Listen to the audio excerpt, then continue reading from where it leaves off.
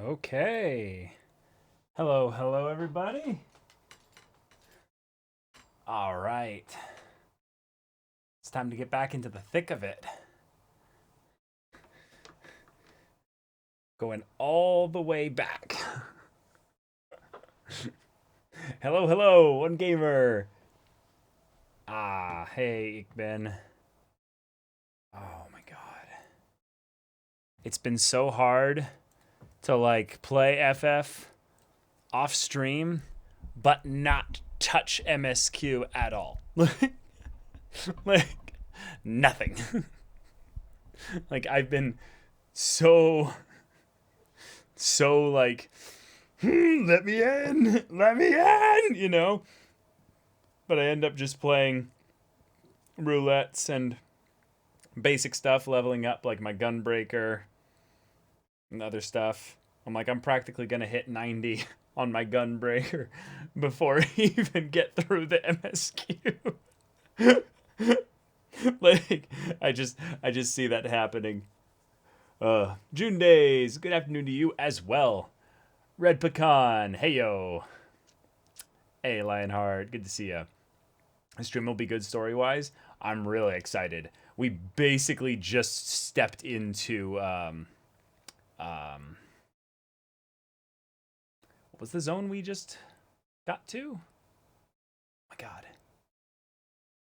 Elpis? Is that it? Is it Elpis? That sounds right. But yeah, I'm just chilling in the in one of the in rooms right now. Oh, yeah, it's Elpis. Okay, cool. I got to level 60 by just doing raids without even starting Heaven's Ward. Yeah, there's a lot of post ARR content for level 50 stuff. And then you could get through tons of roulettes and things like that, cuz just doing basic stuff. I mean really basic stuff on the roulettes will give you two level ups pretty much every single time.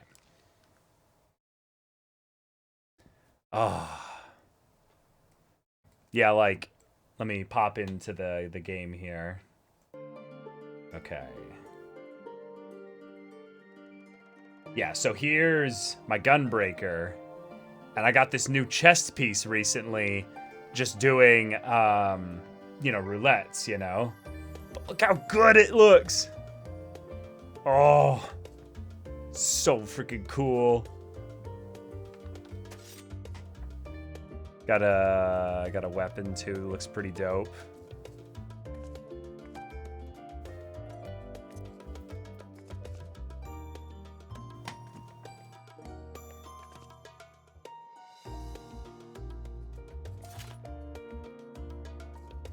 Right? Looks so dope, yeah.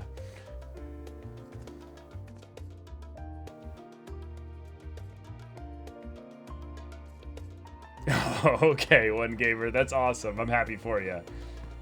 All right. So, last stream. I hope everyone here is caught up or ahead of me in MSQ, because I'm about to start talking mad shit about what's going on right now. Things are absolutely wild right now in the main story.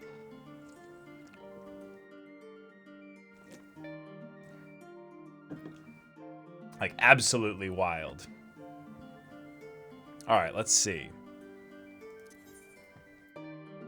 Let's go straight there so that we don't have to accidentally spoil anybody with our glamour. Yeah. Our very specific glamour. Oh, shoot. Actually, did I not... Hold on.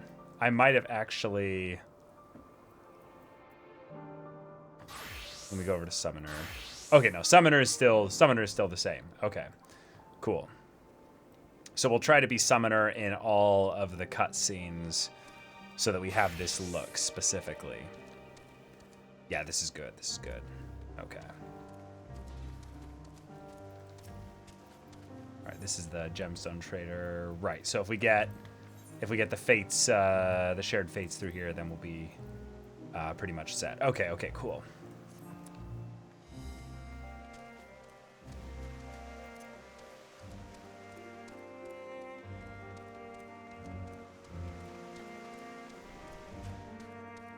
Right. So this is our quartet right now. And just no big deal. No big deal. Like, you guys remember the interview with Yoshi P and Ishikawa where they were talking about how Shadowbringers was, we need to answer 80% of the questions in this expansion, so let's just give them everything here. I was always wondering what the 20% that didn't get, explained would end up being. I didn't think we would have fucking time travel going back all the way to the time of the ancients, where we have casual conversations with an Emmett Selk that has no idea who we are. But he's just right there. Oh, and also just casual Hythlodaeus, Casual Hythlodaeus, just here. No big deal. No big deal. Yeah, it's cool. It's cool. Yep. And then there's this guy. This guy. And then we have you.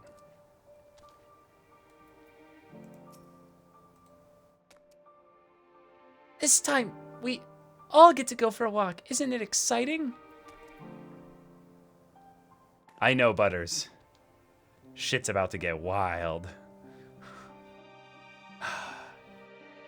So, basically, having time over the weekend to think about what happened in the last stream and where we're at in the story, and yeah, this is something where I will just say, like, right out the gate, the biggest thing that unnerves me about this time travel plotline is that, as of right now, I think the main reason why Emmett made his trip here was because there was some etheric disturbances, right? So he comes here to talk to this guy, but also, to get the, potential recruit here for the next seat, yes. But,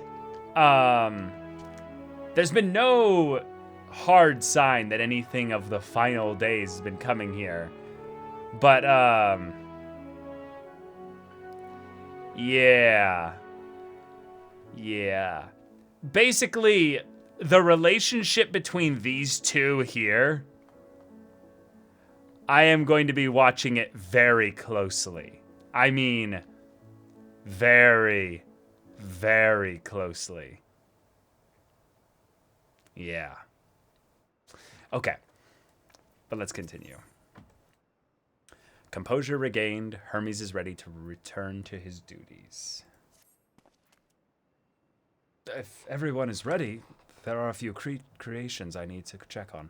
First, we shall return to the spot where we found our wayward ambystoma. Have care when you step outside a hub, for there may be more unruly creatures about. All right.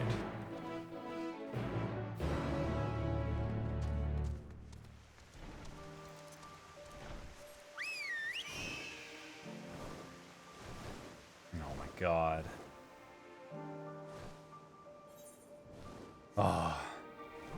Oh my god, Ethan, you were up all night? No way! Was it a new season drop or something?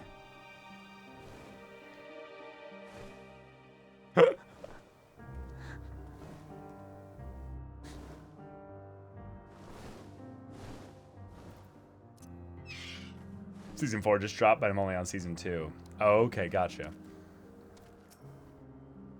This here is a new species of Petaluda we recently set loose. It's been doing very well, managing to maintain a stable existence thus far. If it can see its observation period to the end without issue, we shall release it unto the world. Tell me, do you know the difference between living beings and arcane entities? Why don't you just tell me anyway?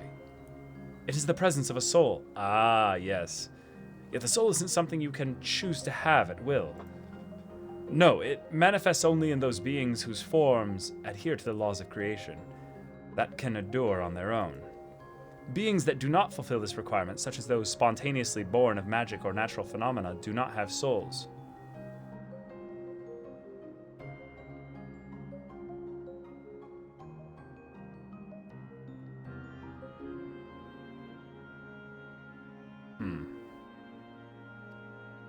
No matter how much it might resemble flora or fauna, if it lacks a soul, then it is considered an arcane entity.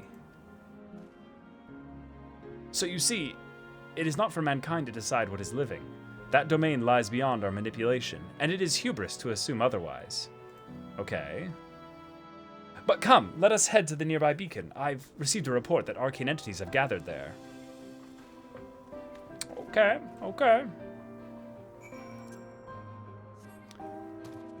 So we're just casually getting a tour, you know, just getting to see what, you know, demigods with, you know, creation, you know, powers have here.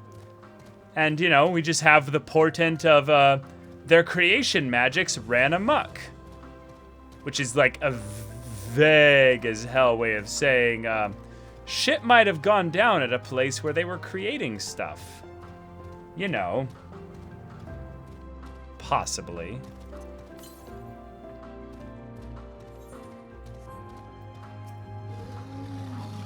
Ah, yes. Lightning Pneuma, just as the report said. Oh, these are the things that are all over, what was that, Thanalan? I think so. Although we call this structure a beacon due to its form, it's in fact a magical device. By manipulating the balance of elements, it keeps the isle airborne and maintains the climate thereupon. Hey, Kimi Sakaki, thank you so much for the Twitch Prime. Welcome to the stream. In the course of its operation, it often sees an internal shift towards a given element. Right now, that element is lightning, which draws up the pneuma here to replenish their ether. It appears Meteon is busy. Talking to Hythlodaeus, okay. Would you care to assist me in her stead and feed the pneuma? Yeah, sure. Let's do it. By using this lightning converger, you can harness ambient lightning and focus it into a ball. A veritable feast for our dazzling friends. Go on, give it a try. Okay.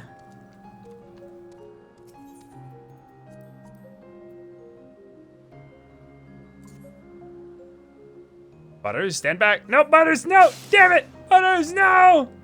What? Missed?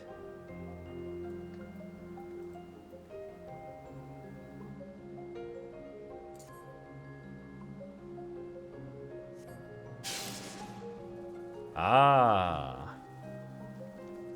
Very, very cool. And now here, okay, cool.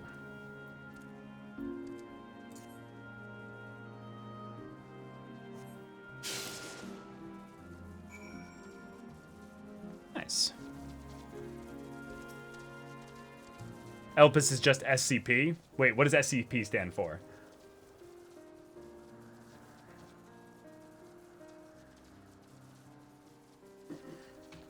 Perfectly done, Triss. Look. Nom nom nom nom nom nom nom nom nom. See how they gather to feed. How they express themselves through their actions despite their lack of words. Speech is not the sole defining characteristic of a thinking, feeling creature. Nor is silence an indication that they do not possess these qualities. The ability to speak does not make you intelligent, nor does the lack of speech mean the lack of intelligence. True, yeah. Oh, that thing, yeah. Yeah, someone's actually mentioned that to me, yeah. Be it a soulless arcane entity such as the pneuma, or an ephemeral life form such as the Petaluda, all seek to perpetuate their existence, to survive. Thank you! This is literally what I was asking.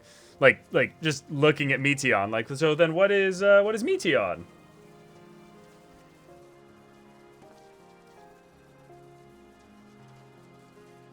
Oh shit.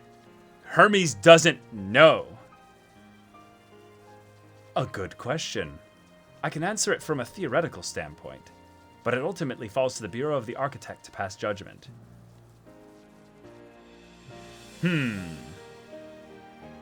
Those with exceptional vision, such as Hythlodaeus, may be able to ascertain her true nature.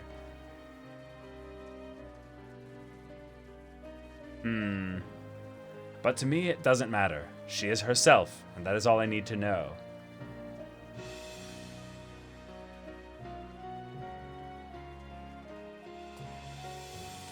Oh, you've finished already.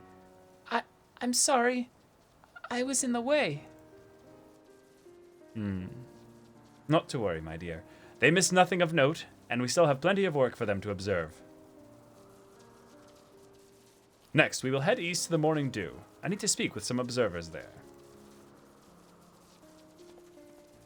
Okay. I can sense a very slow, intentional build of something with Meteion that is not altogether,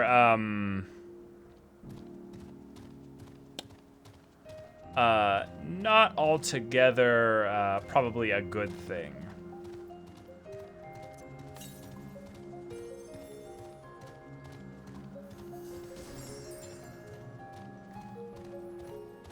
But hey, she's cute. Yeah, but it very much gives off the vibes to me of the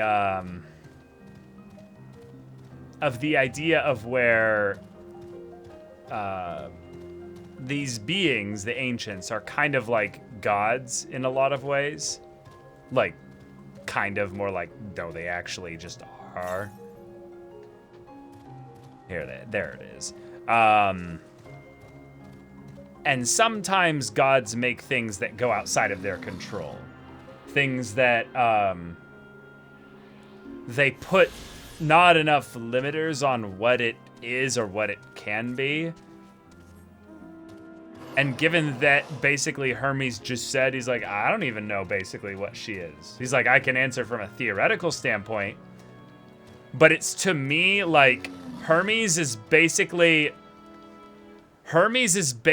the guy from Ex Machina who made an AI. That's Meteion. And Meteion is just a sponge, just absorbing and learning and just gaining all this, like, this info. And yeah, they're like Greek gods, exactly. And Greek gods are like destined to fall. Like they're destined to be overcome by the mortals. And so while we have this nice casual group of friends here, Meteion is very much the odd one out in that regard. Yeah. Okay.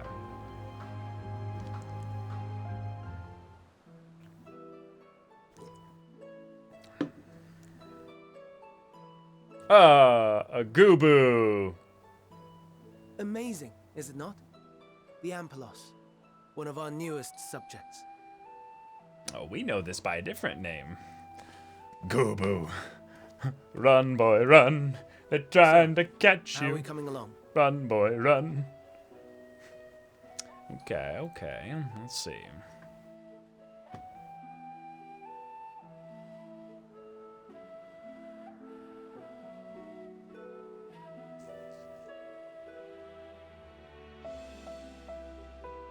The flowers! Oh! Shoot! Let's go pick one, yeah. Oh, some weird texture pop in, pop out there.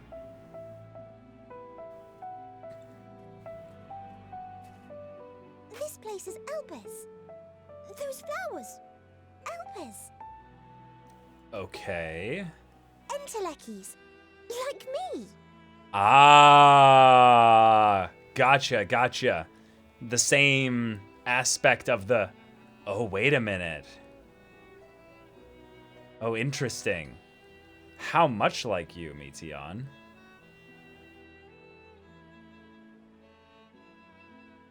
They are a product of Elpis, and so named for their birthplace. Okay. A happy accident, born of the hands of a former researcher who loved beautiful blossoms. So nothing special about them, Unique for how really. they change color, to reflect the Okay. emotional state of those nearby. Right, and then that property is something that Meteon has as well. So what Though inspired be it you? here or elsewhere, they are seldom seen in any hue save purest white. Strange then that they don't actually do often the thing that they're supposed to do. Reflect the emotional state, you say? By what means do they achieve this? Yeah. In creation, there exists an energy wholly apart from ether, one driven by emotions. Oh. Oh shit. Well then, this is what they're building up then. This right here. But driven by emotions, like, that is way too vague. Like, keep talking, man. Like manner to how we manipulate ether, this flower is subject to the influence of said energy.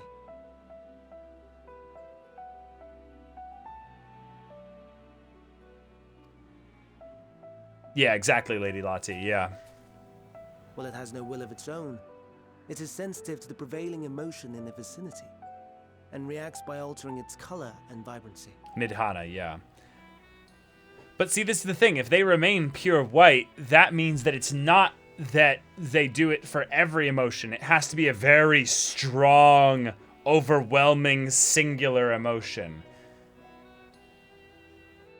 Which, to me, makes me think that Meteon is like a being of this energy. Like that's kind of the thing that Hermes was going for.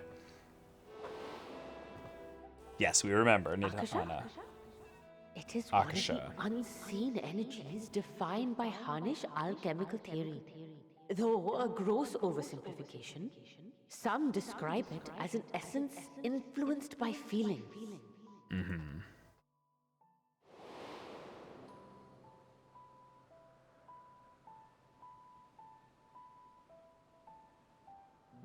Akasha.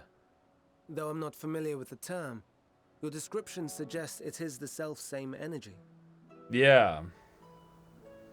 Dynamis, we call it. Dynamis. Oh. Oh, that's cool. Yeah, that, well, it's very close to dunamis in the Greek, which means just power. Like, I'm pretty sure dynamis isn't actually a Greek word, but it's very close. It should have something with regards to power. Oh, it's a name in Greek. It means powerful one. Shit. Yeah, I think we've basically just kind of got the key right here. All throughout this expansion, they've been building up this other energy. Then we go back in time to something that could have us eventually solving the source of the final days. And the one thing we knew is that the ancients had a bunch of creation magic things run amok. There was some shit that went down, then they had to, create Zodiark and all that. We've already got, like, immediately upon coming back here, 3 characters. 3 characters. No, Dynamis is a name. Dunamis is the word. To put it into perspective there, Spooked Shrek. Dunamis means just power. Dynamis is a name that means powerful one.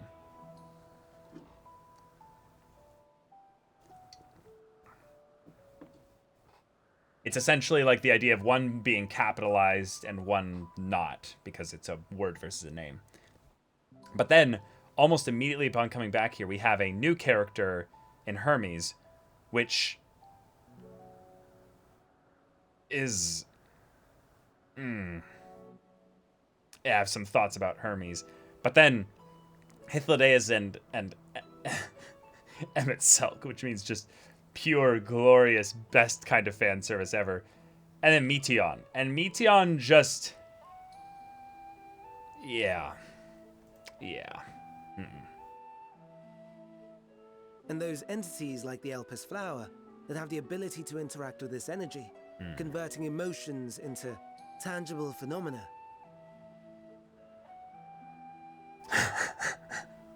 Have the ability to interact with this energy, converting emotions into tangible phenomena. Are Antelekis.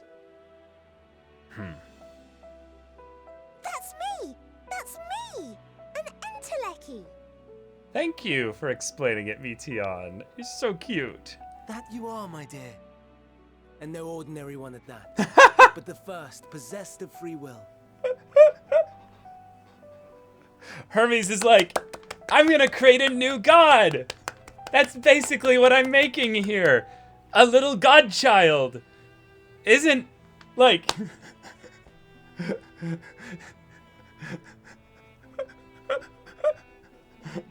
Yep.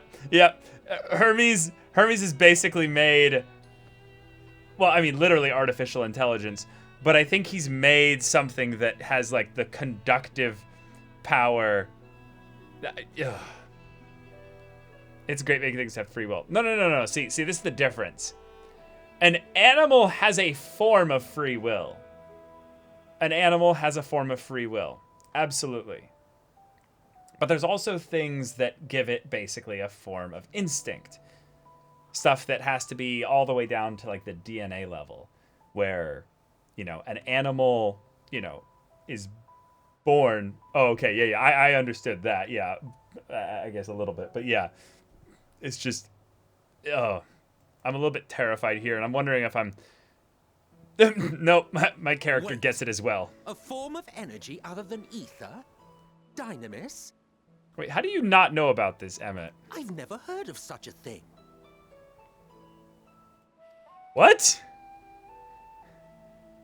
Hardly surprising. Dynamis cannot be seen, much less felt. Okay, now I feel like we're getting to kooky territory. What? And though its existence has long been theorized, we had no proof until the flower's serendipitous creation. That's a problem. What's more, Dynamis is far weaker than ether. Under normal circumstances, its effects are drowned out by the latter. Okay, that was one of the things I was gonna guess. It was basically the reason why the flower doesn't change color is not because there's no emotions nearby, but because the effects of the emotion are so weak that it's basically getting overwritten.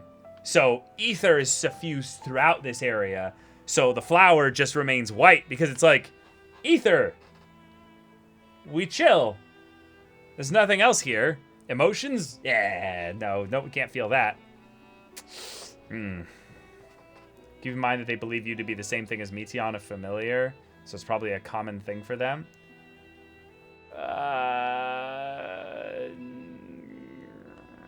Sure, yeah. I think that if Meteon was an actual familiar, Hermes would have said that immediately. On account of which, But no. beings comprised of and reliant upon the ether, like you and I, are unable to make practical use of Dynamis. Wait, why is that, though? Because we have emotions. 'Tis a truly esoteric thing, known to but a select few scholars. Intriguing. Then, given the limitations you described, Yes. why create Meteon?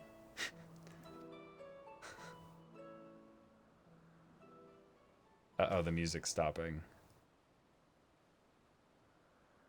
Our star, Aetheris, is especially rich in ether, so much so that its name is derived from it.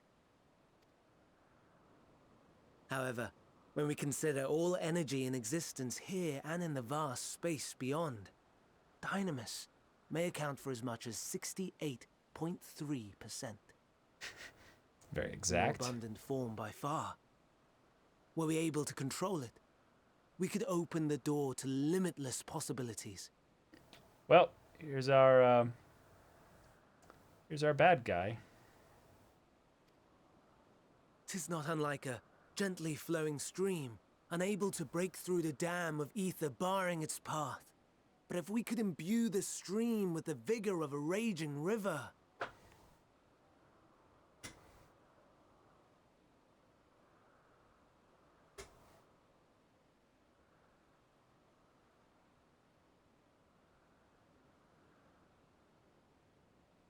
Shit.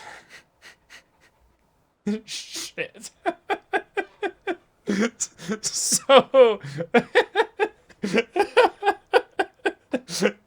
I mean, he's just saying it. Wasn't the whole thing about how the density of the ether was getting super like thin in all across Eorzea or all across the planet even? So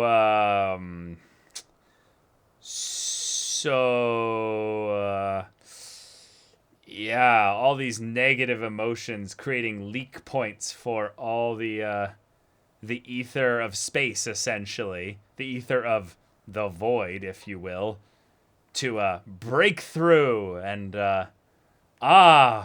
yes. So you're gonna create an entity with which you can control this stuff, you know. But you gave the entity free will, so are you okay with making a rock you can't lift? Even Hythlodaeus and Emmett Sulk are like, the fuck, dude? Not that I have such grand ambitions. No, of course not. No, of course not. Nay. I merely wish to create a being that could traverse the great expanse. Oh shit, wait.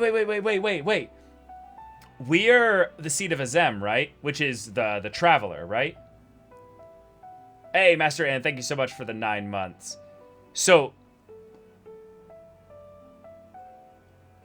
Oh.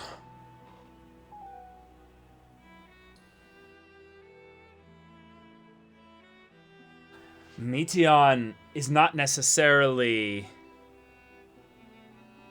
the immediate problem, but a future solution. Like a really... Whoa, okay.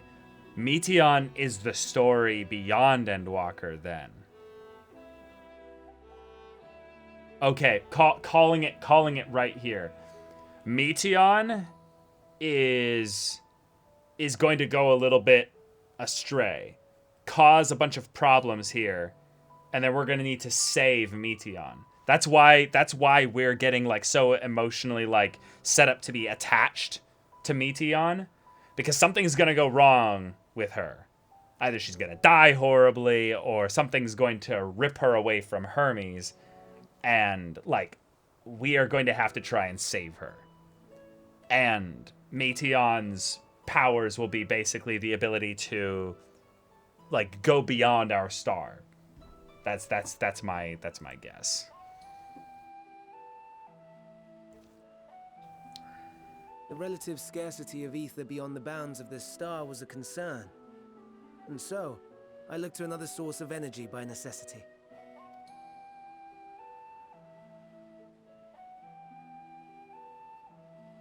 That being Dynamis. No wonder her ether is so thin. Okay. So they can exist in the same place, it's just not, Precisely. you know, not as much Yours ease is of thin overlap. too. Like an Enteleki. Like me. Okay. So, are we the same? Intelekis. No, not really.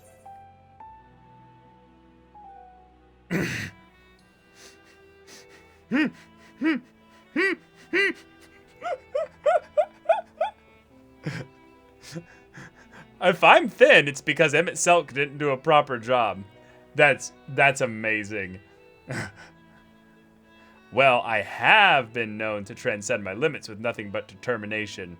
Yes, we are the main character shonen protagonist with the echo that allows us to break the limits of, you know, all the things. So Yeah, sure. I don't see why I couldn't be one. I really want to burn Emmett Selk here, so I'm gonna do this one.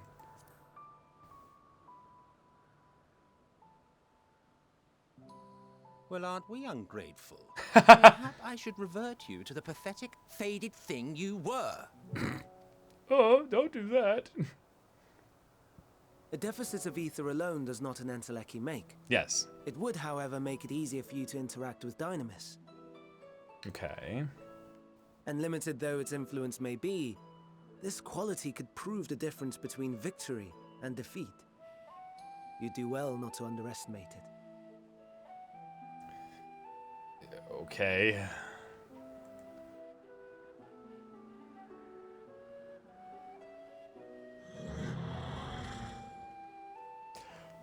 That dear. creature yawned. I'd forgotten about the poor fella. Ah! You must excuse me a moment while I go Made and me verify yawn. a few more things. Okay, you go, Hermes.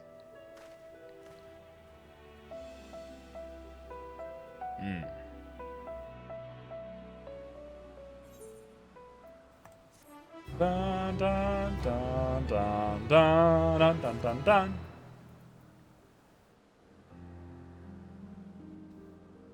I think you basically missed a quest or two. That's like 2 quests. I would say that's it. Okay, Emmett. Oh, wait, hold on. Idlodius. Ah, damn it. I'm trying to... There we go. Never before had I heard of Dynamis or Entelechy's. I can only assume the Elpis flower was submitted to the Bureau before I joined. Maybe it wasn't submitted at all. Entelechy or no, we're friends. In thinness. Oh, it's cute. All appears to do well. This shouldn't take long. Okay.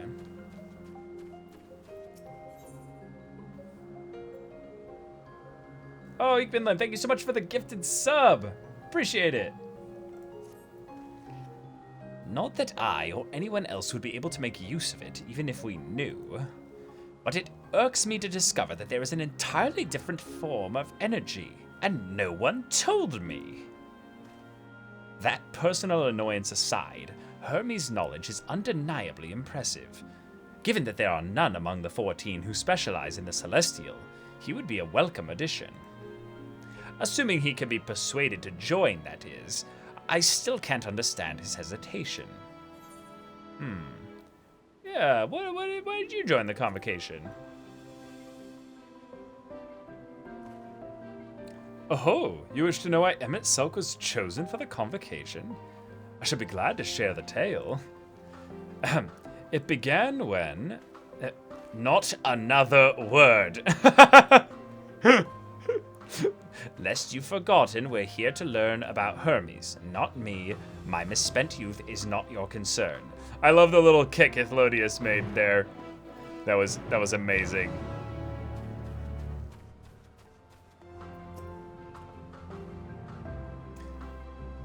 My apologies for the wait. I have inspected the Ampelos to my satisfaction. All is well with the creature, and I dare say it won't be long ere it is released unto the world. Another creation, however, reportedly isn't faring so well. The Charybdis. That is what we shall tend to next. If you would follow me, my friends, we shall return to the main isle and head north. Ah, bummer I didn't talk to either of them before we left. Okay. Oh, cool, Master Hand. Okay. Good to know. Talk to everyone before accepting quests. They have lots of interesting dialogue. Okay, will do. I think the next one is west of here. Yes, that's right. If you think about it, as a battle draws on, our ether would be decreasing through usage and strain.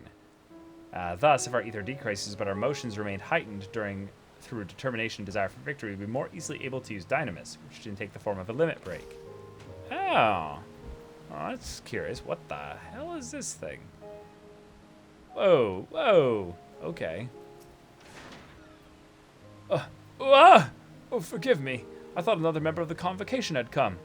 This is turning out to be an eventful day. Ha, thought we were a member of the convocation, of course. Why is this one blue and shiny? There is a slight difference in etheric balance between these Charybdises. By this, it may be assumed that they aren't the original creations, but their offspring. A serpentine bird or a winged snake? Emmett with the real questions here. Is it a dragon with wings or a bird with scales? Yes.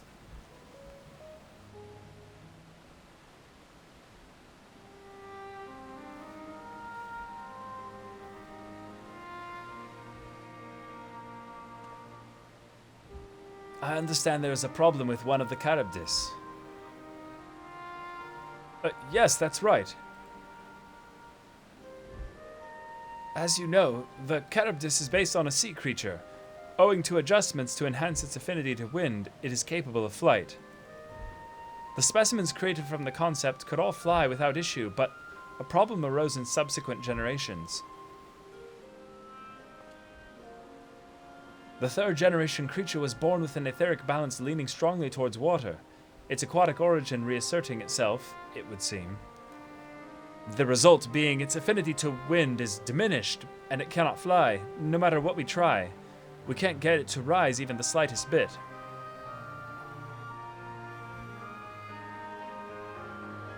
For such change to manifest in so few generations, I fear they are too unstable, flawed. With your permission, I will revert the creatures and recommend to the Bureau that the concept be revised. With its etheric balance leaning toward water, the Charybdis would indeed struggle to manipulate wind. Yet it is too early to conclude that it cannot fly. Having failed at first, it may simply have developed a fear. I shall transform and fly with it, helping it to manipulate wind until it finds its wings. Oh. What? You needn't go to such lengths. Yeah, show us what you mean by transforming. You don't know? Ah, but of course not. Transformation is an art which one manipulates a vast quantity of ether to construct another body around oneself. In practice, this allows one to assume any conceivable form, and thereby transcend the limits of one's flesh. It's glam, but for your body. Yet convenient though it may be, transforming in the presence of others is considered vainglorious in the extreme, as uncouth and unseemly as running about robeless. Shameful.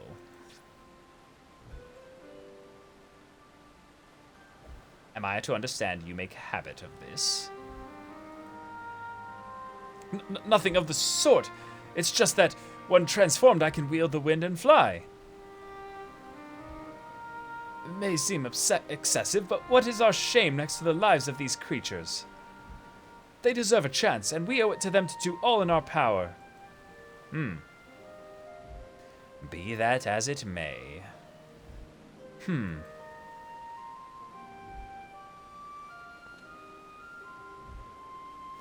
Yes, I believe I have a solution. Emmett Selk, may I trouble you to move that Charybdis away from its fellows? Somewhere out of sight.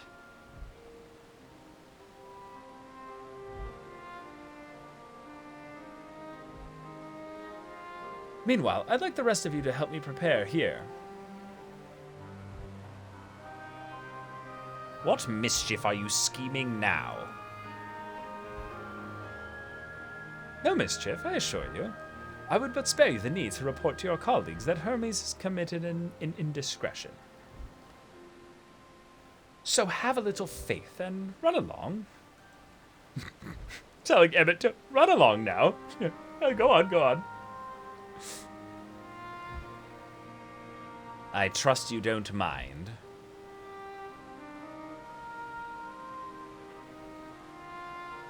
Aw. Blue mama dragon or daddy dragon can't fly. Oh. Emmett is so tsundere. Emmett is amazing, yes.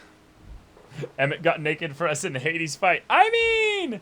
No, he did something shameful, that's all, that's all. Such shame, yes. Enjoying Emmett? Yeah, Emmett's wonderful. Yep. Oh.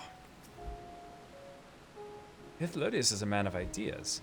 I wonder what he has thought up this time.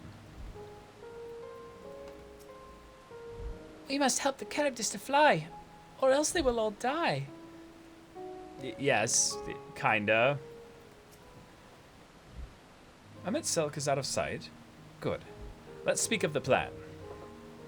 It's a stroke of genius, really. We have Emmet Silk train the Charybdis.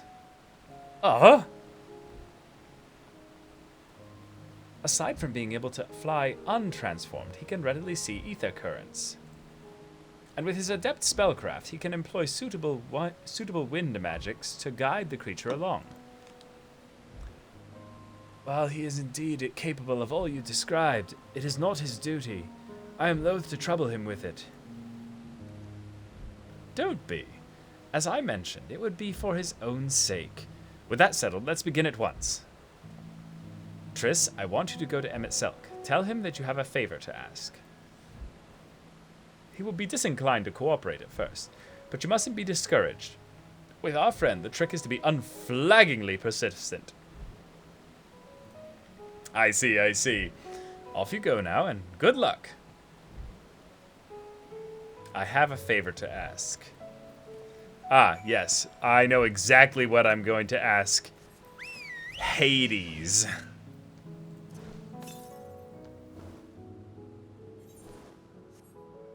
What kind of favor shall we inquire of Emmet, chat?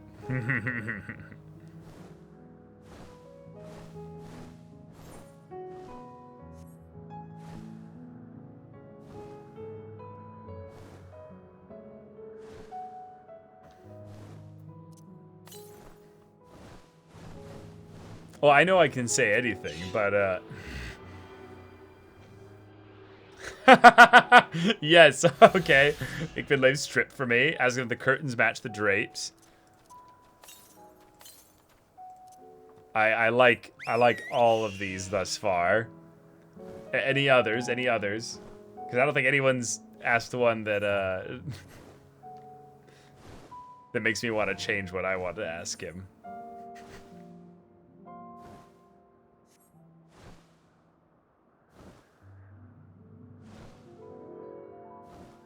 Oh, the best thing about this is that I'm actually, when I ask him, you guys won't be able to see what I ask him.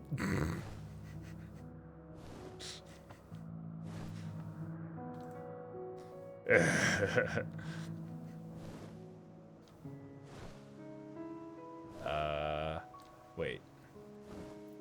Should have been right about here. What? Oh, it's above me. Balls!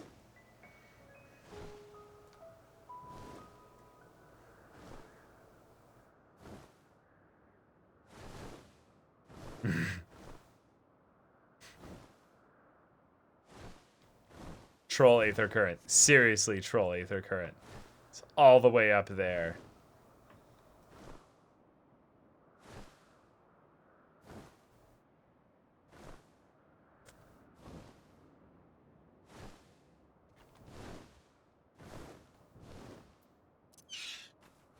So,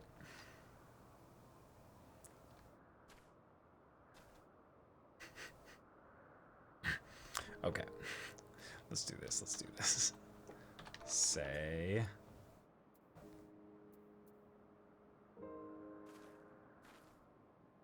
copy that. All right. Emmet.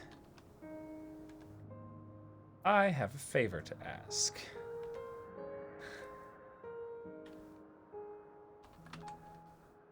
Would you be willing to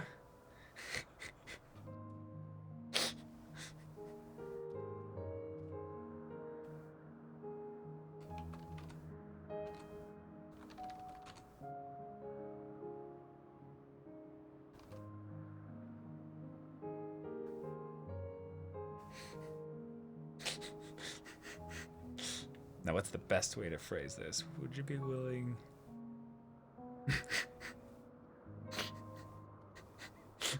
So, Emmet Silk.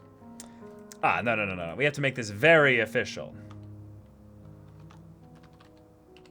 Emmet Silk. Ah, of the convocation, I have a favor to ask.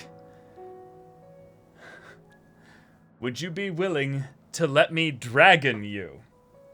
And then Emmett goes, dragon me? What the hell are you talking about? Dragon these nuts on your face!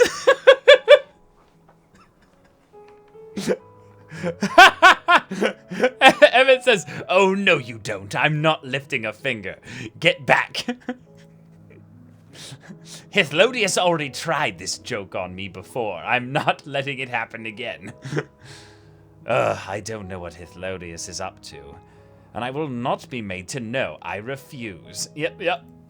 Emmett does not want to play the game. If Hithlodius is to be believed, relentless insistence may serve to wear down the ever-wary Emmett Selk. We have to be a please, Emmett Selk? Okay.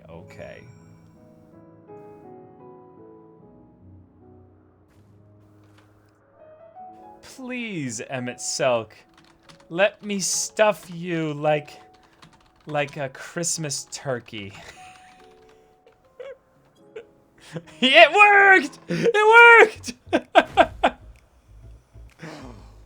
No, you are not foisting this nonsense on me.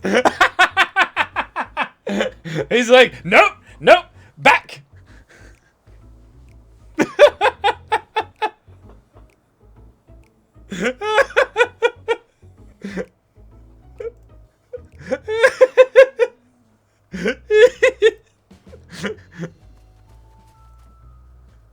Damn it, get out of here. I'm given to understand you have the power to help the Charybdis.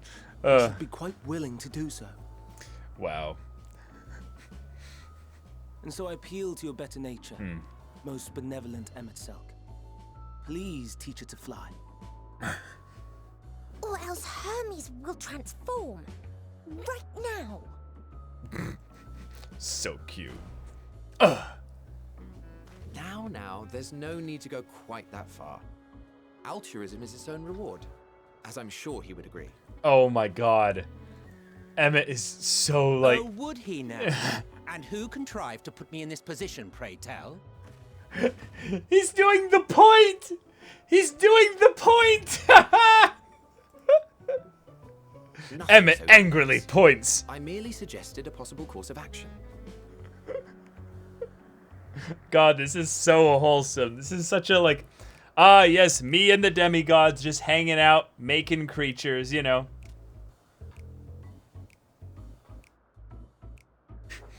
Yeah, when you're the best of friends.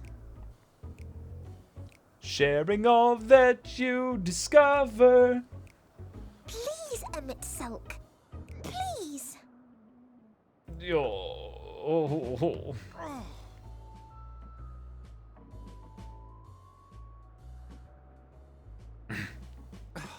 I did not come all this way as a nursemaid to your creations. Oh my I god. thank you to remember this favor and let it be the last.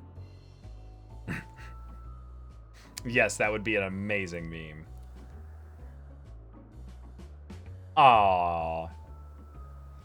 Aww.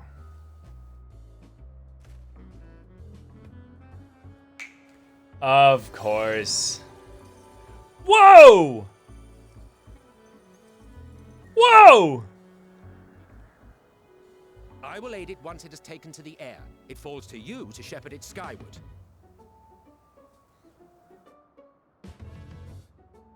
That is so cool. Okay, good to know, Master Hand. I think I have that mount. I'm not sure, but I think I do. I'm not sure. Let's relax and enjoy the spectacle, shall we? Or I have a mount that's very similar.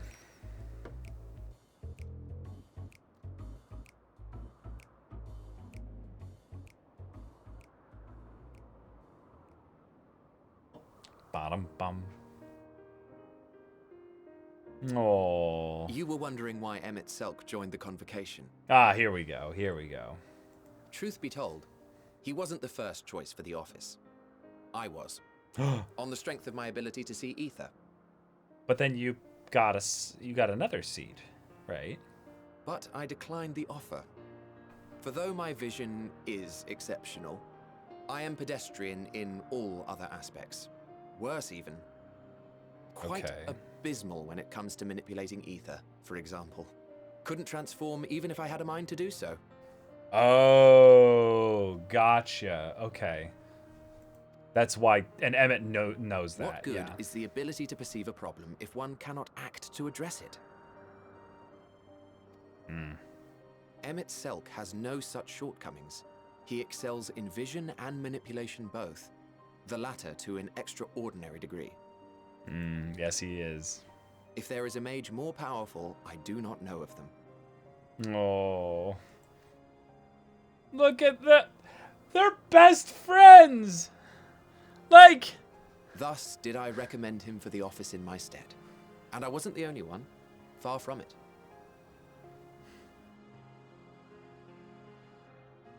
Hithlo is not a seat, just an office worker at the Bureau of whatever. Oh, okay. But just like, remember when we fought Emmett and like he sees a vision of his old best friend from like, through our, kind of semi-rejoined, self there with Ardbert. And he's just like, nah, that's just cruel. Like, ugh. Countless others vouched for his skill and character. People the world over, to whom he had previously lent a helping hand. Oh, how surprised he was. Claimed he hadn't done anything remarkable for anyone. Modest to a fault. He deserved every bit of acclaim he received. Yet he may well have gone unappreciated were it not for a mutual friend. A singular soul who can't help but involve herself in the business of others. Where she walks, excitement is certain to follow.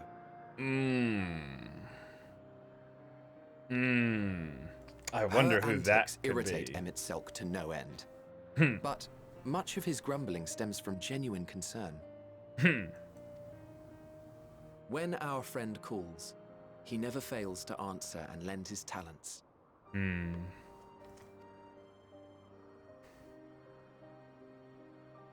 in the course of doing so, he himself came to be recognized and respected by those around him.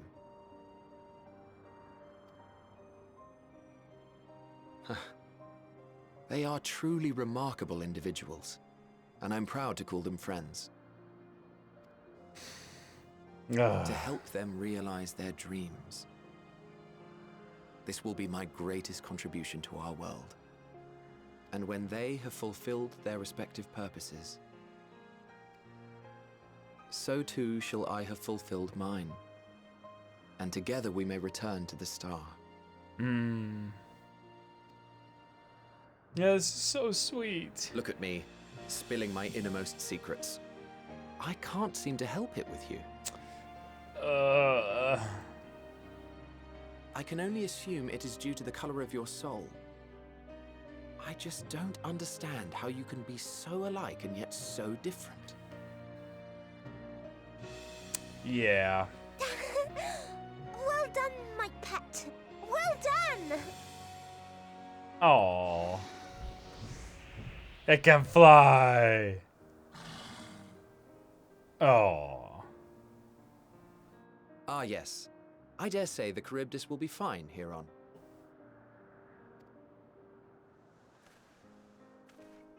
Why don't you go and signal to Emmett Selk? Let him know that his arduous task is at an end. Ah.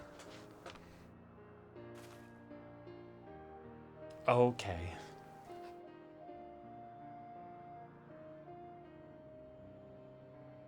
Little they know indeed, yes.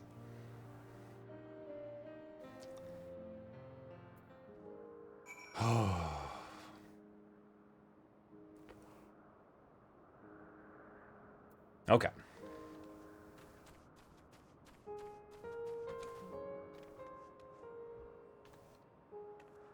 Oh, we waved him. That's cute.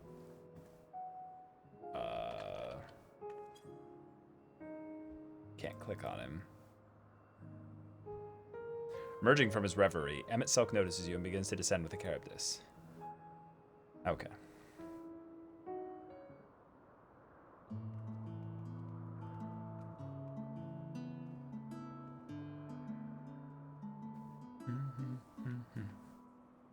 I have no words to express my gratitude. Thanks to you, the Caribdis has learned to fly.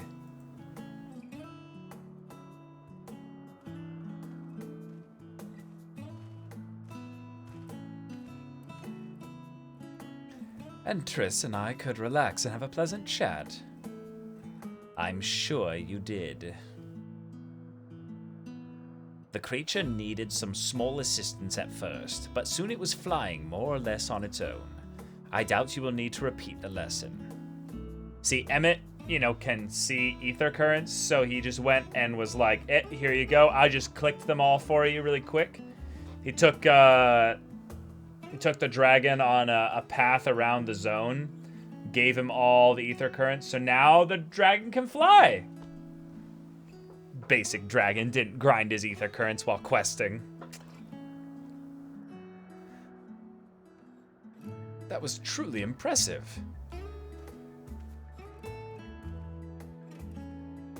I witnessed it all from afar. The Caribdis flies. Indeed. With this, we've proven that even a creature with skewed etheric balance is capable of flight. Though we helped it to achieve this, the Caribdis is a herd animal. We may well aid their struggling kin in like fashion if and when the need arises. Keeping this in mind, I bid you continue observing them. If that is what you want. But if I may say so, rather than hoping an idealistic possibility comes to pass, would it not be simpler to have the concept adjusted? That way we could guarantee that anomalies such as this specimen are never born in the first place. Oh. Yeah, Hermes doesn't like that. Yeah, Hermes has this very, strong, notion of the idea of life deserves to live, basically. Like, the idea that, once life has been given, taking it away is inherently wrong. And yeah, there's something curious about the fact that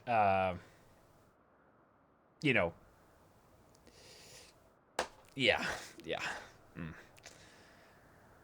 These creatures are already here. We will spare no effort in giving them a chance to survive. As you wish, Chief, as you wish.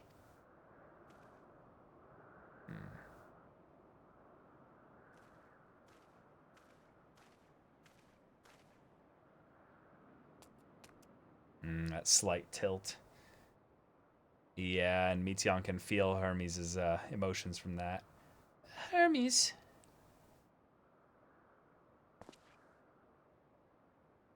I'm fine. Don't worry.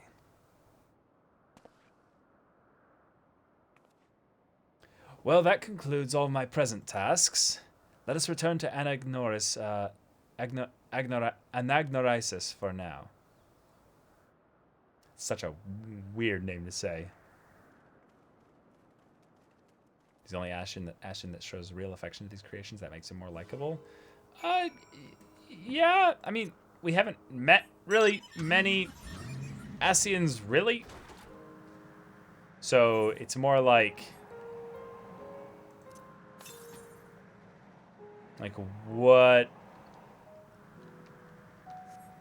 what's the reason for the emphasis on this? Yeah. The only raids that I have done is CT and Bahamut. I haven't done any other raids. I've basically been just playing MSQ. What? Want to apologize for forcing me to help, do you? Save your breath. You didn't force me to do anything. I merely chose the most expeditious way to have done with an impediment to our business. Yes, of course, of course.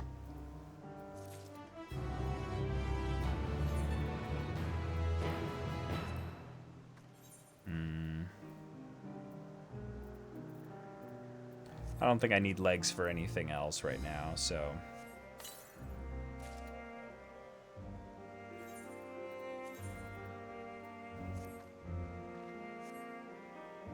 Let's see. Hold on.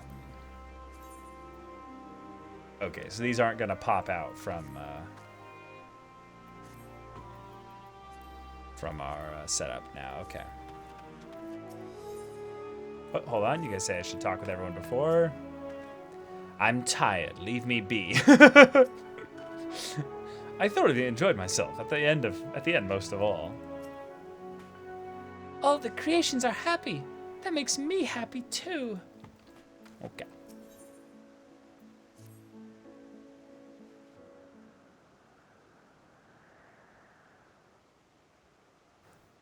Tell me, Triss, in the course of watching me, have you learned aught of value?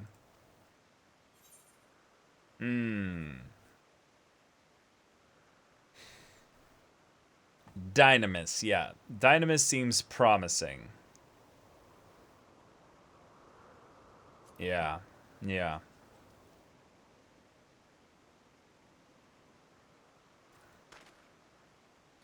Dynamis, you say?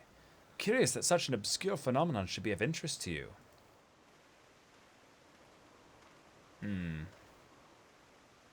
Chief Hermes, what good fortune to find you here. Is something the matter? The Lycaon. I'm afraid it's done it again. No sooner did we release one for observation than it set upon the nearby Occupites, slaughtering them. Was the creature hungry, or somehow provoked? I just fed them myself, and the Occupites were keeping a wide berth. It is the nature of the Lycaon that is to blame, their innate viciousness. Temperament aside, is an outstanding creation, perfect in form and function. Though it may not be suited for release, I've no doubt that the Bureau will accept its concept for preservation. Dramatic zoom. In any case, there's no point in postponing the inevitable. Doros will revert them all once the paperwork is in order. Where is the scene of the incident?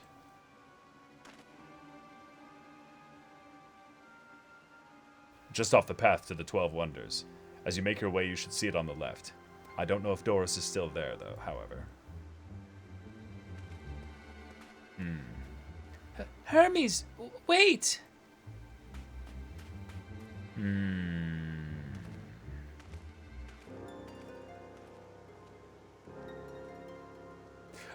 No, it's not an energy drink or coffee. It's a hard seltzer water.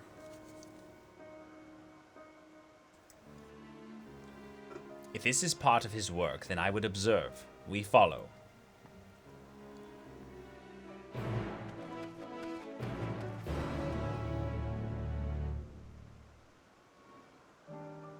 Okay. Okay, so the only one really left over here is the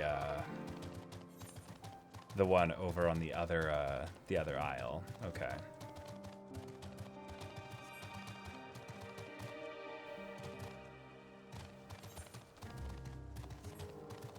At least it's the closest one.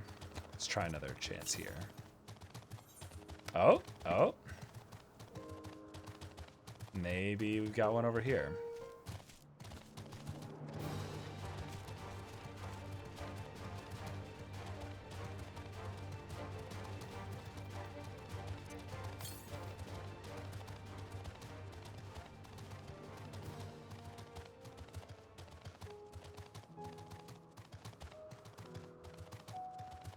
Yeah, the Dynamis stuff is like extremely important to this expansion story because of how many times they've mentioned something of its nature.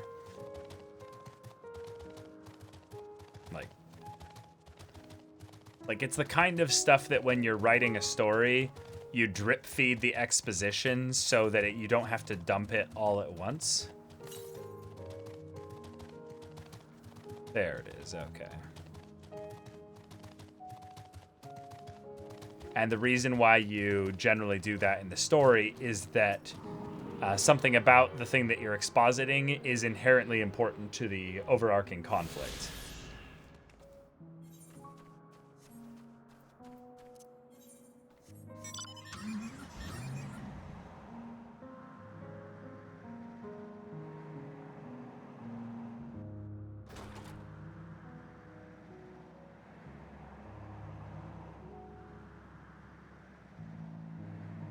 Okay.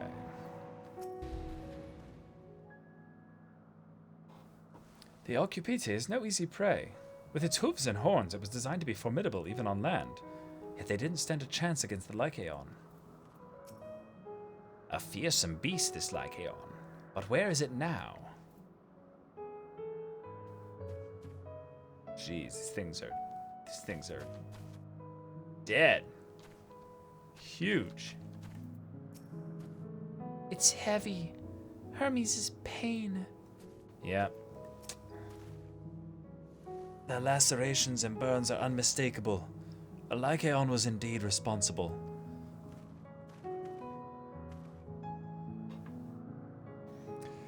But the creature is nowhere to be seen.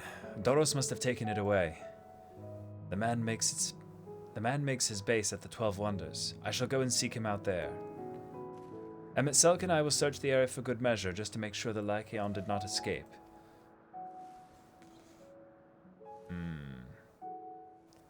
My thanks. Let us meet at the 12 Wonders when you have finished. I will go on ahead. Please follow with Triss. Okay. Come, come. It's down this path and over the bridge. Okay.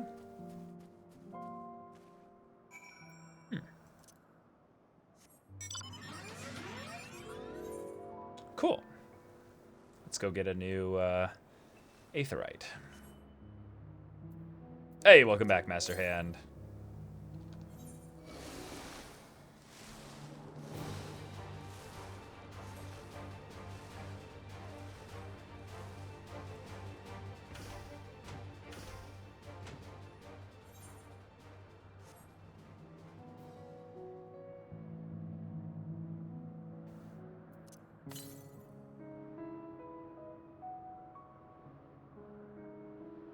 There it is, okay.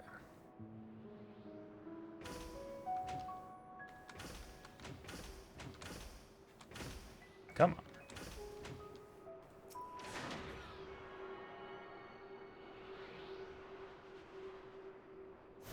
I love how open this zone is. Like, it makes how pretty it is very, like, obvious and apparent. But it's pretty cool. It reminds me of what that Heaven's Ward zone with all the floating rocks. There it is, the 12 Wonders. Hermes is looking for Doros. Let's look for Doros, too. He's a man with long blonde hair, I think. I'll know him when I see him. Cool, cool. Okay, we are going to explore the heck out of this place with Meteon. Let's go find some, like, bonus conversations or something. Well, never mind. That was easy. Oh, never mind. No. We don't necessarily know if this is going to be the right person. If you're with Meteon, then I assume you're on an errand for Hermes. What can I do for you? Sorry, wrong person. We're looking for Doros. Ah, I see. We do have similar hair, so people often mistake us from afar. I hope you find him soon. Okay. So that's not them, because this person is blonde. Blonde-haired man, possibly. Doros! That's Doros! Well now, if it isn't Meteon, what brings you here?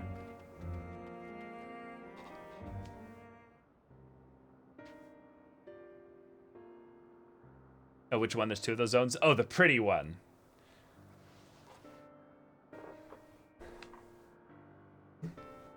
Where the Beast Tribe... no, that wasn't the Beast Tribe, was it? The one in the very beginning, like in the very earlier parts of Heaven's Ward. Yeah, Sea of Clouds, yeah. I thought I heard familiar voices.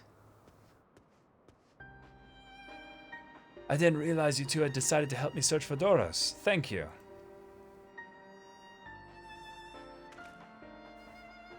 You're in charge of the Lycaons, I believe. Where are they now? Out in the field in restraints. Frenzied as they were, I couldn't well return them to Katisis. Once I've submitted my report, I'll see them reverted without delay.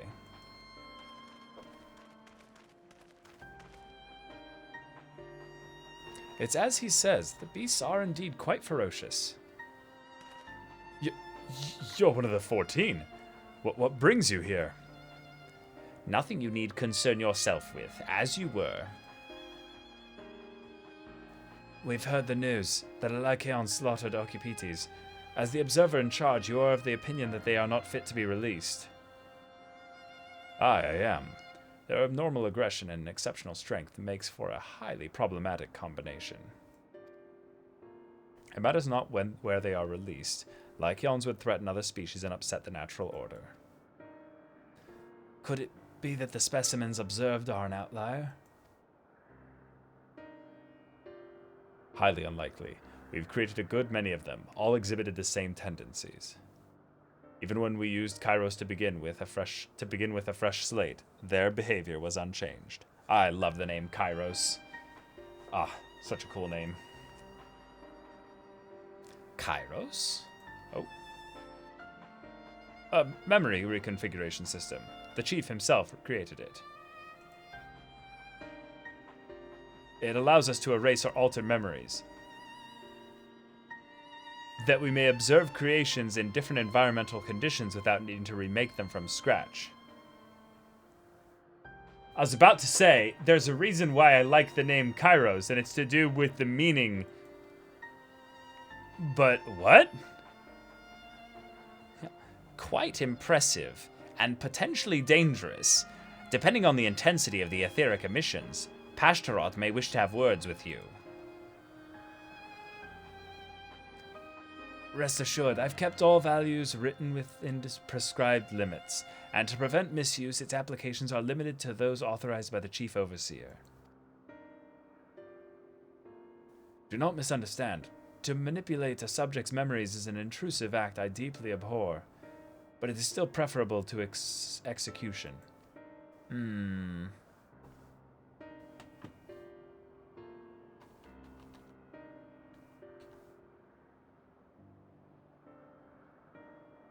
I had to get the exact definition, but usually Kairos has something to do with destiny.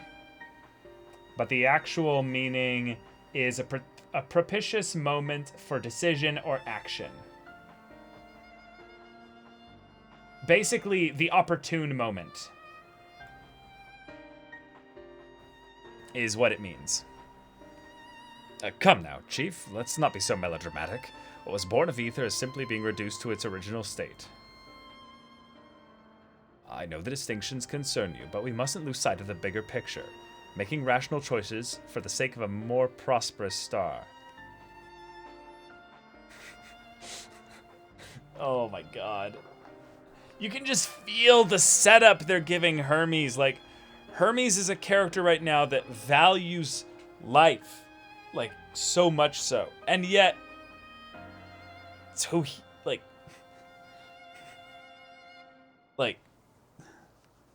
like who we know Hermes to be. Like, ugh.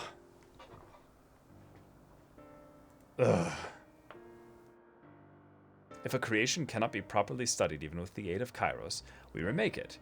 If a creation is deemed a detrimental existence, we unmake it. 'Tis all for the greater good, and none question the necessity of such routine procedures, or processes.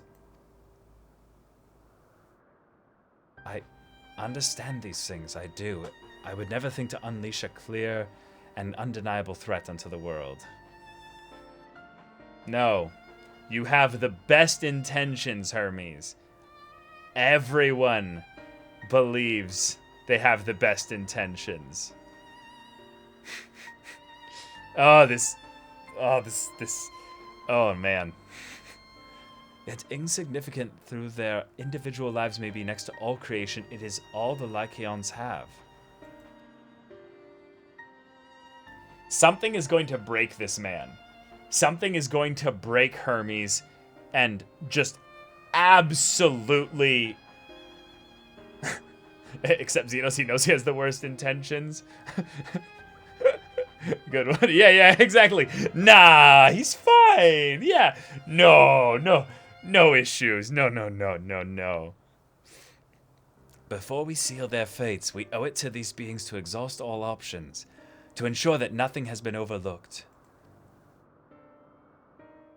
If you insist, let me provide you with a full report, and we may take it from there.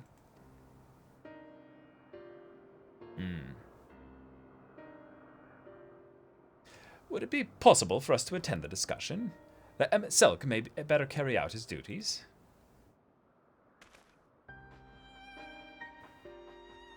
By all means.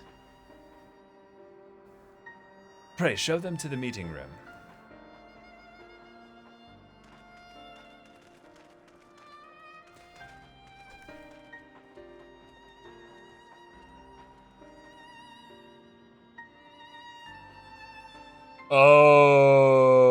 Okay. Wow.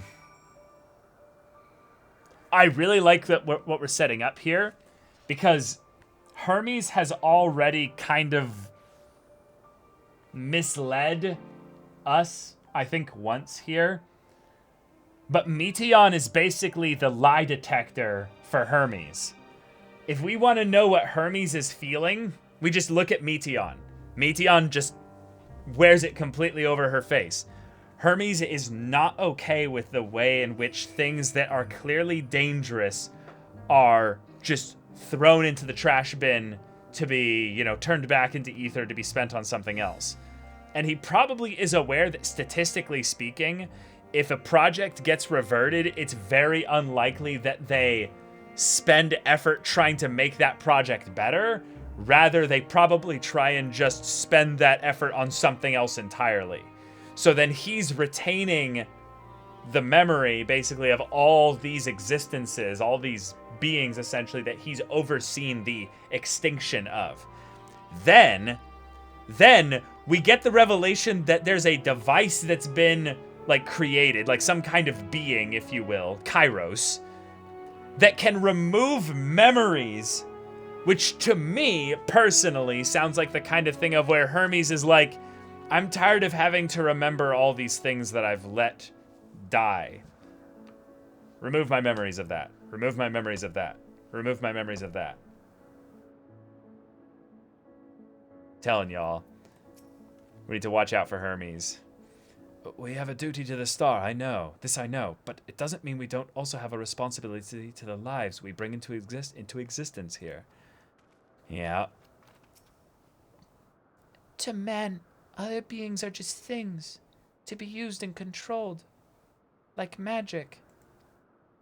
That's what Hermes told me once. Oh. Hermes, what are you telling this girl? Bro. That's a very, pessimistic look.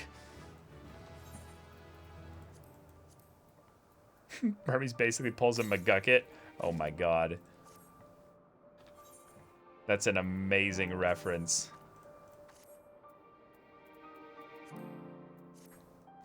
That is an amazing reference there. Meteon's kind of depressed now. Okay. You needn't be an Entelechy to feel the weight bearing down on Hermes. No, definitely not. I fear this discussion may take a while, during which time... Yeah, watch over Meteon. Meteon, are you feeling unwell? It's not me, Hermes. It's you. I won't go to the meeting. I'll stay with Triss. Loath though I am to impose, may I leave Meteon in your care again?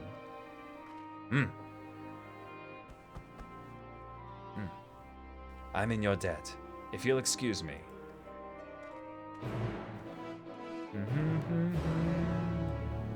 Meteon!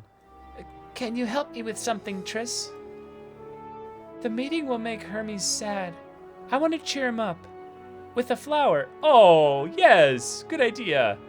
Hermes likes flowers the most of all the creations in Elpis. Most creations are expected to be interesting, or beautiful, or strong, better in some way. But flowers are different. They're designed to suit our emotions, what we feel and want to convey. Hermes likes that. I can't make flowers, so I'll search for one. and I want you to search with me. Let's start here, at the 12 Wonders. All right. Meteon accompanying us. Look for blue circles on the ground, everybody.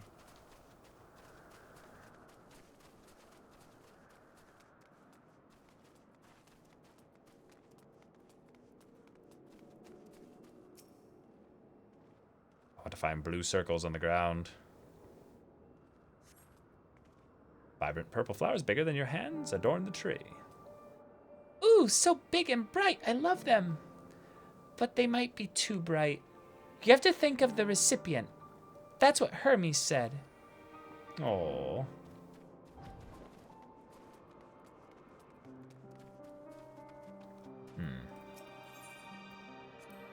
Let's search the 12 Wonders first. Okay. Ha! You know why that's probably the dialogue? Is because someone, like, tried leaving with Meteon, and then Meteon was like, let's go back, you know?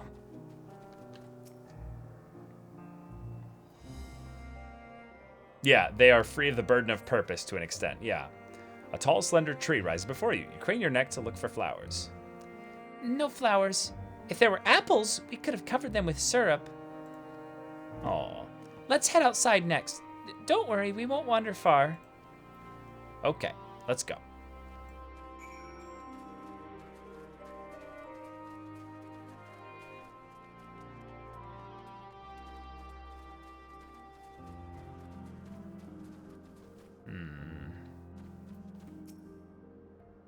Okay, lots of flower choices here.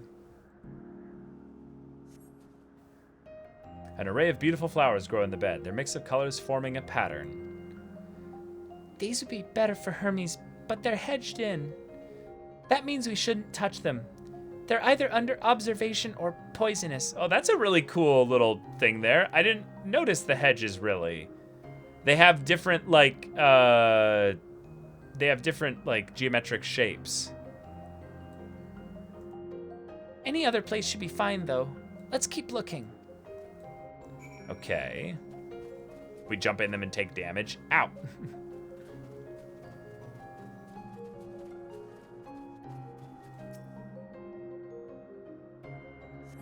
Ah! Set on a tall, thin stalk, the oddly shaped flower is mesmerizing in its undulations. Oh, a conion! A flower that can move! When Hermes wasn't looking, it shot seeds at him. Not a good gift, maybe. But you're good, Triss. You're good, Triss, at spotting flowers. We'll find something soon. Yeah, I think this little bit of searching for flowers is that kind of thing of where the parent basically is starting to become rather distant as they're focused on something that is a bit too impersonal for the child, but the child really needs a personal connection from their parent. So it's like, it's totally fine to have someone else watching the kid, but maybe, you know, maybe it'd be important if you were there for your kid, you know? Yeah. I'm worried for Meteon, but I'm more worried for Hermes and then Meteon by extension, you know? You spy nothing promising nearby. At best, common-looking grass with some few tiny flowers. Nothing around here. Ah! Over there, Triss. Something big. Huge. The grapes, yes. Remember us. Remember that we once lived. Oh. Crazy. You got one of these here. A terrible stench reminiscent of sodden old boots pervades the air. Without a doubt, the culprit is the morble-like creature before you. It's an Adonis. An Adonis. The things around its mouth look like petals, but the flowers are all the orbs on its head. Oh. When Hermes inspected it, it swallowed him up. He didn't leave his room for days. What do you think, Triss? Would he like it? I'd rather not go near that thing. So not this one either. Finding a good flower is harder than I thought. I'm sorry, Triss, but could we search a little more? Maybe as far as the fields over there. I'll pick something after that, I promise. Oh.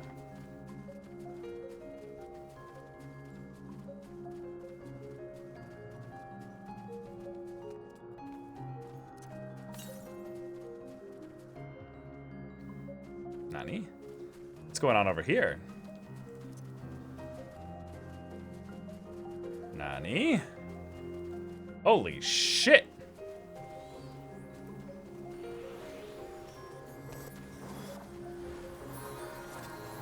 What did I just miss?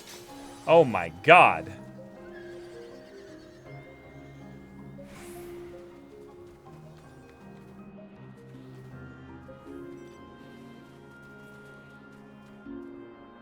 An S rank? Okay.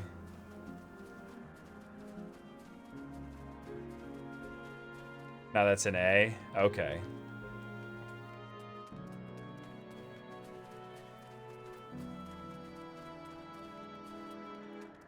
It got deleted, though.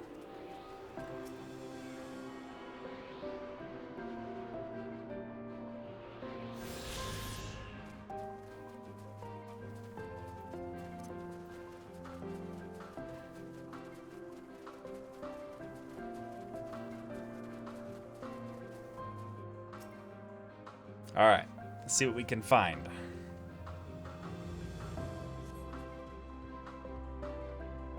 Yeah, they didn't tune the hunt HP to be high enough this expansion. It's been an issue. They die stupidly fast. Ah, gotcha. Lush green fields stretch out before you, ending where the sky begins. Aw, there's nothing. We'll keep looking. The shiny thing over there. What could it be? Shiny thing. Where?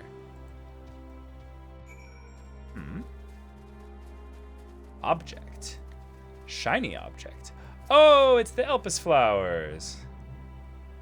Cool. Nice.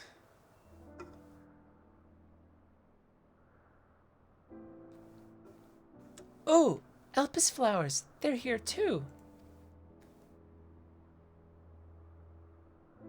I'm playing this song right now. Hermes likes and dislikes them at the same time. Like me, they're entelekis. Like me, they feel his pain and turn dark. That's only for Hermes, though. For others, they're always white and bright. Ugh. Oh, okay. Always.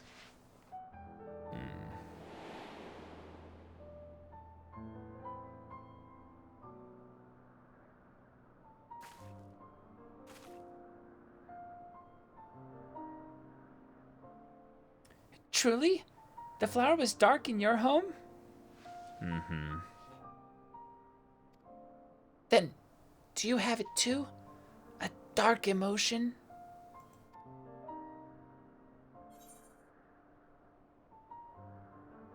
I dare say I have a few.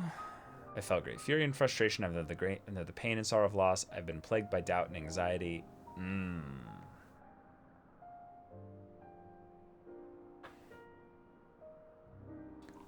I like the first and the fourth one.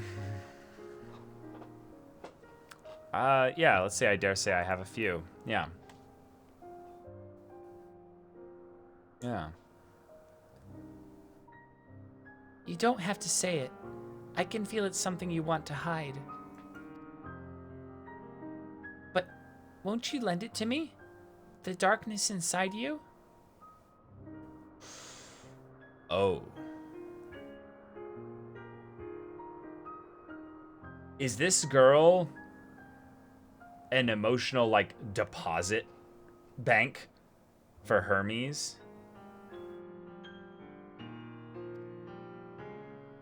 I want you to make the flower dark in front of Hermes. He has been in a dark place since before he created me. He needs to know that he isn't there alone, that others are sad too. Oh, yeah. Truly? You'll do it?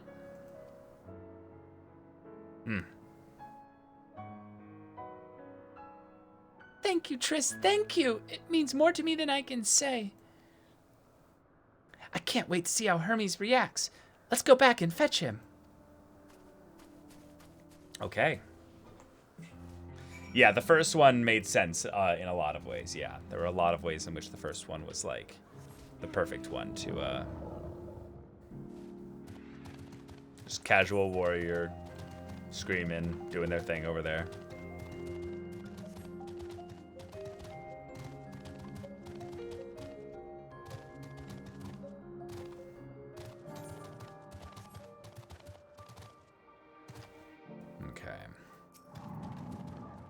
It seems they're still talking. Let's wait until they've finished. Cool. I've also felt frustration over mount farming. Sure.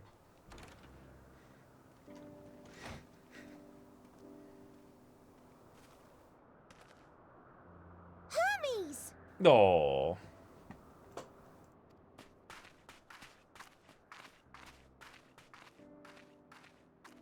Oh, you were waiting for me. Yeah. You've finished talking? Yes, we've come to a decision. My thanks for keeping Meteon company. Yeah. Emmett Salk and Hythlodaeus have already retired to their rooms. There is room for you too, if you would follow me. Wait! I want to show you something first. Oh. Oh.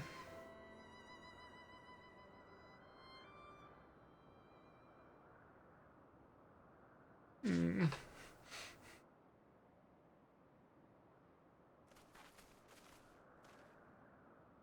Elpis flowers? Yeah. Not just that. Go on. Oh.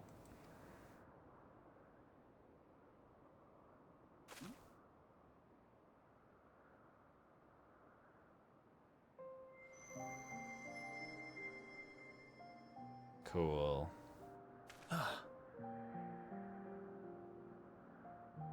You're not the only one, Hermes. Others feel sad too. Oh. You're not alone. Oh, this is sweet. I see Meteon has shared much with you. Oh.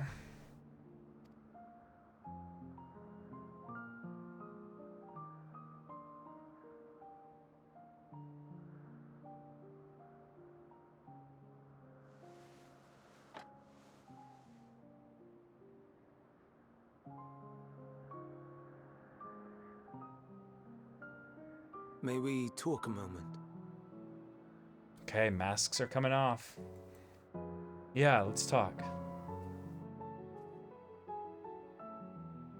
Oh. The little hedgehog. What? Little random hedgehog. I do not think it wrong that we live for the star, that we strive to make it a better place. Hmm. And yet, in carrying out my duties here, there are times when I am plagued by doubt. Hmm. Do you recall what Hythlodaeus said when we first spoke of my nomination? Death is the privilege of those who have fulfilled their purpose. Oh. A choice they embrace of their own free will. And when they Oh. depart, it is always beautiful.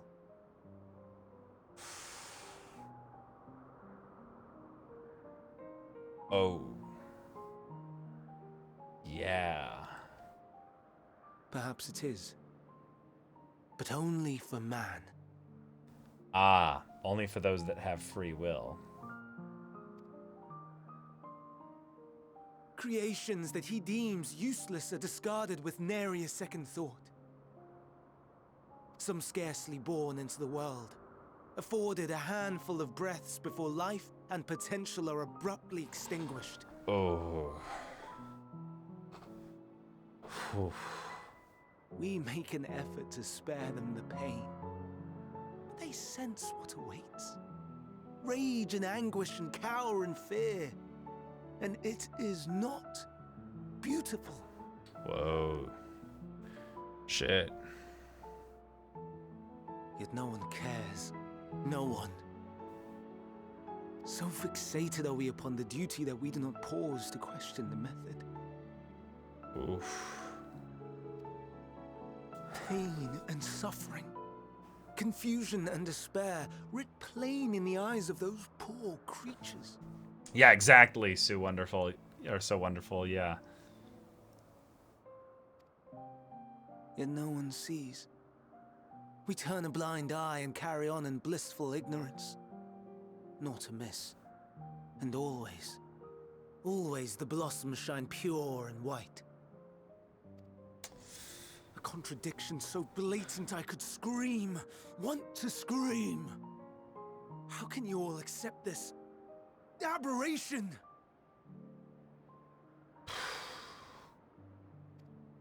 Then I wonder, am I the aberration for thinking thus? Mm-hmm. And I am filled with dread. Yeah, it's a very common feeling when you're dealing with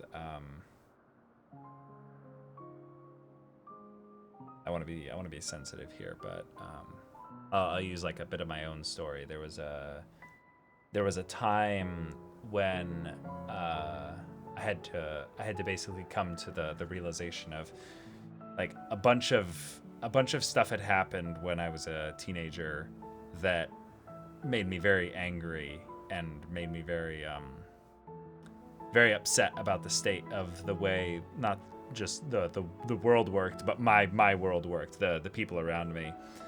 And there were some injustices, there were some things happening that were in my immediate vicinity that there were a lot of people kind of downplaying, and it really frustrated me because I thought that those people were essentially not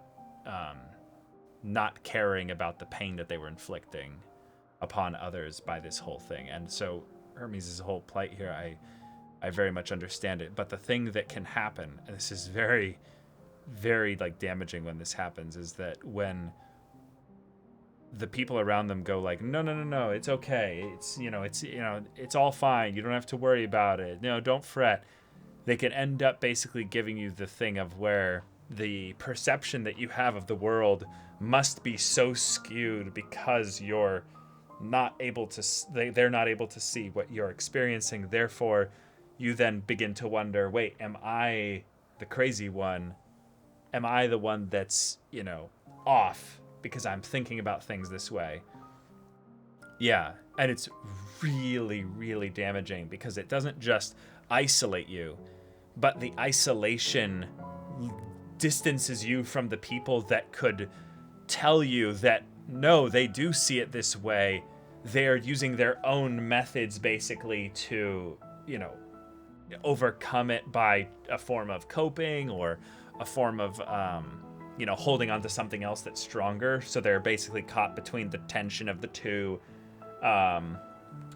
realities that they're in here. And this is just like, this is a really, really powerful thing to get into in the story here. So I'm really excited that Hermes is making it so apparent that this is his emotional struggle. But now I know I'm not alone. Not the only one for whom the flowers weep. Now, this is the part where things get a little bit wonky. Hermes has already explained why the flowers don't necessarily show this kind of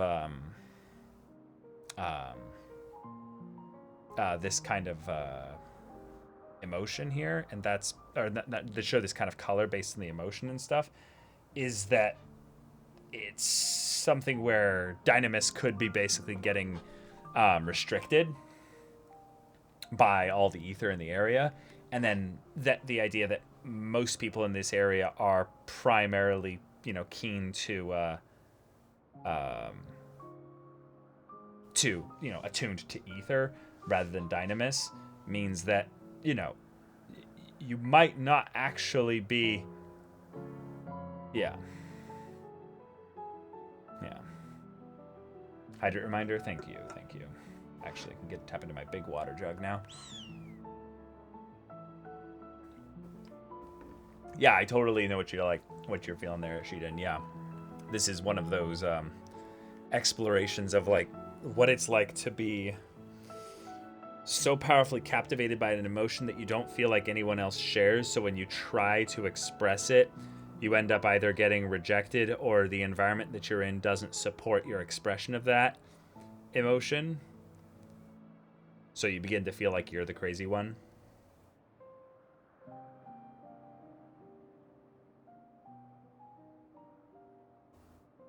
More that it goes to show how far detached the other ancients were on specific emotional perspectives. I think that's fair, but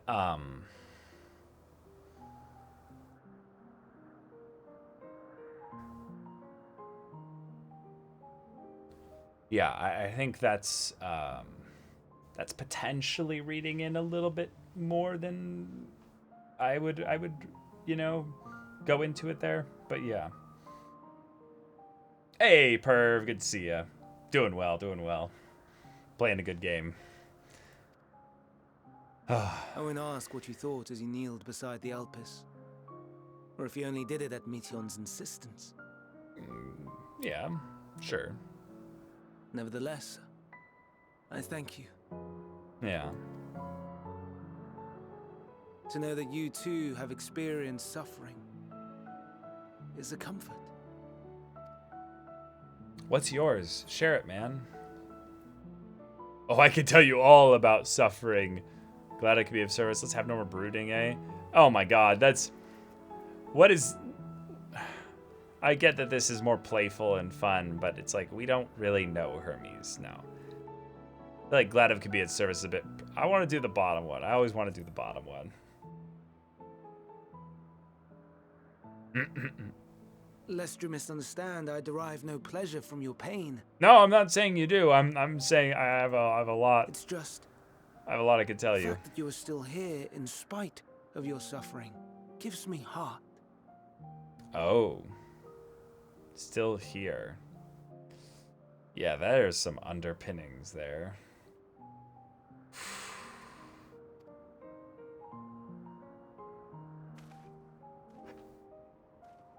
The stars in the heavens. Know you what they are? Are you about to tell me? Though it is too far to tell, each glittering light could be a world not unlike Aetheris. A world filled with life. So many stars, so many lives. For us, there may be no higher purpose than to live for our world. Mm-hmm. But what of the other living beings out there? Okay. What is it that gives their lives meaning? That drives them Oh. day after day after day? Meaning. Oh, Jesus, man. Oh, no. There's multiple levels to this. This guy's already basically at the, like, what is the meaning of life kind of question. He's hit paradise, and now he's like, I derive little to no pleasure from the suffering of life and all the pain that it brings. But, yeah, like...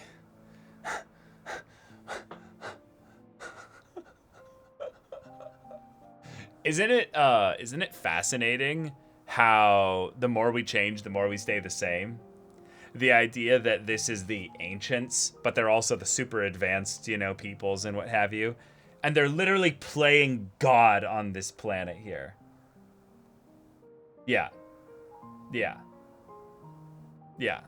And my man, yeah, exactly. My man here is having an existential crisis. But the idea that, like...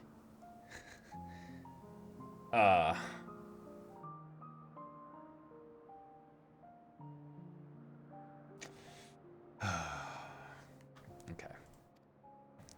To pose that question to our undiscovered cousins, I created beings of Dynamis, who can traverse the vast emptiness between the stars. Meteon and her sisters. Meteon and her sisters. Okay, let's meet Meteon's others. Sisters. Yeah. She has a great many of them. And they have already departed on their journey. Oh. Traveling to one star and then the next in search of life.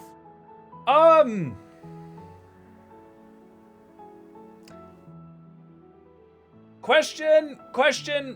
Wasn't there a whole, like, procedure thing about how, in order to set something forth from this area, you needed to pass that creation through the whole, like, approval thing? And Emmett was like, there's been no such thing of that for this creation here. So, Hermes has seriously broken the rules then. Yeah, shit. Not only has he broken the rules, he's lied. He made a point about how, he doesn't have any grand ambitions, with like, and now he's like saying, no, they've gone and they're traversing the stars and everything to in search of life.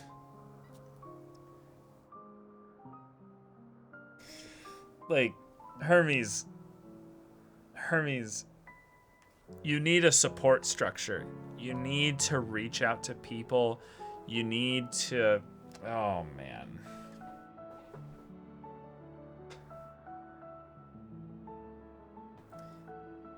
Oh, no. Yeah, maybe the sisters technically went through the bureau's, like, whole thing there. But, he said he's got no ambition for manipulating Dynamis for power. Right, yeah. I understand that, but it's, Yeah. As one might expect, exploration on such a grand scale is rife with difficulties, and thus far I've naught to show for it. But I have faith that we will make some manner of discovery ere long. And when we do, I should be glad to share our findings with you, in gratitude for your kindness.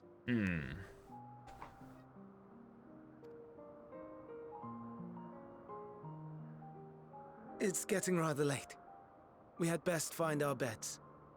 It would not do for both of us to be sleep-deprived on the morrow. Yeah. Come, Meteon. Let us head back.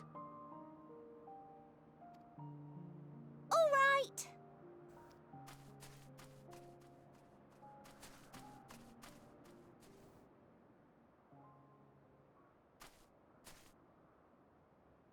What?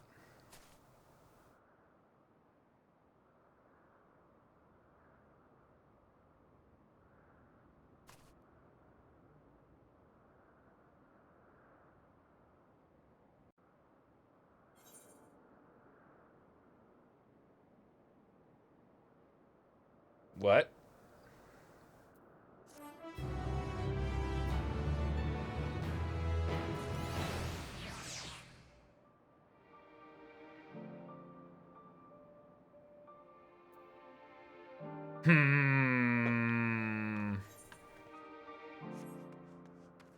We are being watched. The prodigal familiar returns, and after causing all manner of trouble while we were in our meeting, I'm sure. All the trouble, Emmett. Were you able to get some rest? Please do not hesitate to let us know if you're feeling tired. I worry we might exhaust your scarce reserves of ether. I'm glad Hermes saw the flowers. Thank you, Triss. It will help. I hope. Today will be difficult for him. Okay. Let's go. It appears solemn, sorrowful. Okay. An all too brief interlude, perhaps, but it is time I attend to my next task. As Emmett Selk and Hythlodaeus are aware, we reached a verdict regarding the fate of the Lycaons. 7 were created for observation, and all 7 must be unmade.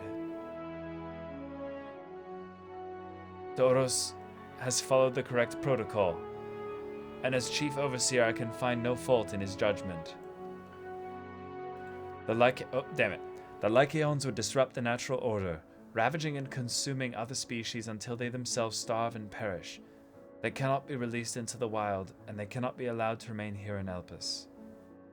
I intend to position the Bureau of the Architect to have the concept preserved as a restricted purpose hazardous life form. Hythlodaeus has pledged to support me in this endeavor. Yet whatever the Bureau decides, the existing Lycaons have served their purpose. Oh shit. In a funny way, it's the final days, but for the Lycaons. I mean...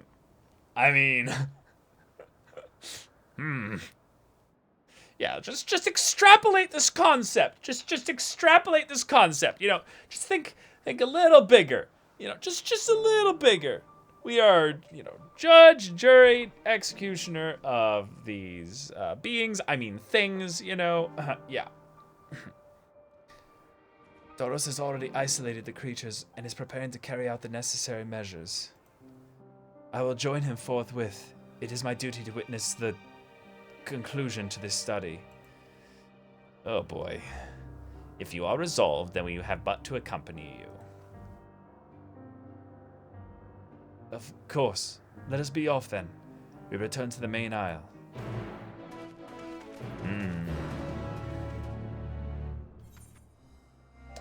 Okay.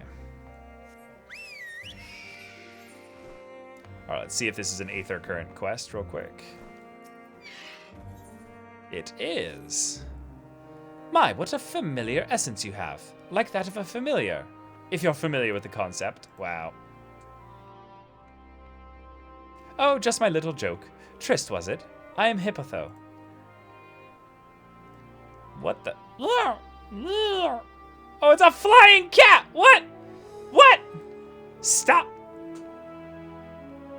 That's a flying cat with bat wings! What? Yes, we're getting to that. Triss, say hello to our familiar friend here. She's an Ailuros. The Ailuroi are one of our newest creations, highly attuned to abnormalities in their environment. At the first sign of danger, they'll sound the alarm, by which I mean mew loudly.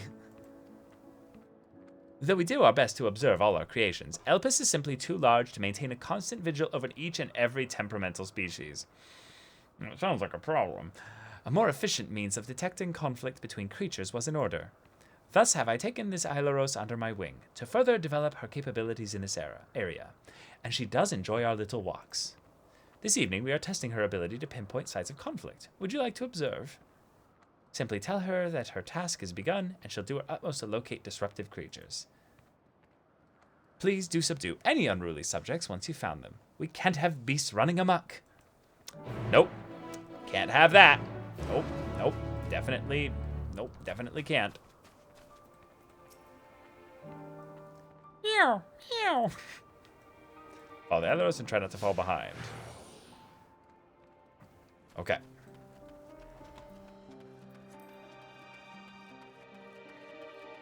Has Caleb not seen a Gale Cat before?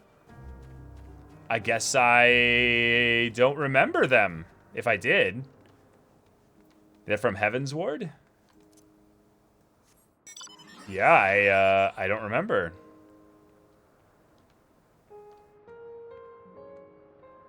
Gale Kitten, they were all over the Sea of Clouds. Oh. Yeah, I guess I forgot about them.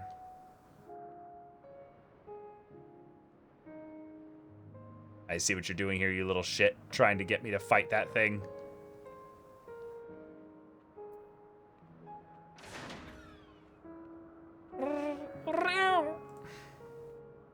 Alaros alerts you to two nearby creatures that are facing one another down, and looks at you expectantly. Stop fighting! Stop fighting, everyone! Stop fighting!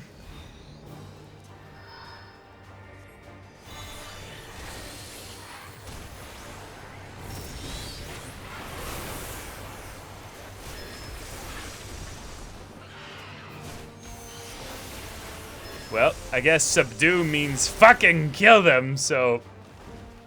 Yes, I have subdued them.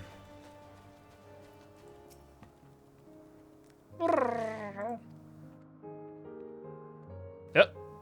Oh, is that it? Oh, cool.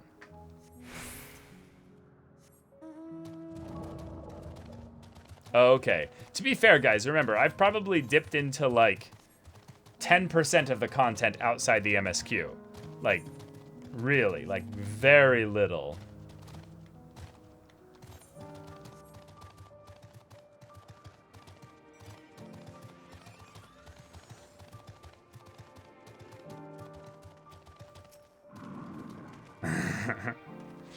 I have actually played quite a lot of Triple Triad. The Gold Saucer, I don't really count as that. I've done a lot of Gold Saucer stuff.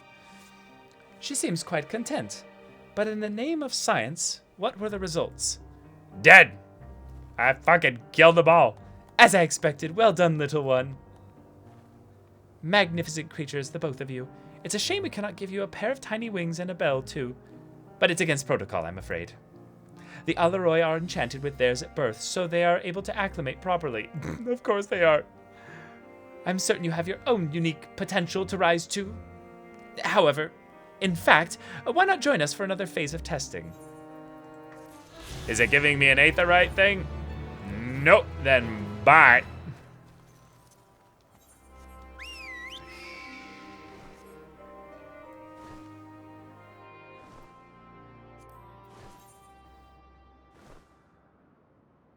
Okay, so 5 from there and 4 from quests. Okay.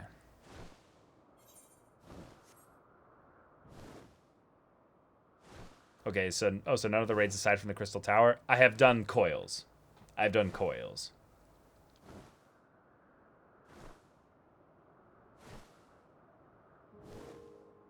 Like I did coils like directly after like directly after ARR.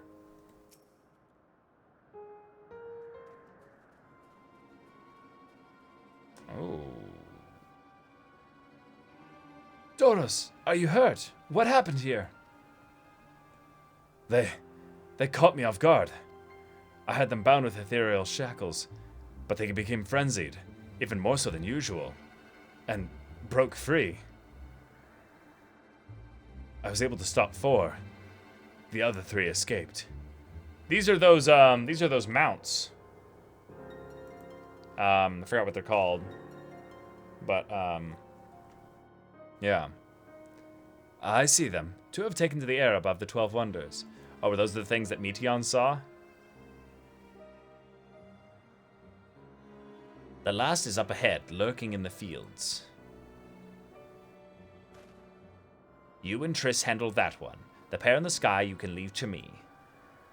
Yes, because Emmett already got all the ether currents here. If this is how it must end, then so be it. Well, why do you have to say it like that, Hermes? Why do you have to say it with that shot and in that way? Why do you... Hermes! Phrasing, man! Phrasing! Jesus, you're scaring me, man.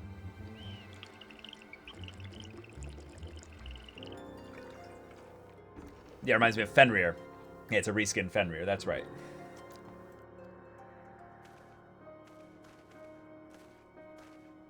I will render assistance to Emmett Selk, unneeded though it is.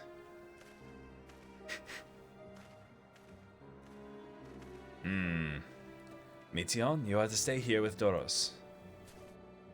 But Hermes...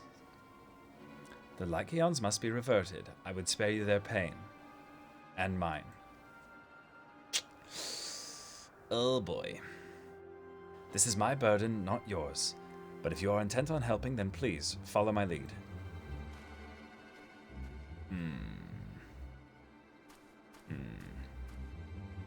Exactly, she did. Yep.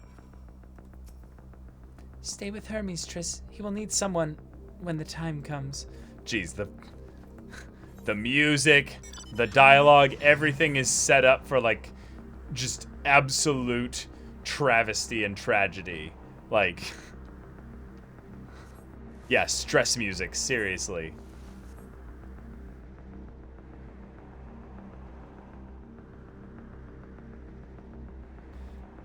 Okay, well, here it is. I appreciate your help. and lament that it is necessary. There it is, our quarry, within striking distance at present, but if it feels threatened, it may well flee beyond our reach. Here is my plan. You will approach slowly in full view, and draw the Lycaon's attention. Now I warn you, its abilities are as fiery as its temperament. Once it spots you, it will unleash orbs of flame. But fear not, by my measure you are more than equal to the task. Withstand the onslaught for a few brief moments, and that will give me time to catch it unawares. Ready? Then let us begin.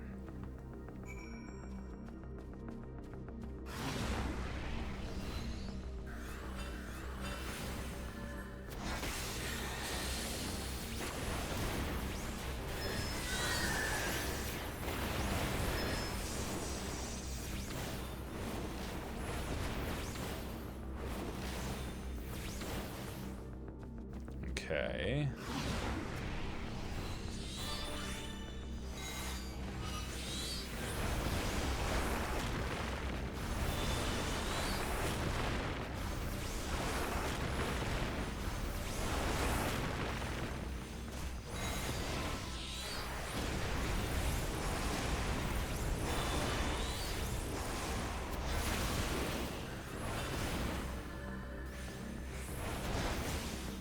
Cool.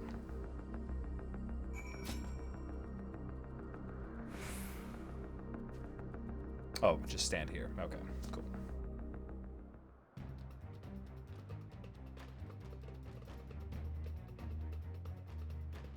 Now.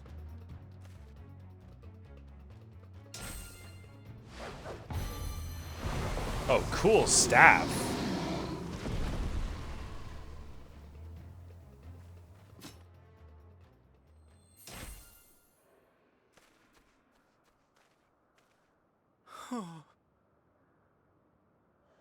Forgive me. Please, forgive me. May you and your kin find peace. Wherever your souls may drift in the underworld, may you find tranquil seas.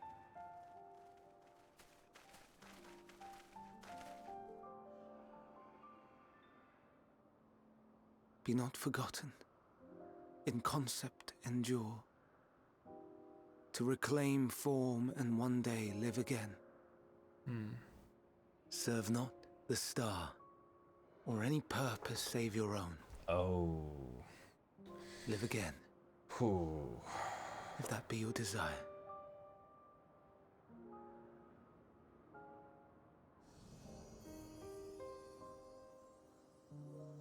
Hate, if that be your want. We are worthy. But leave your suffering behind. Lay down your burdens, be born anew. Fly high. Fly free. Well, that's a nice picture, nice view into Hermes' internal state and heart.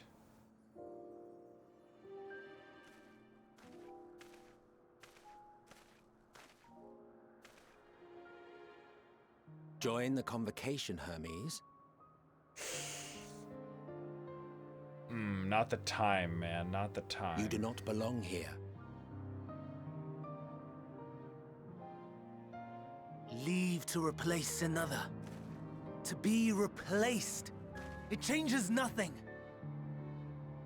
Tell me, do you think it right that we sacrifice all here we these go. lives for the sake of the star? And when the star has reached perfection, what then? If all who are satisfied choose to die, shall we all die in satisfaction? Oh. I do not know. Were I to take up the seat of Van Daniel, it would be tantamount to approving my predecessor's death. I do not know if it is right.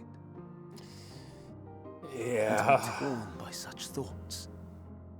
I do not know if I am fit to represent mankind.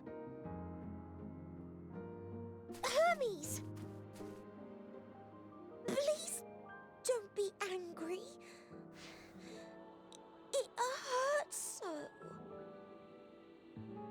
Oh. Forgive me.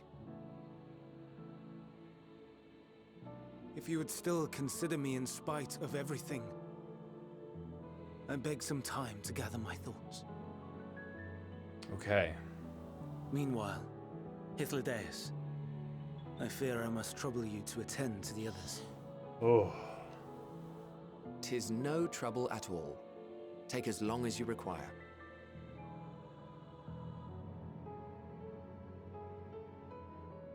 And you, my friend, I pray you find that which you seek.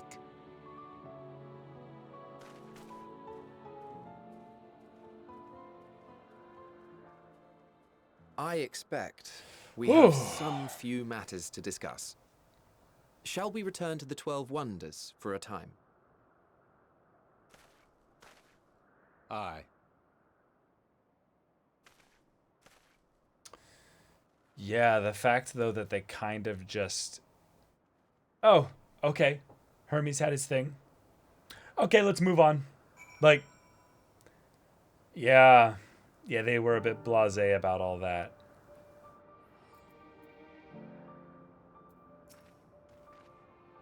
It has been quite an exciting visit for you thus far.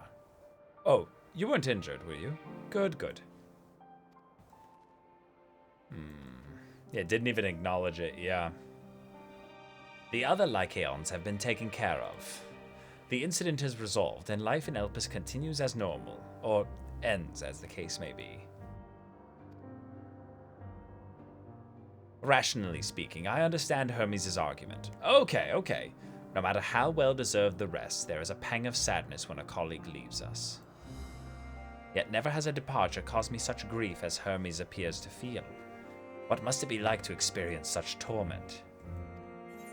Gotcha. So he doesn't understand, basically. He acknowledges it inside, but he doesn't actually really know what's going on.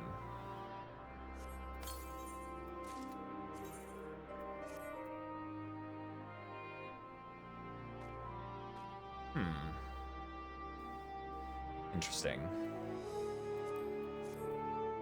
Okay. Now the days wish to discuss plans for the remainder of your visit. Where to now? If there's anywhere you would like to visit before we leave, I should be glad to show you the way. Hermes has not yet outright refused his position with the convocation, merely postponed the decision. As such, I may as well resume my assessment. If we cannot accompany him, then I will content myself with questioning his colleagues. Ever the pragmatist. Then allow me to remain your humble guide. And what of you, Triss? Will you continue along with us? Wonderful. Our fellowship travels on unbroken. Might have spoken just a bit too soon on that front, yeah. I say we explore another part of Elpis and see what new encounters there are to be had. If you would follow me, we will first head back towards an Anagnorisis. Such a crazy name.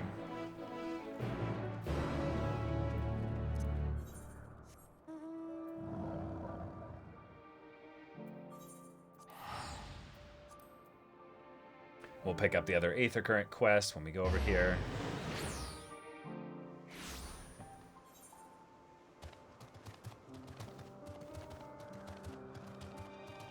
Touring Anagnorisis Part 1. Oh, this could be a pretty long quest chain. We'll see. Oh, it's an Aether Current, though. Welcome, friend, to Anagnorisis. I am Soclus, and I manage this region under the authority of Chief Hermes, the head overseer of Elpis. And you are... Oh, how unusual. A soul-bearing familiar. A familiar must have a mission, and yet you offer no message and carry no cargo. Are you perhaps here for the purposes of observation? Yes, that must be it. In which case, you need only mention my name to Charmian, and she will gladly give you a tour of our domain. Soak it all in. Okay. This is one of those zones like Amarot where it's like, I want to do all the side quests. I want to do everything. All the stuff. Yes? Yes, what can I do for you? Triss, is it? And Overseer Sockless wishes me to act as your guide. Oh. Oh! No! I didn't mean it like that. I would be more than happy to show you around. I'm simply wondering why the Overseer chose to send you to me, of all people. I haven't been here long enough myself, to truth be told. Until quite recently, I was wholly engaged in a prolonged research project at the Academia Enider. Surely there are other, more experienced individuals who could provide a more comprehensive... This grumbling is hardly constructive now, is it? The task was given to me, and I will attempt to cover the most salient features of our facilities to the best of my abilities. After all, it is not every day that one is asked to indulge the curiosity of such a rare and fascinating visitor. We can commence the tour this very moment if you like.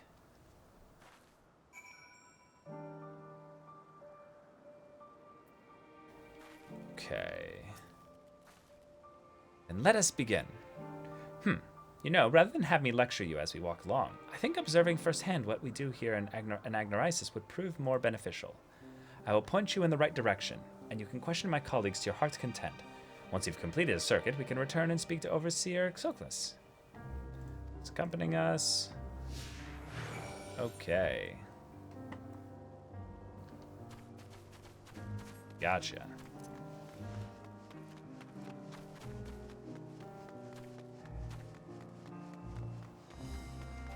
Okay, good to know. Yeah.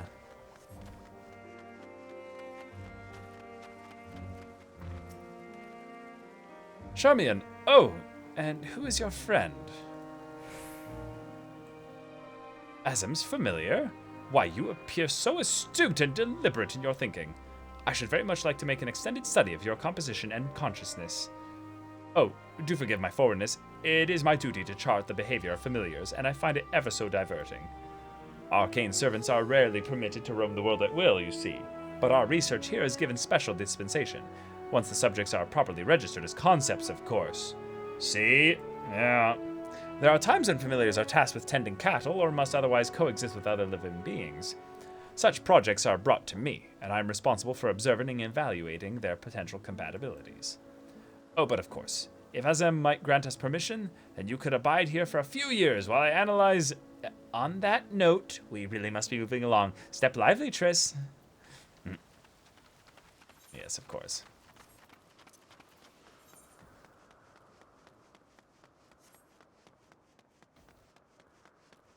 There haven't been as many of the, like, blue circles for, like, talking with whoever's accompanying you recently. Who do we have here? A familiar of some kind, judging by your ethereal construction. Yes, I am accompanying Triss here on a tour around Agnorisis at the behest of the Overseer. A tour? Feel free to wander as you please, of course, but I advise keeping your distance from the larger creatures. The fauna I have under observation occupy the top tier of the food chain, and do not take kindly to intruders in their territory, especially the specimens found on the other islands. They can be exceedingly hostile. While I am sure you are quite capable of defending yourself, no one appreciates a surprise tusk through the abdomen, eh? Thank you for the warning. We'll proceed with due caution. Okay.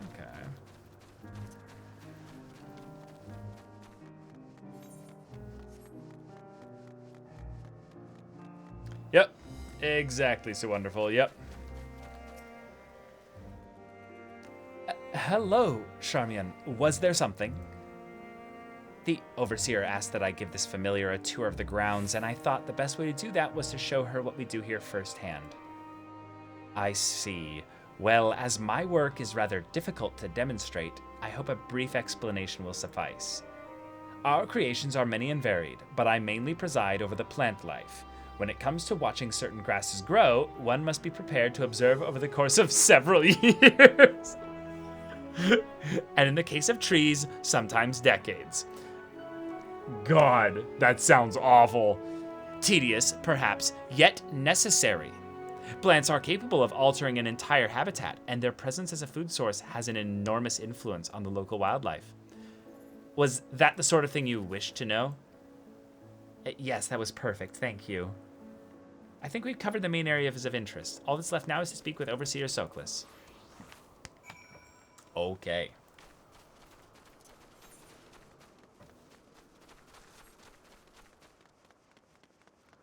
Hey, Rice CD, welcome to the stream.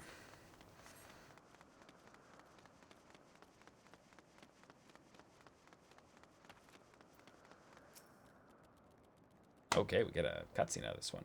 Okay.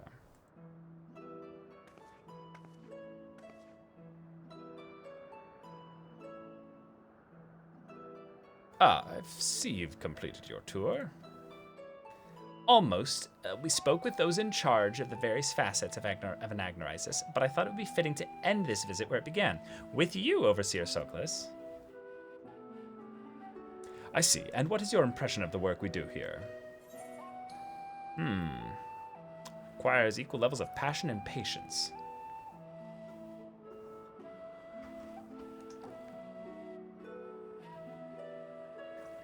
I'm glad we could help further your worldly education. And I am glad to see you enjoyed the experience. At least, I hope you did. You are truly a masterpiece of creation. Only a soul-bearing familiar could demonstrate such robust cognitive and cogitative, I think I said it right, cogitative faculties. Or cogitative. One of those two, not sure.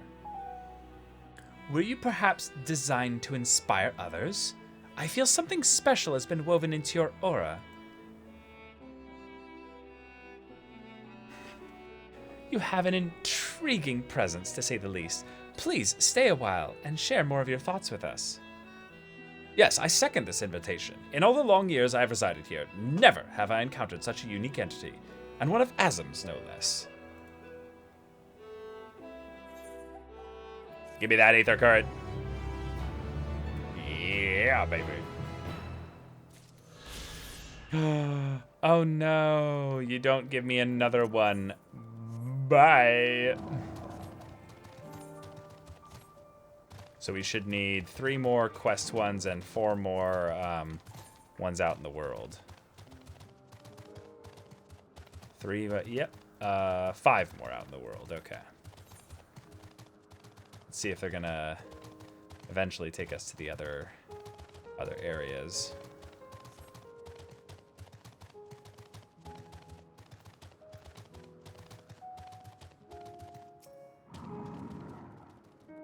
Didn't we part ways with Hermes not far from here? Given the size of Elpis, I expect our paths will cross again before long. From here, we follow the path northwards to Notanias. There we'll find one of the nodes which facilitate travel between the islands of Elpis. Oh, cool. First-time travelers must be accompanied by someone with the requisite permission, which I have previously been granted. We only need to use the device together once, and henceforth you will have leave to use it freely. Shall we? Let's go, yeah. I want to see this as some kind of teleporter, something that turns us into ether, and then we get zoomed away, like in, what was that zone in World of Warcraft's expansion? Bastion? Where you, like, turn into, like, a blue, like, swirly, and you, woo, fly to the other one. I think that was Bastion.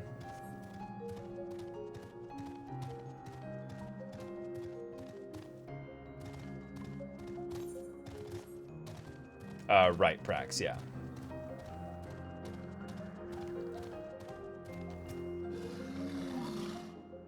Unless the need is pressing, I won't be tracking Hermes with my ethereal sight. 'Tis poor manners to spy on someone's comings and goings in such a fashion, so don't ask. Social conventions notwithstanding, perceiving ether requires deliberate and intense concentration, and we otherwise keep our eyes on the corporeal world. Okay, Emmett, okay.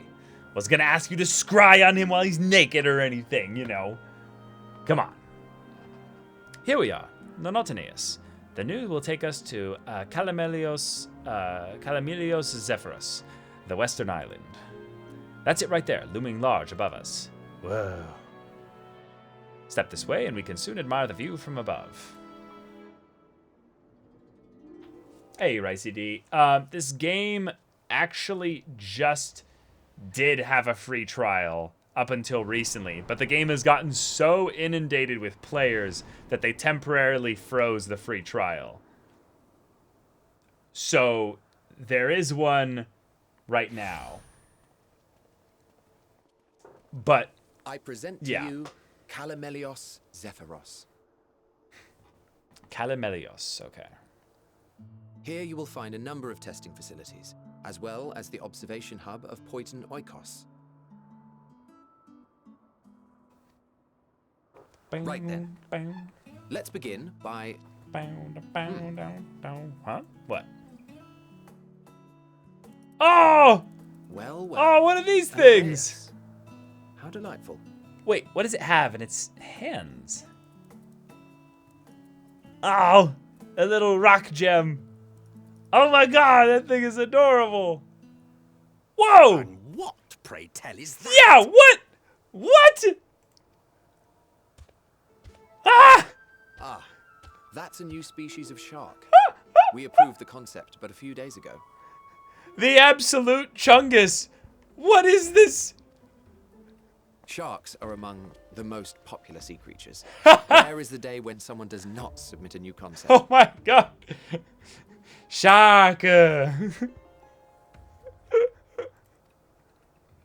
first, they were largely orthodox. Consideration given to such things as size and environmental impact. And then a whimsical someone thought to bestow it with flight. Another, superior intelligence. And then the floodgates burst. Concepts with multiple heads, or arms and legs. With and sharks so with on and so freaking forth. It was lasers getting on their absurd. back. A part of me wanted to tell them to go away and find something else to create. But in the end, I couldn't deny their passion. Oh my god. And here we are. This is hilarious.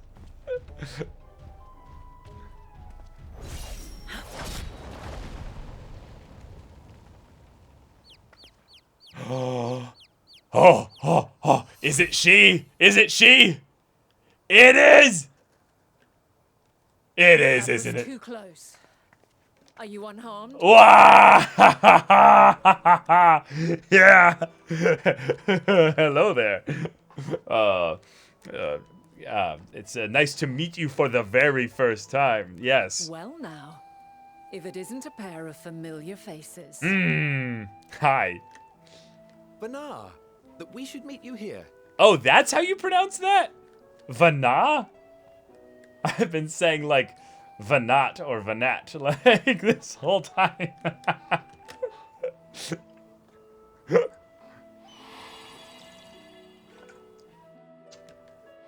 No shit, that's her, yes. Oh, Emmett As I noticed mentioned this. Earlier, the better part of the convocation holds that when we retire is when we return to the star. Well, she is not among said majority. Even after stepping down, she carries on with her work. Oh. She's a spirited one, that. Yeah. Vanar is her name, and she is the previous Azem. Oh! Oh! Oh, shit! Wait! Wait! Oh! Oh! Oh, that's huge! Wait! What? Just, yeah. Oh my god, wait.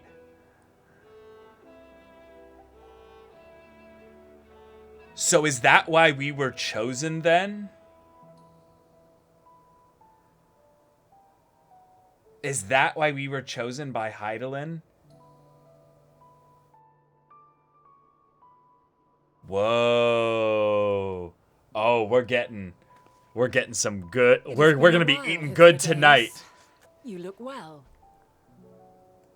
Less so, Emmett Selk. I dare say the lines upon your brow have both deepened and doubled in number. A shame for one so young. You must make an effort to frown less often. I love her. I love her. She's perfect. Amazing. Emmett, Easier Dead. said than done, thanks to your unruly successor. How is she, if I may ask? Incorrigible as ever. Rushed headlong into a volcano on the brink of eruption just the other day. I should be glad to share the tale in its entirety later, if you're so inclined. Oh. You know I am. Now then, you are? Hello.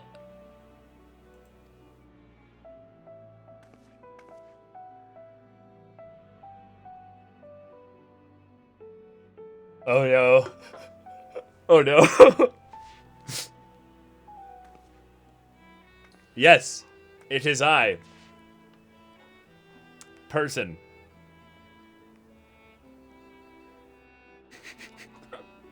I say, have you perchance come from the future? What the fuck? What? What? Wait! Wait! Time out! Time out! What? Wait! You should like what? You should like make what's the? You went from here to like to all the way over here. What?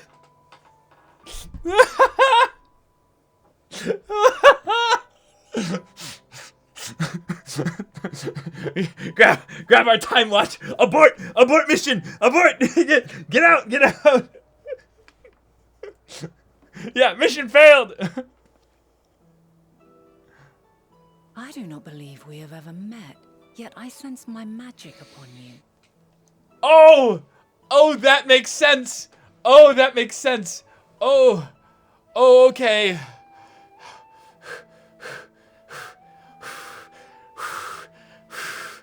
All right. Yeah, we can explain this.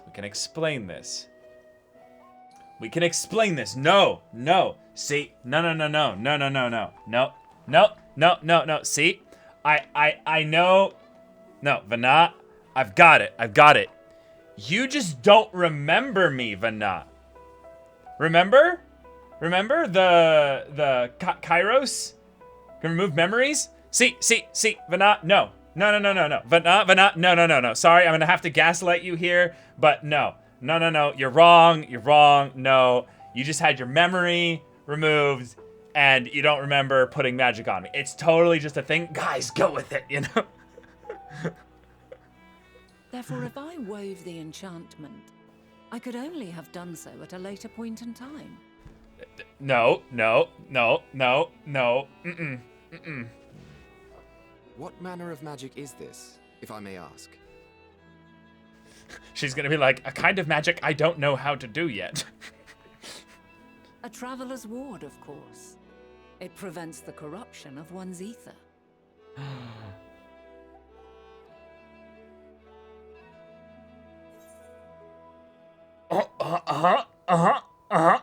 That sounds like a blessing of light, yeah.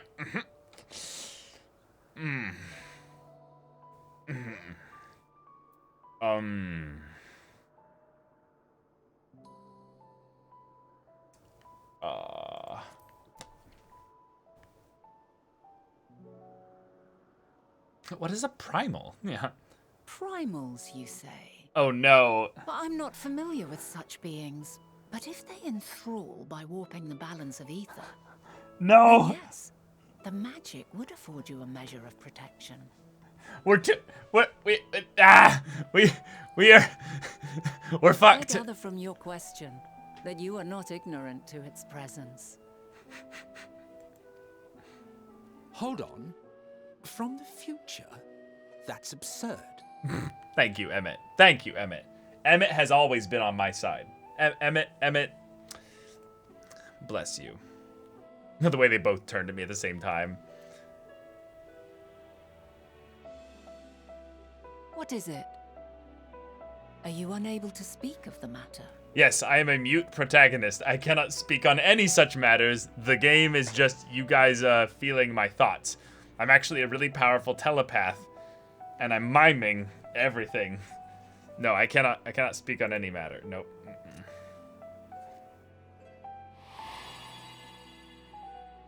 The reality to which you must return exists as a result of the final days. You cannot reshape the past to undo the tragedies of the present. Watch, we've just been interpreting that wrong all this time. And Elidibus is like, no, you actually can't. Like, it doesn't matter.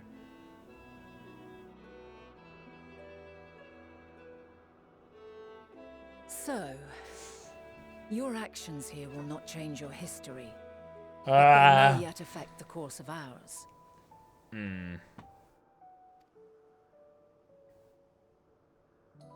How very exciting. I'm quite fond of delving into the unknown. And there's naught more unknown than the future. Until a moment finally arrives, we cannot know for certain what will come to pass, regardless of our supposed foreknowledge. So you needn't worry for us. Sure. More importantly, that you should go to such great lengths as to travel unto the past bespeaks the gravity of your quest. Will you not reveal it to us?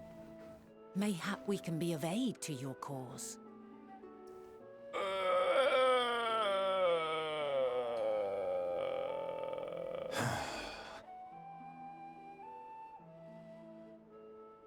If this is true, then you've been keeping quite the secret to yourself. Oh, shit. These three could easily overpower me. There's no shot I have against them. As a representative of the convocation, I will hear it all. Yep. Your identity, Yep. purpose, everything. Yep. Oh no. This is so bad.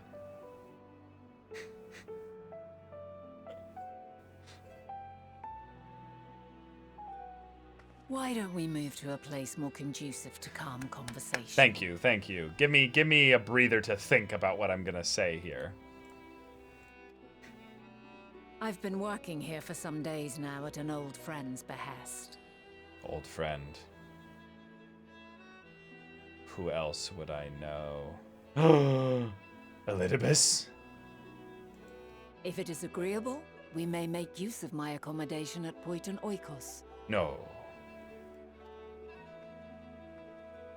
An old friend. Who would it be?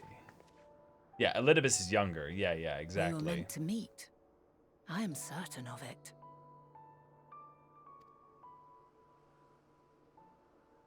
Else I wouldn't have marked you so clearly and sent you unto myself in the past. It's precisely the sort of mischief I would get up to. And quite inspired, if I do say so myself. Nope, not you, but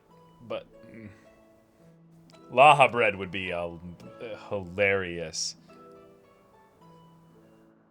God, I would love it so much to be Laha Brea, and then we hear him before we see him, and he's been like completely recasted. Like they completely recast him from that voice he had back in ARR. Oh, that would be something. And there I thought you were a harmless stray familiar. As far as I'm concerned, this nebulous talk of future this and changing history that can wait. First, I mean to find out exactly who you are and what you hope to achieve here. Yeah. The future. Our future. I'm deathly curious to hear more. They did? He was in Heaven's Ward, bruh? Okay, then the Heaven's Ward voice actor just did a slightly different impression of the previous voice. I don't really remember. I don't really remember that it was much different. My apologies. But before we move along, a colleague has tasked me with a matter which I'd rather not leave unresolved. It involves finding a certain concept-engraved crystal, and the quick-fingered aureus which made off with it. Ah, the thing that, yeah, the little Spriggan, yeah. An aureus, you say? I think we might have seen the culprit before being distracted by that business with the shark. Would you like us to follow its ethereal trail? That would, of course, lead us only to the Aureus. There is no guarantee that it hasn't dropped or stashed away the crystal you seek. Please. Even that much would be enormously helpful. While you are hunting down the thief, I can follow behind and scour the forest floor just in case. Could I ask you to join the search? I would appreciate another pair of eyes to cover the land to the west of here. Many thanks. There's a small bridge leading onto Poiton Oikos. Let us meet up there once we've exhausted our efforts.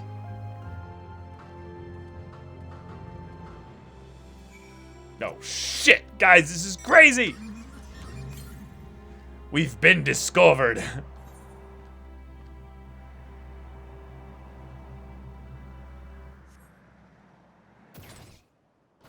Whoa, that thing is huge. Alright, here it is. Granddaddy, hey! Thanks for popping in and saying hello. Alright, 295 bombs northwest. Alright. Dang. It's a minotaur of sorts.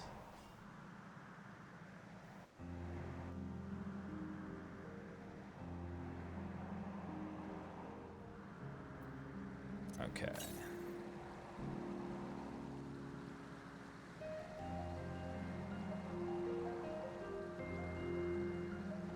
Oh, you're laughing at the mount? Yeah, the mount is something I got from an FF15 crossover event. I hop up here. Damn it. No. Guess not. Yeah, it's gonna be right up there, yeah.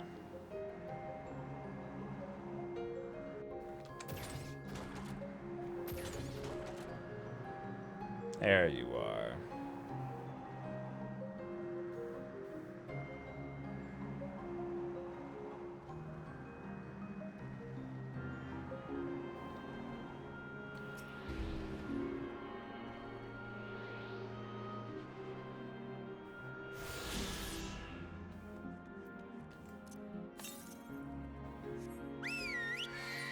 Uh, 393 is probably up there.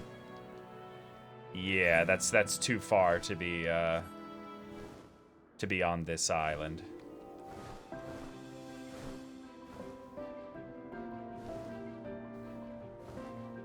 Yeah, this game is not medieval fantasy. This game is more high fantasy. High fantasy is basically where the magic is permeated throughout every single aspect of the world's like culture, and it's casual. Like everyone basically has magic. So, yeah, very very much not a medieval fantasy. It's totally like something where if you looked at specific parts of it, you could definitely see how it would be medieval fantasy. And then other parts you could be like, oh, now it's more like steampunk, you know? Okay, there's another one over here. That is a cool looking creature there. Looks like something out of Avatar, the blue people Avatar, you know?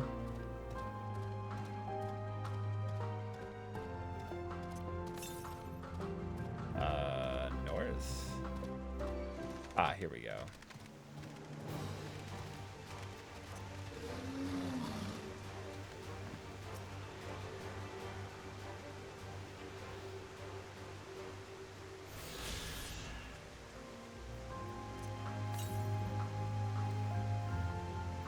Sure, you could also say science fantasy. Yeah, yeah.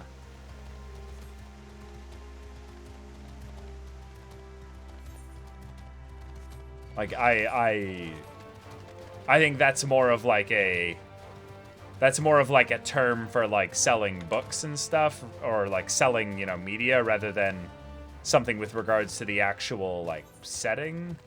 But yeah. But yeah, that kind of fits.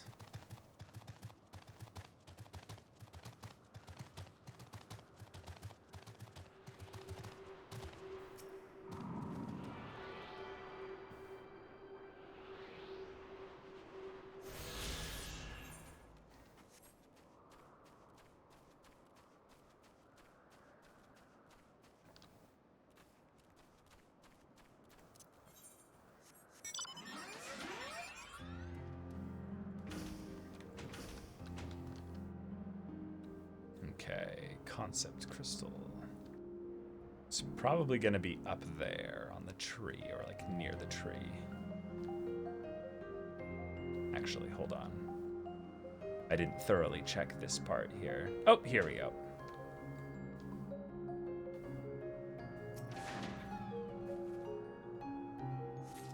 Cool. What? Come on.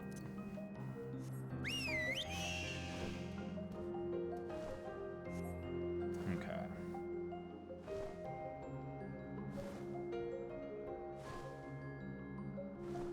Oh, that's cool. FF16 is going to be like actual medieval fantasy. That crystal took me ages to find.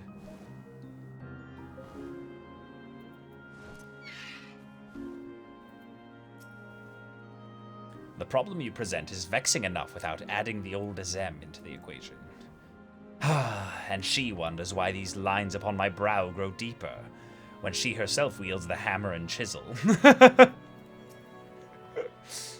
Azems, both mentor and student, are a force to be reckoned with. I find them a delight, personally, but they have a habit of making Emmett Selk look as if he bit down on a sour grape. Ah! At least it wasn't a block grape, though. I hear those are impossible to chew.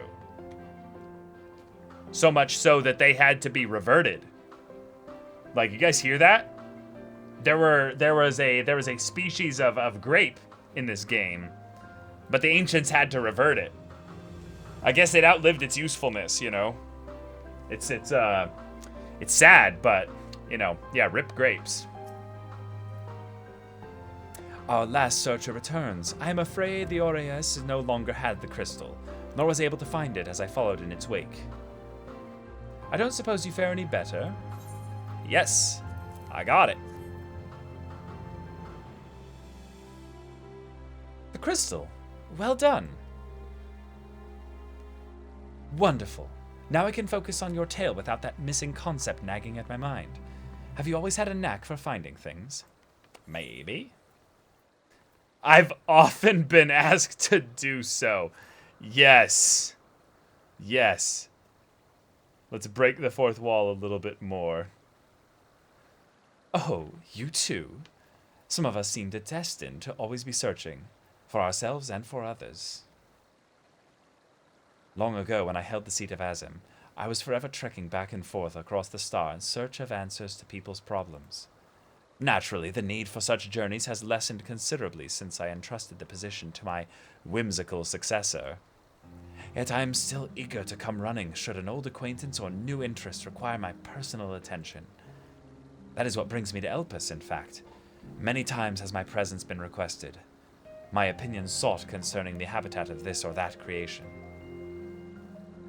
Agreeing to help locate that missing crystal was a minor distraction, which now promises to become a major revelation. How strange and wonderful it is the way one thing leads to another, wouldn't you agree? I don't know exactly what you're saying, Vana, but, yeah.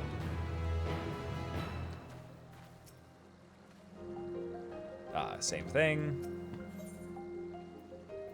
Vana's in a cheerful mood. Thank you again for your timely help. Now then, 'tis time I return this stolen property. If you'd go on ahead to my accommodation, I will join you as soon as I have attended to that task. Follow the path straight ahead to the building at the top of the slope. I have the entire place to myself, so we can speak without fear of being disturbed or overheard. Okay. Yeah, timely help.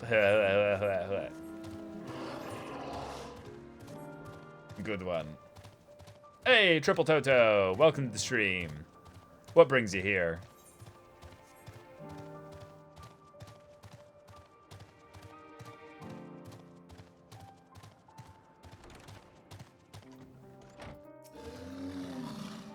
Yes, this will be far more comfortable than interrogating you on the side of the road. At least, we know we're about to be interrogated here. You needn't be nervous around Vana. Those white robes mark her as one of fair and impartial reasoning. Aside from the emissary, Elidibus, such guard is worn only by those who have stepped down from public office to serve as advisors. Whatever you have to say, she will listen without judgment. Hey, well, vibing is awesome. Welcome, welcome. Welcome to my temporary abode. Please make yourself at home while I put on some tea. Whoa. Whoa. That harsh transition there.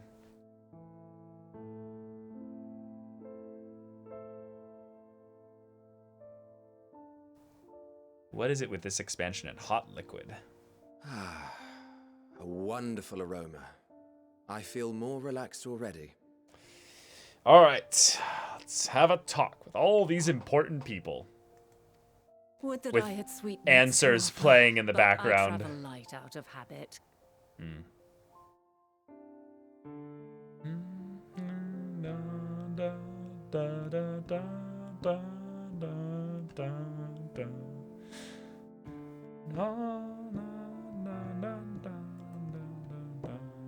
There's plenty of hot water though, so please have as much tea as you like.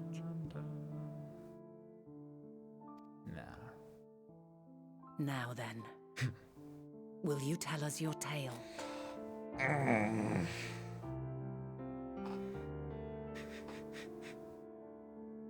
Oh boy.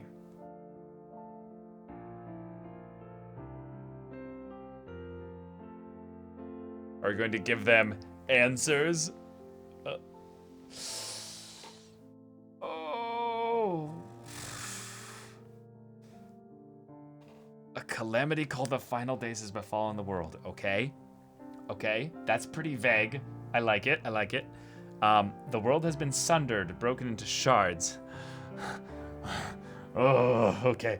Mankind is forced to flee the star. Okay, okay. Okay. So there's obviously like no real choice here because, you know, this is a game with a kind of a linear storyline, you know. But which response do I want to hear the most from? The world has been sundered, broken into shards.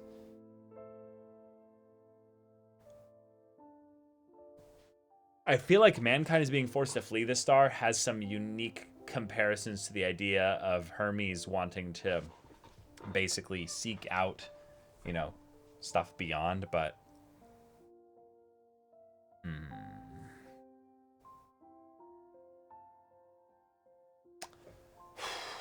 let's do the second one. It's the most revealing, I would say.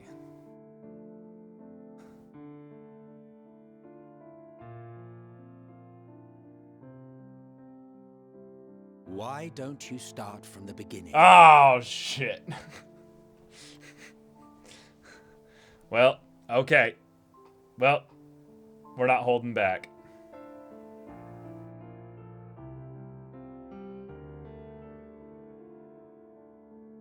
You know what they're going to do? They're going to time skip and show that the tea no longer has steam coming from it based on how long it's been. Like, everyone's, like, not even drank a sip of tea. Watch. Nope, never mind. Never mind. Oh, they're gonna montage us through, like... Oh. Mint is like, oh, bro. Oh. Oh my god.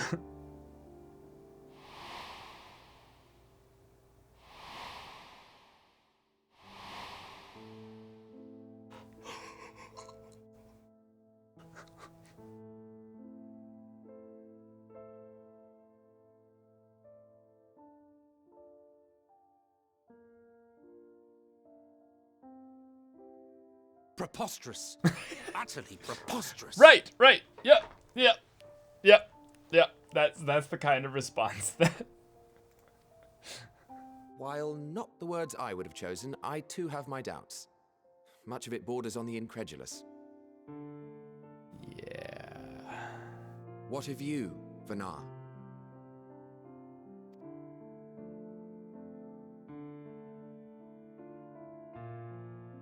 Not knowing the precise details of the first final days, it is difficult to determine the veracity of the tale.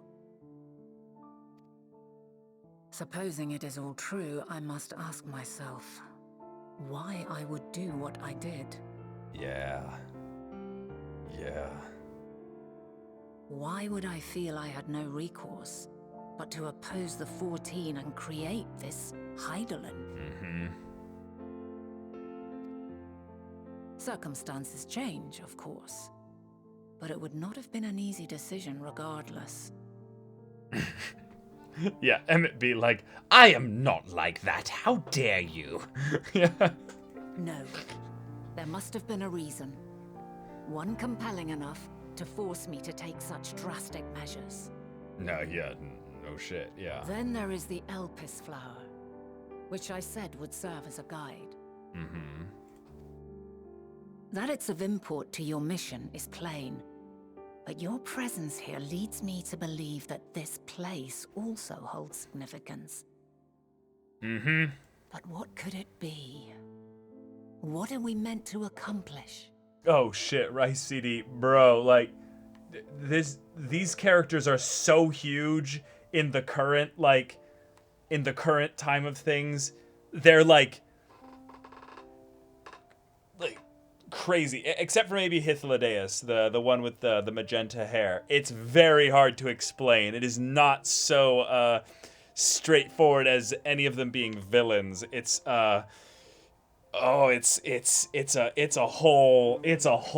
shit. Like, you're basically looking at the end of a decade's worth of story. Like,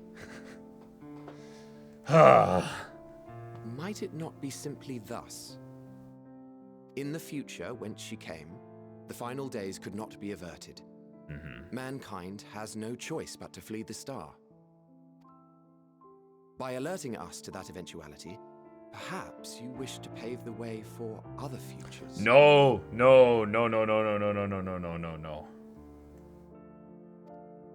Theoretically speaking, it is a possibility.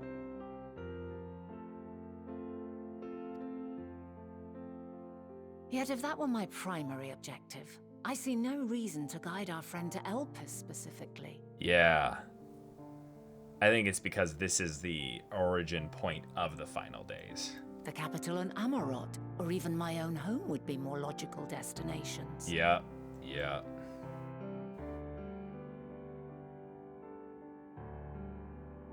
True. I note also that Heidelin did not specify a point in time to which she must return. No.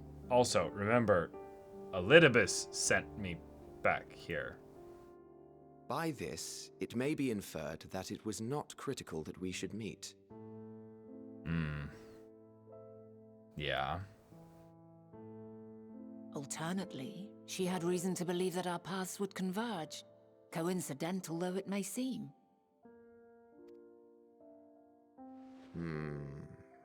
This is quite a puzzle. And we do not have all the pieces. Yeah.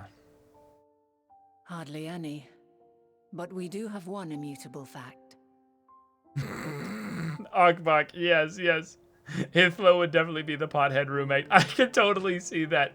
Hithlo is like, yes. I support you both in anything that you do. Exactly. By the way, I've been testing out this new plant. Hithlo, not right now.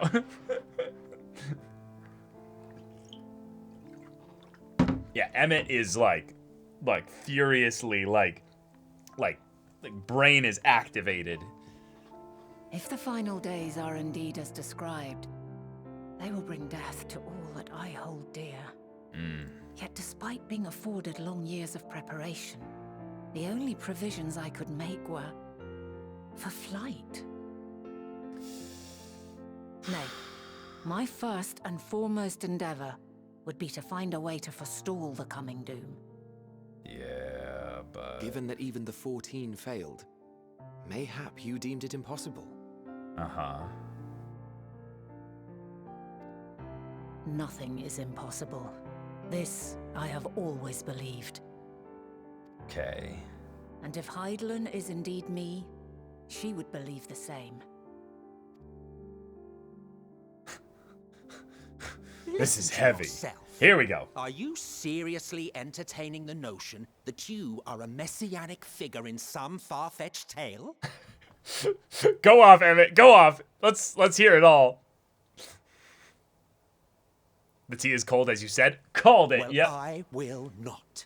I refuse to accept that our world could be undone by some unforeseen calamity. Oh, that's what. Oh, that's what kills you. Okay, yeah, buddy. I also take offense Oh, to my there it portrayal is. as a megalomaniacal madman. Yeah. Well, so Emmett, it's not that you're a madman, but you were megalomaniacal, and it's also your association with like other megalomaniacal people that like, you know, kind of, yeah, you were with a bad group. You were with a bad group, buddy, and you know, yeah. To sacrifice oneself for the star is a noble act, and I would hold those who gave themselves to this zodiac in the highest esteem. Yes. That is concurrent with your character, yes. You claim I recreated Amarot and populated it with phantoms of our people? A bizarre indulgence that would be insulting to their memory. Oh, he's lambasting his future self for something as being so illogical, but not only that, the idea that it would be an insult to them. Buddy, you lived a long time. You lived a very long time Worse alone. still, I even invited you there. Literally invited my own downfall. Why would I do something so idiotic and inexplicable? You were tired, man.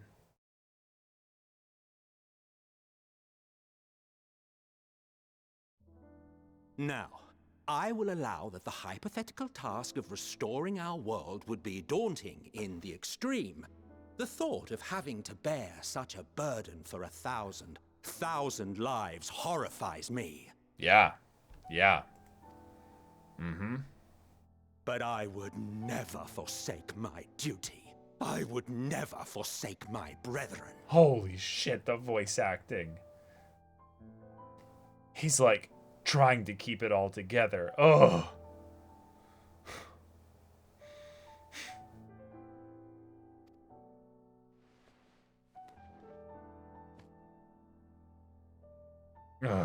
You do not know me. No. I've had my fill of your fiction. I will return to my duty, and you will not bother me again.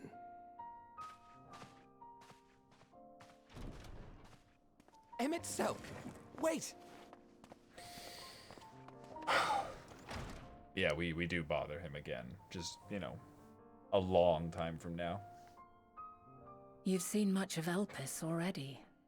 If you have any observations to share, I should like to hear them. Yes! That is a fantastic thing to say. I have many things that I've observed that are very important. First off, Hermes. Yep. Okay, cool. I like that the game is letting you clue in if you weren't clued in already. Like, you know. The game is doing a good job of setting us up to figure out what's going on. But, like, let's be real here. Hermes and Meteon are somehow involved. Yep.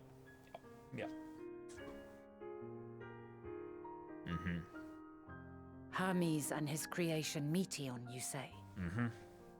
If Dynamis is the self-same energy as Akasha, as it likely seems, then those two may well be at the center of the calamity to come. This warrants further investigation. Oh, that's funny. So the correct thing we were supposed to say was Dynamis might be the key to it all, because that's why it's at the top. So basically they just threw the Meteon and Hermes line at the beginning, right before this one, so that there was some actual feeling of variance. But it feels a little clunky, you know. Yeah. Bigo, thank you so much for the Twitch Prime. Appreciate it. Welcome to the stream. With that settled, 'tis time for action. All right. The Mommy. missing pieces of the puzzle are here, I'm certain of it. And when you find them, the picture my future self has painted will be complete, and you will have your answer. And suffice it to say, I will aid you in your quest. Oh, this is so poetic. We go back here and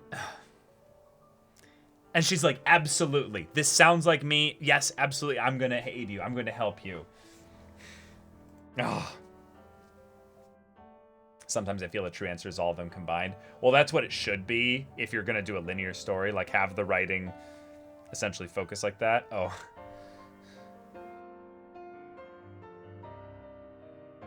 Have faith. If Emmet Selk is the man Azum described to me, we've not seen the last of him. Mm-hmm.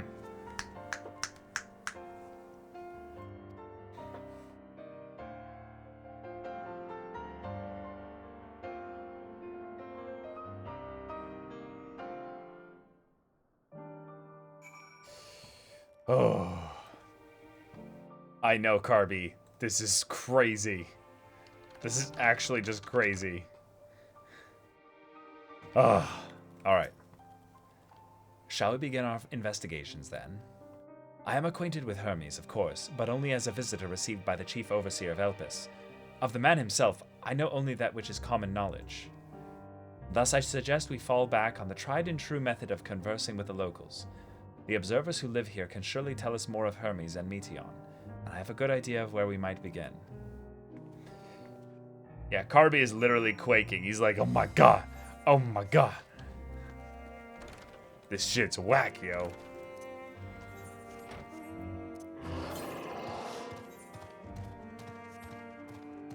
Hut hut.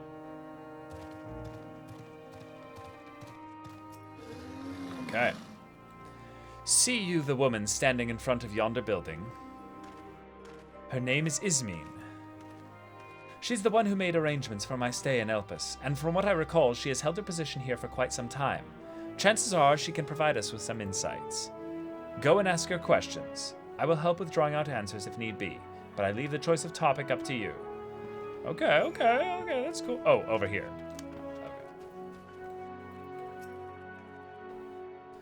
Question? For me? Well, I suppose I have no other pressing duties at the moment. The following event cannot be skipped. You may wish to cancel any pending duty fighter registrations. Okay. Shit. This is gonna be like the selling, this is gonna be like the selling fish thing in Thavnir. Greetings, Ismene. My friend here is desperately curious about Chief Hermes, and I was wondering if you might indulge her. Certainly, Mistress Vana. Anything to be of service. What do you wish to know? Ah. What kind of person is Hermes? Yeah. Well, I can only answer from my own experience, but I would describe him as a quiet man, reserved, you might say, and occasionally somewhat poor with his choice of words. His reticent nature, however, does not prevent him from carrying out his duties as chief overseer. The man is a walking archive when it comes to life forms. He can discuss any species in incredible detail, and is a leading authority on concepts with the power of flight. I hope that answers your question. Was there anything else? Oh, okay. So we have to be careful about what we choose here because we can't ask the other ones, basically. I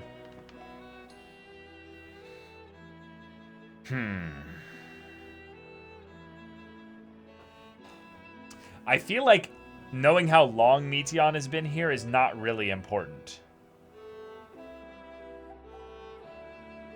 I feel like Meteon's abilities are more interesting.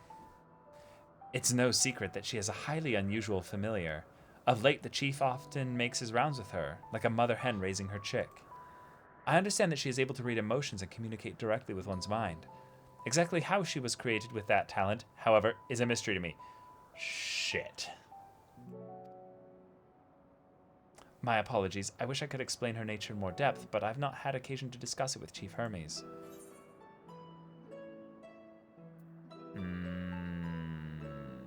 This question, do you wish you knew him better, doesn't make sense to ask. Do you trust him? Also doesn't really make sense to ask. Damn it, I really don't like these questions.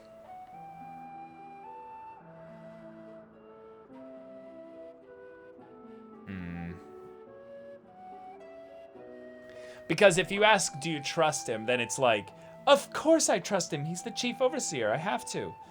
But do you wish you knew him better? Yeah, I guess I'll ask that, maybe. That there's some stuff I can get from this.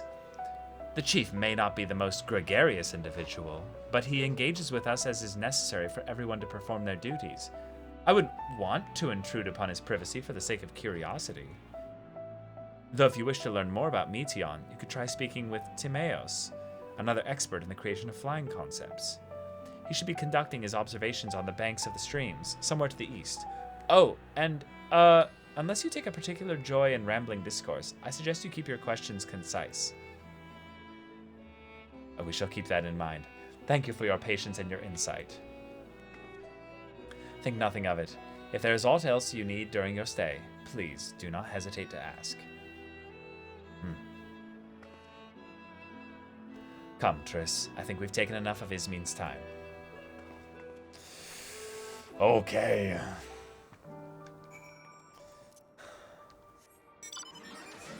Oh, just go in here. Our investigation is off to a fine start, wouldn't you agree? From here, I propose that we split up. I shall continue making inquiries with the resident observers. If you could track down the colleague Ismin mentioned. Given how you steered that previous conversation, 'tis plain you need no assistance from me. All I ask is that you watch your footing around the stream. We can meet back here once you finish speaking with this Timaeus. Okay.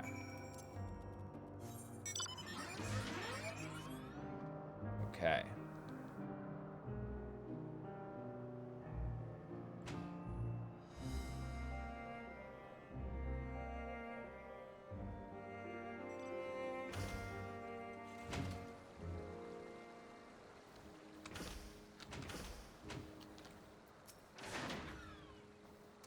Yes, I'm Timaeus, but please keep your voice down. You'll startle the birds. The following event cannot be skipped. Okay. Question time.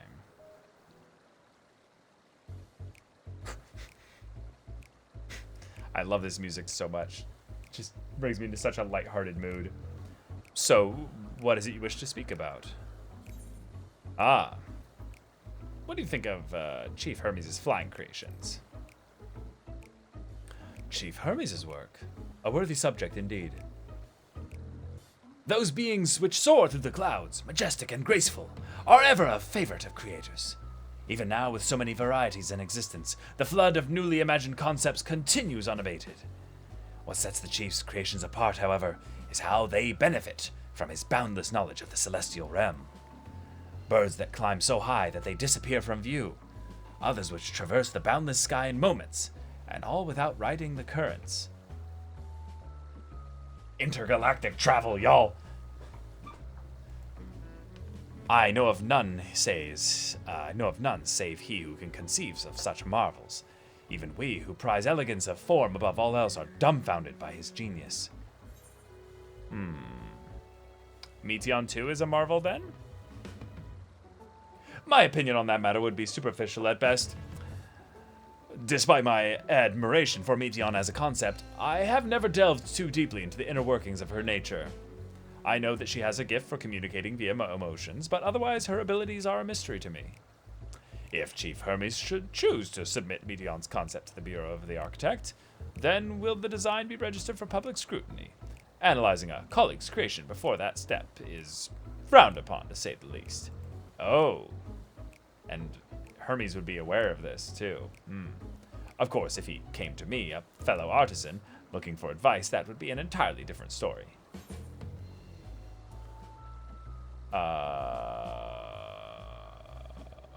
Do you know... Well, I'm gonna do this one. I can tell you more of Meteon's nature if you'd like. No. Did I not just explain how that was frowned upon? I could possibly circumvent conventional practice by...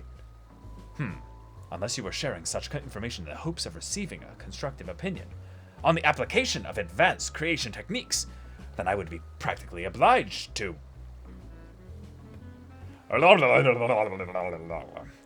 Timaeus launches into a rambling and unstoppable deluge of Joseph.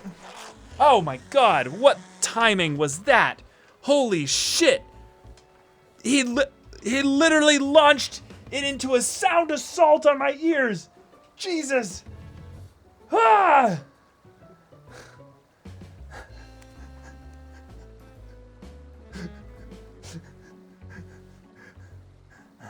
I forgot to unplug and replug back in my headphones because of that stupid issue. Oh. Yeah, I need to get a new headset. This one... Ugh. Ugh. Oh my god. I'm gonna get a snack here because that was brutal. Oh my god.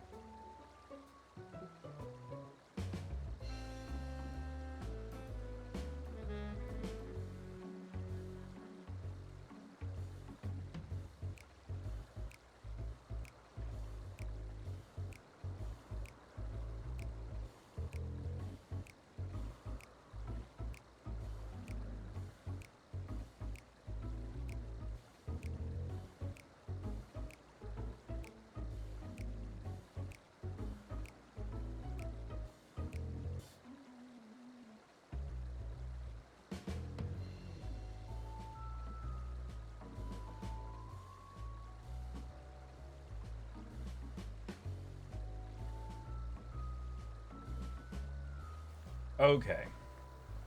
Snack time done. If Urianger had the energy of Graha, Timaeus, yeah. Yeah, I could see that. I am not certain, Master Hand, I do not know. But I'm pretty sure it's not just the headphones, because Jacob's had this issue a couple times as well. So, you see, ethically I've no choice but to allow you to disclose Meteon's lesser-known qualities. Dynamis and Entelekes? Those terms do sound vaguely familiar. Was there not a flower made here in Elpis which exhibited properties of one or the other? It must have been centuries since I last heard anyone speak of such things. And you know how they relate to Meteon and her design? Nope. Then why bring up the subject? I'm flattered that you sought my insight, but I cannot afford to neglect my duties for the sake of idle chatter. Now I really must return to my observations. Certainly you have your own tasks to attend to. Okay, that's unfortunate. Did not go well. It's funny, in SWTOR, if you play a Jedi Knight or a Jedi Consular, one of the first, like, side quests that you do, like one of the quests for Tython, has this character named Timaeus, and there's this girl in the quest with him who's always like, shut up, Timaeus. That's enough, Timaeus. Quiet, Timaeus. And it created this meme in the SWTOR community where it's just like, fucking shut up, Timaeus, you know? It's wonderful. Ah, good timing. I finished my own investigations not long ago. So have you any new findings to share? No, not really. I see. Even an expert in the field had little understanding of Meteon's capabilities, let alone an awareness of Dynamis. My questions resulted in much the same answers. Hermes' colleagues view Meteon as his personal project and could provide no details beyond those which you just told me, which leads me to believe that the only person with any significant knowledge of Dynamis is Hermes himself. Yes, we've made some progress here, but more information is needed if we are to reach any definitive conclusions. Bom, bom, bom. Okay. At present, the strongest link we have to the final days is the power of Dynamis, and the entelechies which can control it. Yet most scholars are only vaguely aware of these terms, let alone study them in any depth. Except for Hermes, it seems. Thus I am inclined to stay our current course and learn all we can about the Chief Overseer and his familiar. And on that subject, was there aught else of note you can tell me about Meteon, aside from her unorthodox method of communication? Yeah, this. I rather wish you had mentioned that earlier. In any event, would you care to elaborate? Elaborate. So these siblings of hers now travel the great expanse in search of deeper meaning. Thank you. Though the mystery at hand remains unresolved, I feel you've touched upon a vital clue, one we should keep in mind as we continue. Next, I propose we take ourselves to Peripetia Crystalline, not far from here. Just follow the path to the west. Bum, bum, bum, bum. Okay, are we going up? No. Not necessarily.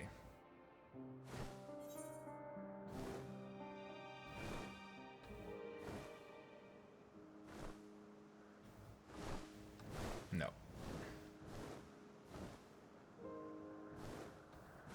Here?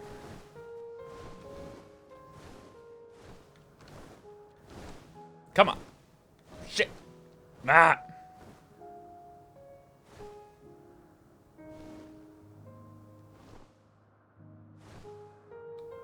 Oh, I literally could have just gone this way. Been faster.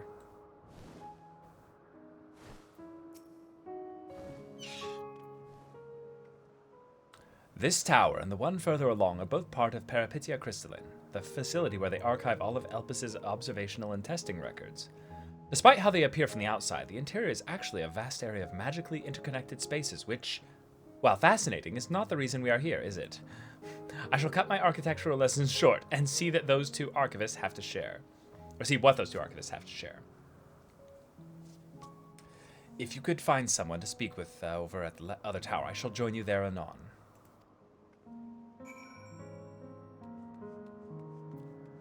Oh shit, so wonderful. That's a huge amount of time.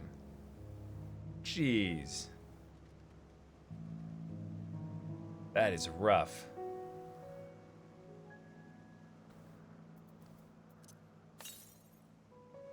Okay, nothing anywhere near here. You have questions for me? Certainly. Just a moment while I conclude my current appointment.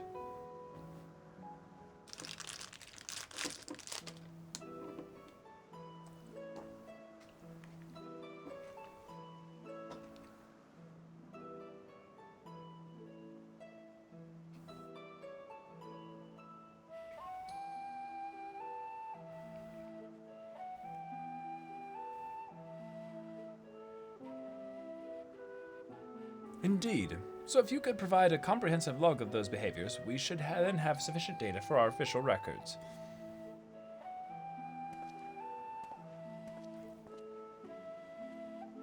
Now, what was it you wished to speak with me about?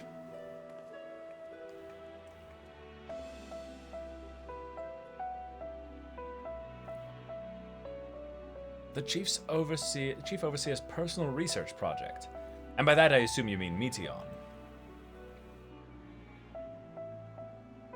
Such undocumented studies are difficult to track. After all, hardly a day goes past without seeing a researcher trailed by one creation or another. I'm afraid I cannot tell you exactly when Meteon appeared, only that she now spends much of her time at Chief Hermes' side. Although I do recall an interesting tale my dearest Galen shared with me. Oh, spill the sauce! Let's go. Tea time. Ah, Galen is my partner, and a fellow researcher here in Elpis. She was returning late one night when she caught sight of Chief Hermes sending Meteor on Heavensward. A host of them. For several days she would speak of that scene with wonder, describing it as one of the most beautiful spectacles she had ever witnessed. That sounds like a story I should like to hear.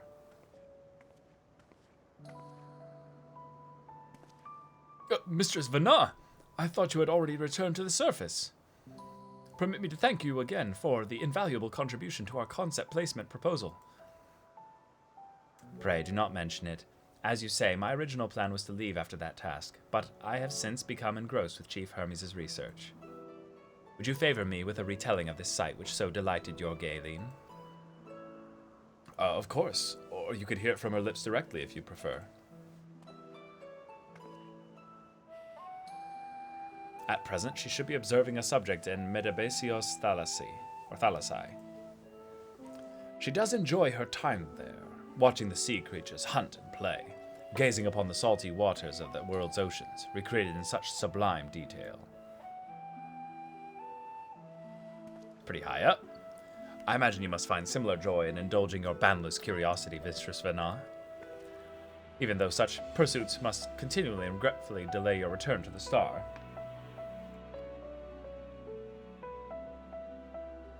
Indeed, they do. 'Tis a rest well deserved and long overdue, I should think.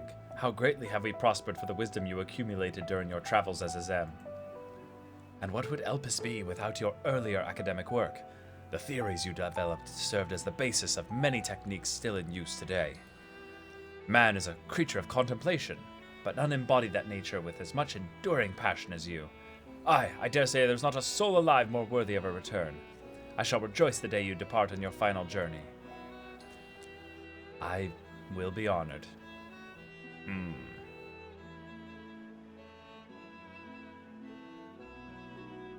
Well, shall we take this opportunity to meet with Galen in person? Then allow me to reconfigure the door to the archives here. It will take you to the Skyway, and spare you the need to avoid hostile concepts on the ground. Ooh, that would be most helpful, thank you.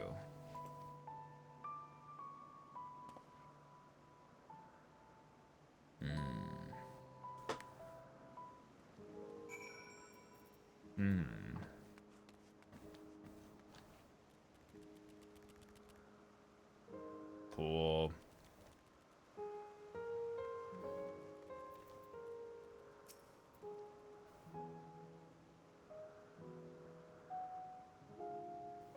I have opened the path to the Skyway. Once you pass through the door, simply walk straight across to the next tower and ask for admittance to the upper tier. Upon arriving at the upper tier, walk straight across the Skyway, and you will find yourself at the entrance to Metabasios Thalassae. Galen will be eager to share her tale with you, I'm sure. Okay.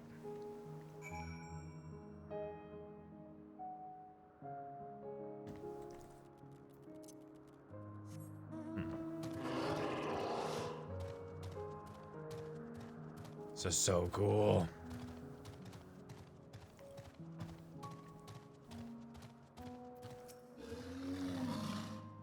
Mistress Vana, just passing through. Then allow me to prepare the path. If you need further assistance, there is always an observer or two out in the upper Skyway. Okay. Kind of weird that they have them sectioned off in this way.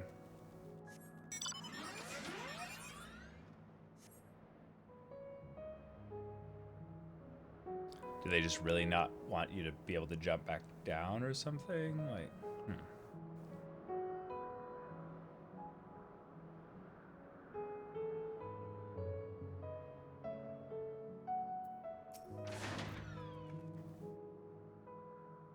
Mistress Vana, I was not told to expect.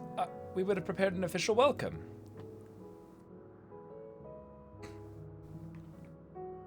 Please, there is no need for fanfare. I only wish to speak with Galen, if that might be arranged. Yes, Galen. Of course, I will inform her immediately.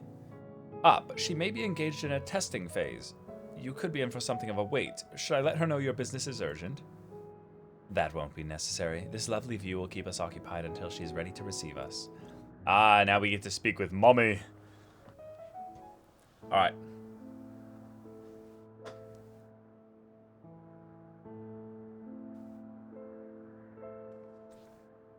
Alright.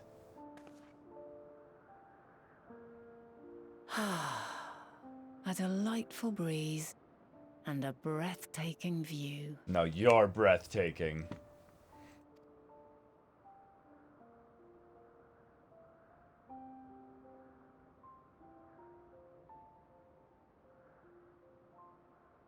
What is it like in the future? Is the world still a beautiful place? Yeah. Some parts, yes. Others, not so much. Yeah.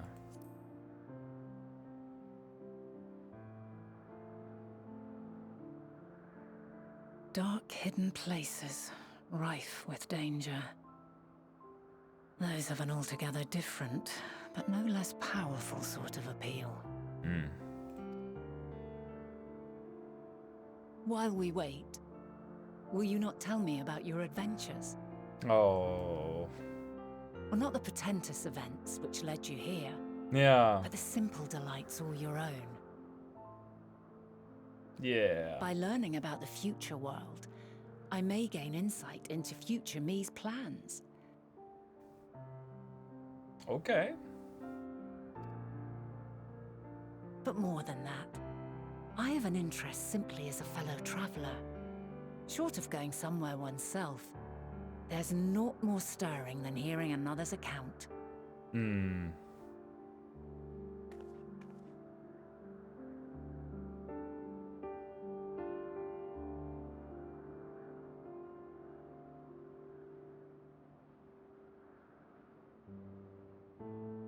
Oh, this is so sweet.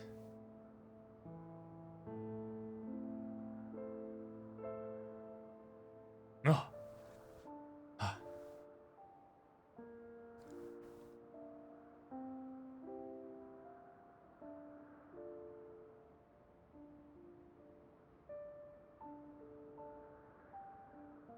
Incredible. Would that I could have been there to see it. Yeah. Yeah. Yours is a harsh and unforgiving world. Yet in spite of this, your brethren hold fast to their virtue. To know that the light of mankind's potential still shines, even in that faraway place, it gives me heart. Yeah. 'Cause that's a long time from now. Thank you for regaling me with your tales. I will treasure every word. As you know, I was once a scholar. And among other things, I sought to understand the workings of the world. What exactly is ether? How formed the laws of nature? Whence sprung mankind? Riddles and mysteries beyond counting. Over the years, I have managed to find answers to some few of them. Yet rather than attain a sense of mastery, the more I understood, the more I came to hold the world and its miracles in awe. We too are miracles, each and every one of us, born of the warm breath of life that traverses the heavens, swirling through eternity. That's a line. When I fully grasped the improbability of our existence, nothing felt impossible anymore. Sure. If it could be imagined, it could be done. Yeah. A passion swelled within me. An epiphany dispelling all preconceptions of what was natural and true. And a presence without. Immense, yet intimate. Fate, perhaps, holding us in its tender embrace. And thus I fashioned myself as a god so that I might champion that aspect for humanity forever. as reassuring as it was intimidating. How keenly aware I became of creation's fragility, Sure. built as it is upon precarious happenstance. Yeah. Mm-hmm. I was overcome with an irrepressible urge to know the world more intimately, Wow. to hear its voice, feel its breath.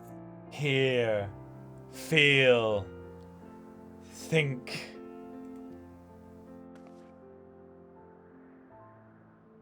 I ventured forth on a journey that very day, so very long ago now.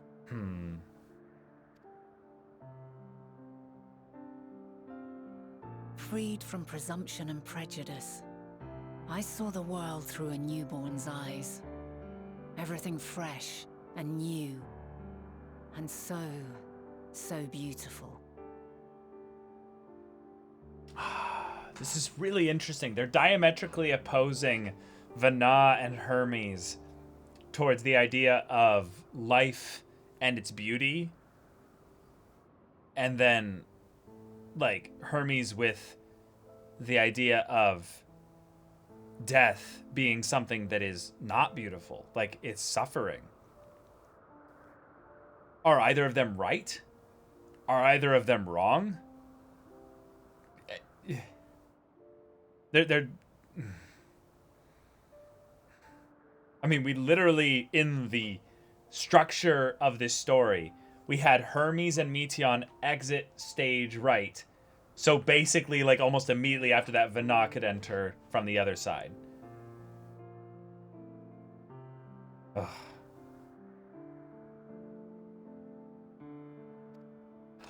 Man. Lands that stretched on forever. Skies one could drown in. The heartbeat of nature, silent yet strong. And amidst it all a people.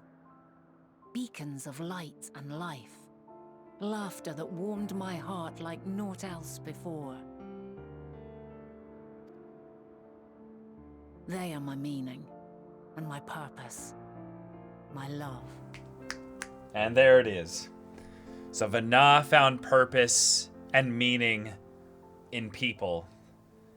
And in an interesting facet, because Hermes is focused on the side of creation that is essentially trodden underfoot by, well, people, by, basically, animals, yeah, like there's an aspect of it where it's almost as if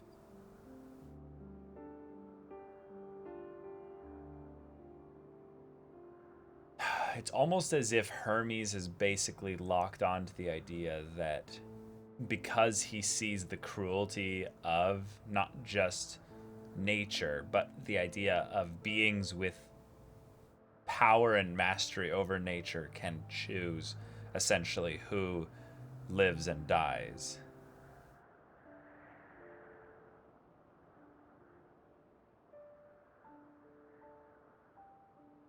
I don't see them as opposed, really, at least not in their philosophy. No. They're diametrically opposed in theming.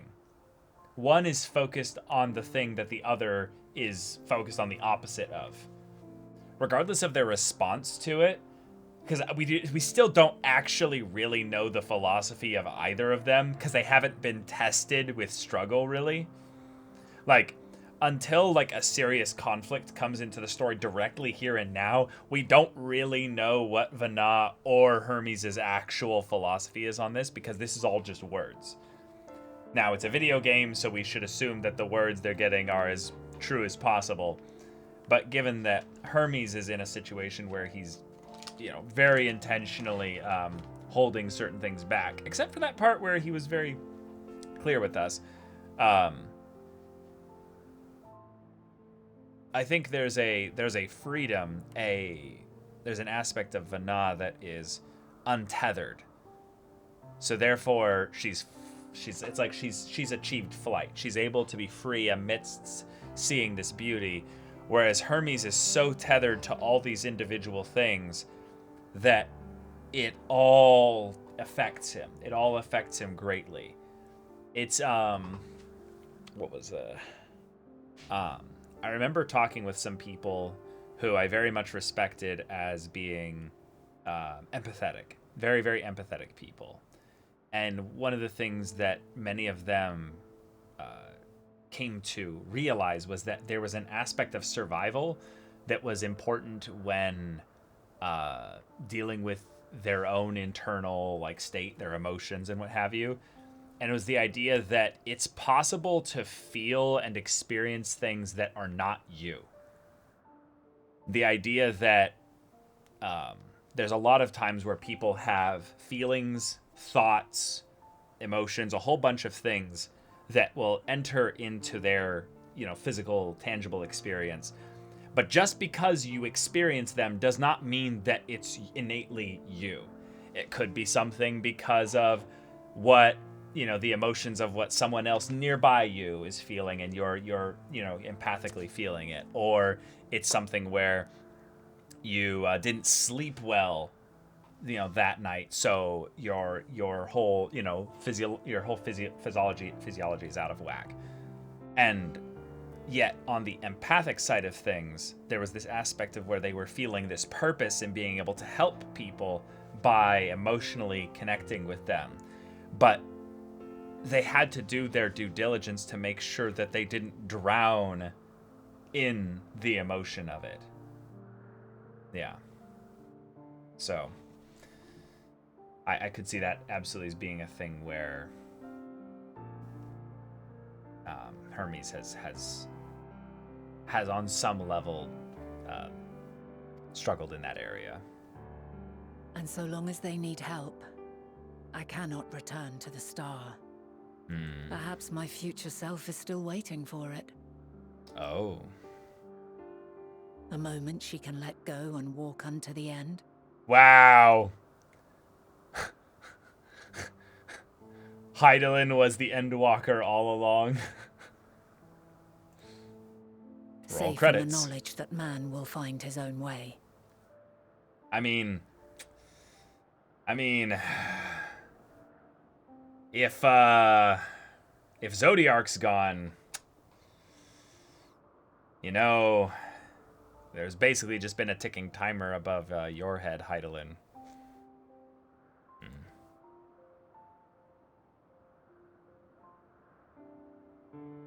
You, who are our future, tell me this, and tell me true. Has your journey been good? Has it been worthwhile? Wow. This is so fourth wall breaking. She's staring directly at us, the player, asking about your journey when we're in the finale of the, Hydaelyn Zodiark arc, Yeah, Yoshi P directly asking you, like...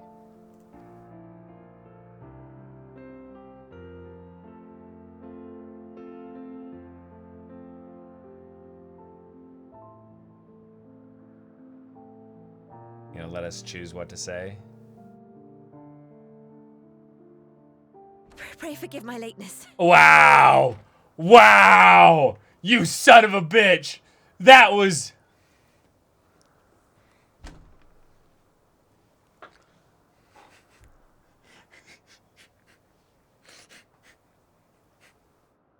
Thanks a lot, game. Thanks a lot. I was so immersed. I'm like... Yeah.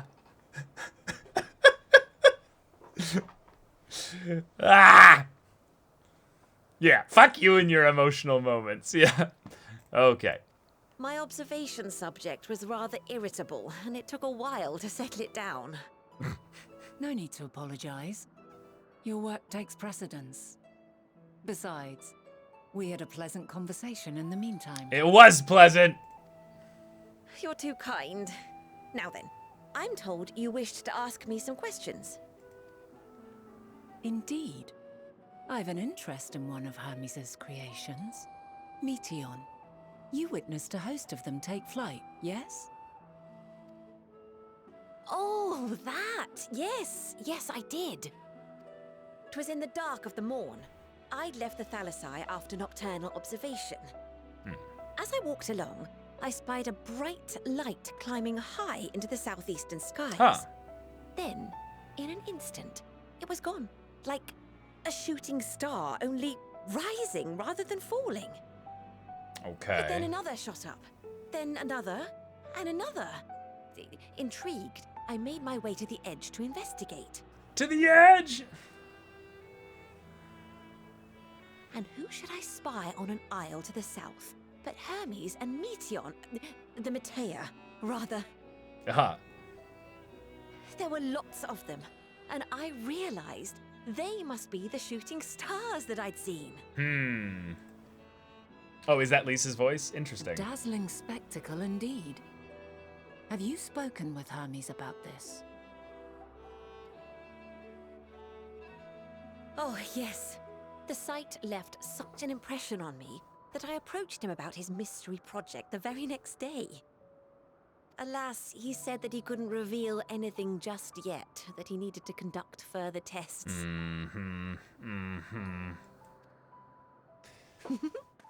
It shouldn't be long now, though. Why is that making me so nervous?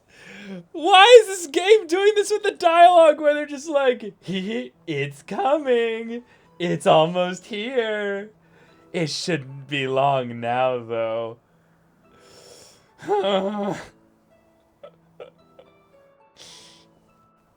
He often returns to that isle, and I have a feeling he's nearing a breakthrough.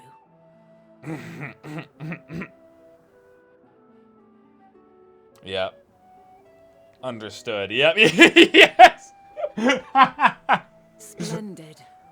We are likewise eager for the details. I loved the little, look, and I knew immediately. I'm like, do that Warrior of Light nod. Yeah, do it. Do it. It's the perfect time for it. Well, that is all we wish to ask. Thank you for taking the time to indulge our curiosity. You're very welcome. It's always a pleasure to speak with other inquisitive souls. Oh, and will you be descending now? If so, I shall link the doors for you. Thank you. Please. Like I would actually use the doors. I'm just gonna hit that aetherite. Using doors. I can teleport. For a drastically valueless resource. So, another piece of the puzzle falls into place. From what we've learned just thus far, I think we can safely conclude that Hermes hasn't been revealing the details of his research to others, which suggests that either someone will appropriate his discoveries and make use of them, or that Hermes himself will have a hand in causing the final days. Yup. Yup. Yup. Since we have no reason yet to suspect the former, we should consider the latter more likely possibility. Proceeding under that assumption, our next step should be to divine why or even if he might desire such a terrible fate for our star. Oh. Oh shit. I can smell dinner. Jacob's making some good shit. Wait, 539. I just got 539. Oh. It's just. Oh no, this is the headpiece. Oh, okay. Hold on. Shoot, I need to get rid of a bunch of these.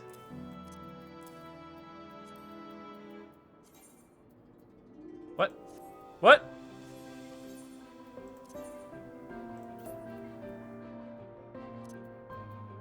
I'm so confused when the game does this. Yeah. Weird. Okay.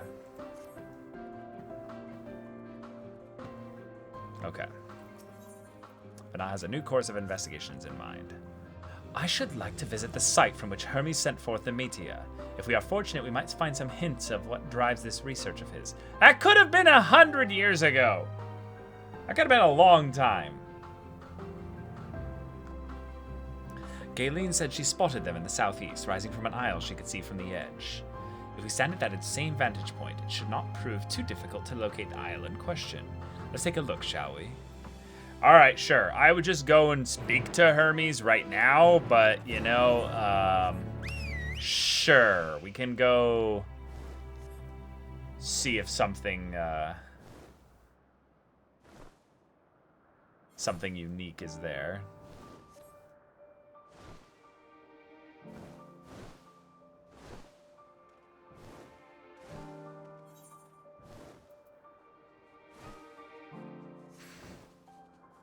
What? Past Heidelin being into the idea of shady acts, you know?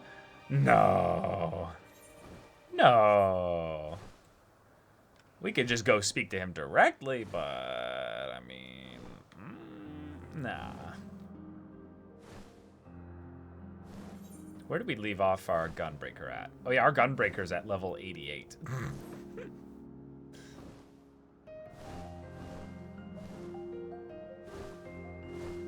I want to fight one of these things, see what it does. All right. Why can I not cast you? Oh, have to be in combat. Okay. So we'll do this. There we go.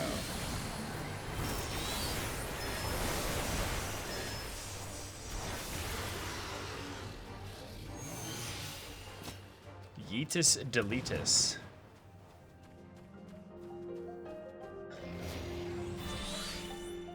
Oh, cool. Okay, so there's some underneath. That's cool. That's cool.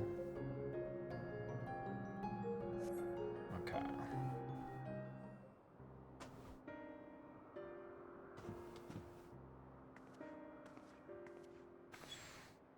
Oh. Now, if I were conducting some mystery research, where would I go? Over there. Ah, what about that one? Have you the means to fly? 'Tis quite a distance away. No, but you should.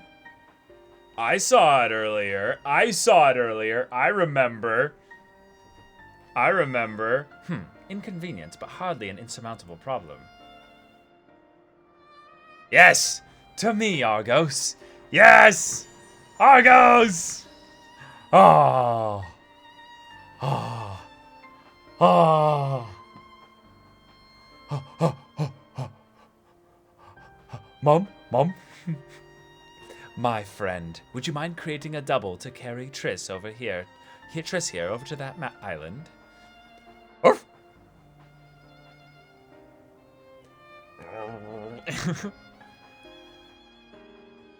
Stubborn creature. There is no place on this great star we have not together traveled, and still he remains obstinate in the presence of strangers. Wow. Wow. Yeah. Yeah. The reason why he was okay with us before is because we weren't a stranger. We had already met him. Oh. Oh, that's so good. That's so good.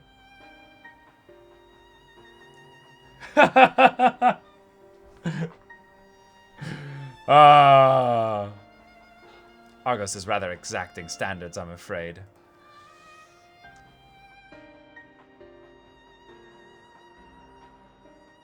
What? You've ridden him before? Ah, your before meaning my after. Not at all confusing, that. Interesting. 'Tis certainly not unthinkable. But speaking of the here and now, the quick solution is for us to face off in a sparring match. Wait, what? A sparring match? Demonstrate to him that you are capable of holding your own against me in battle, and you should convince Argos that you are worthy of his back. And besides, I might even teach you a thing or two into the bargain.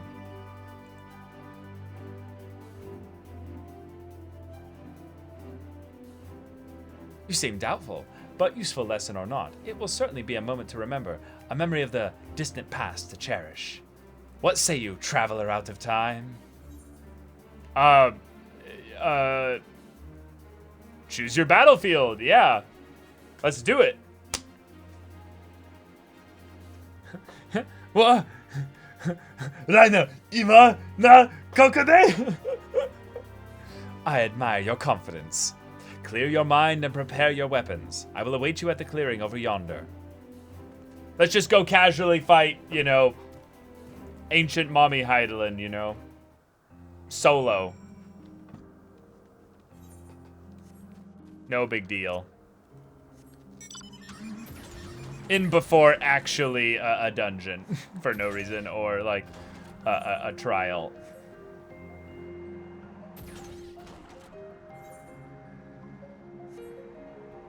All right. What the? Laser, what?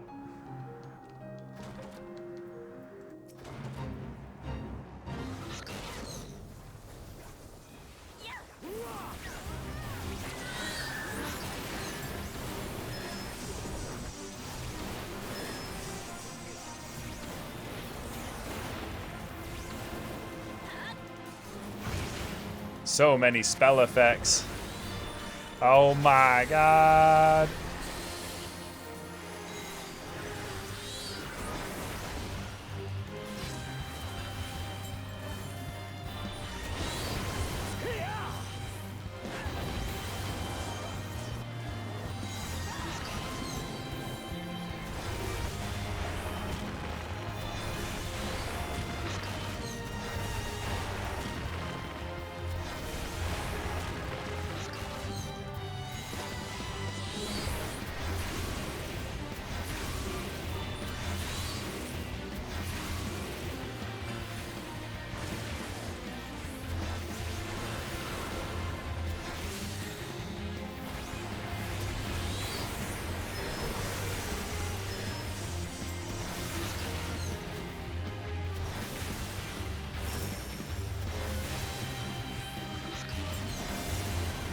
Nice.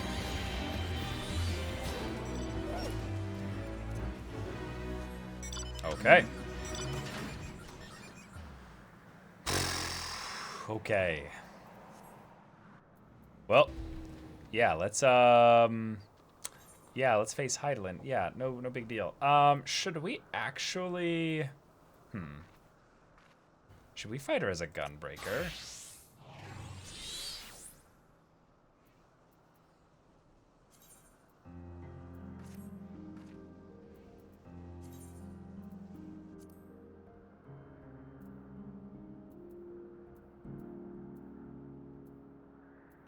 Our gear, we have one kind of weirdly missing piece there, but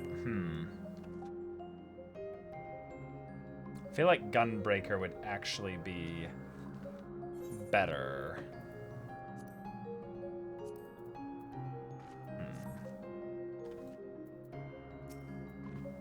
Shall we begin? Be warned, I'll not go easy on you. Tank makes all instant duties easier. Yeah, I remember, which one was it? Back in Stormblood Xenos? Was it Xenos? No, it wasn't Xenos. It was someone else. There was a solo duty that, as a summoner, I kept having problems with. It was just a single boss fight. And then I switched to Gunbreaker and it was easy. I think it was actually a joke how easy it was in comparison. Okay. Yeah, we'll put our tank stance on for whatever it matters. Okay, let's do this, yeah. Let neither side hold back.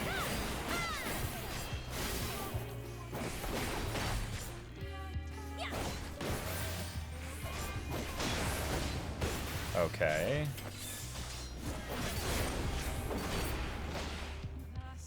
My blade sings! Yeah.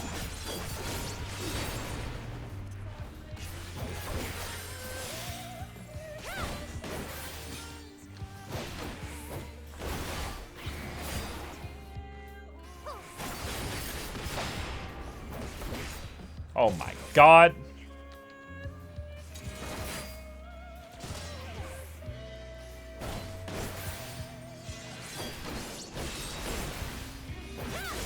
Yeah, she is actually going pretty hard here. Okay.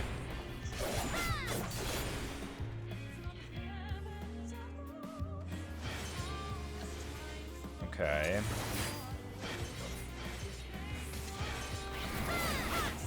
My blade sings!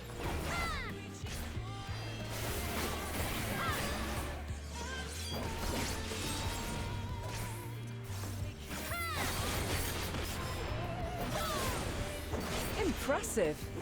I shall have to try something different.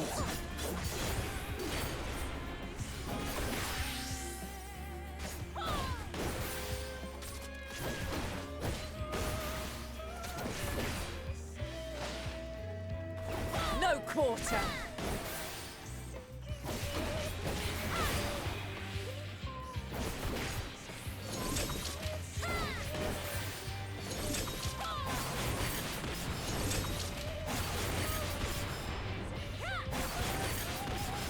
Have a taste.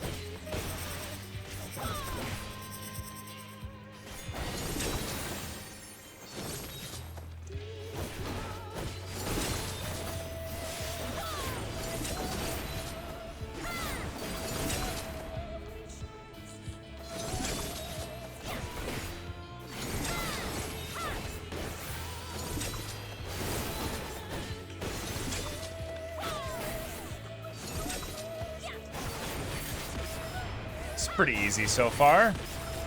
I see you won't be easily overcome. Nope. But neither will I.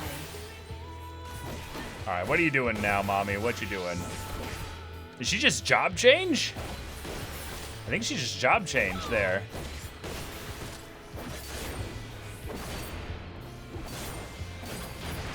She's casting something big, huh?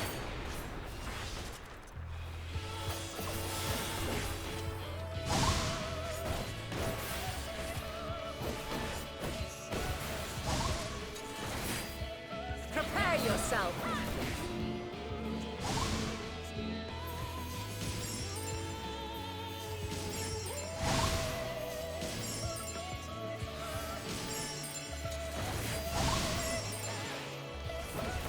Okay.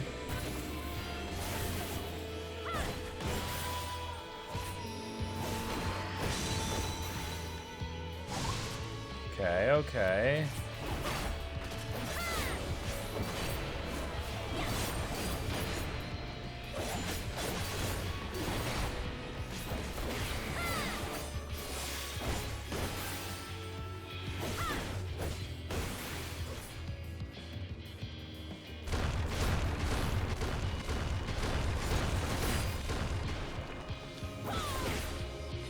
Yeah, she definitely goes hard, though, that's for sure.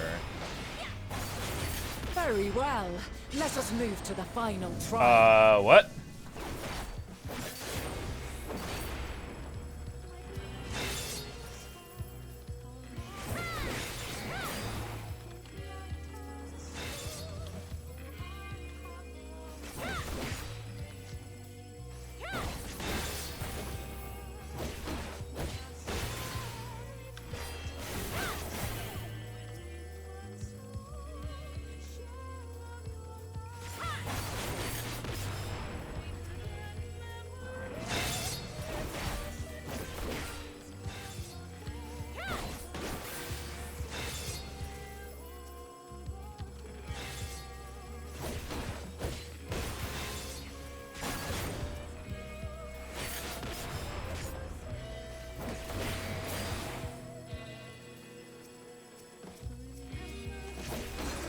Shit.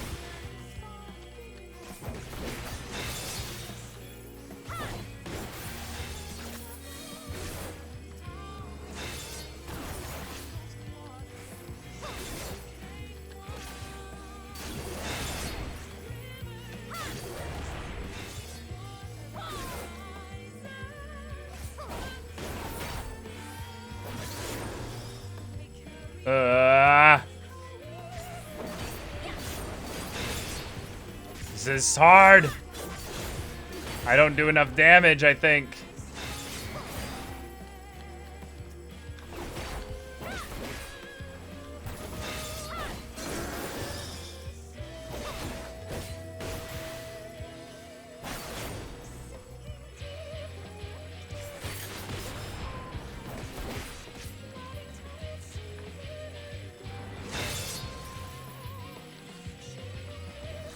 Oh.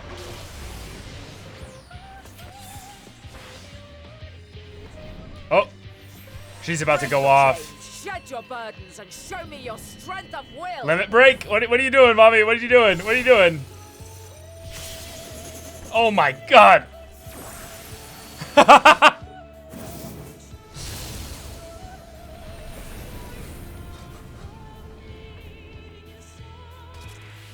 Ah! Yeah. Still stand. The people of your time are more resilient than I had dared hope. I have seen enough.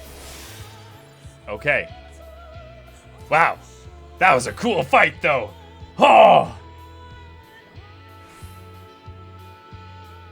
All right. Whew.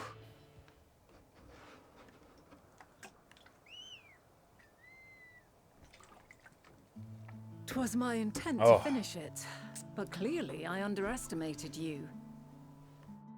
Oh. Whew. Yeah.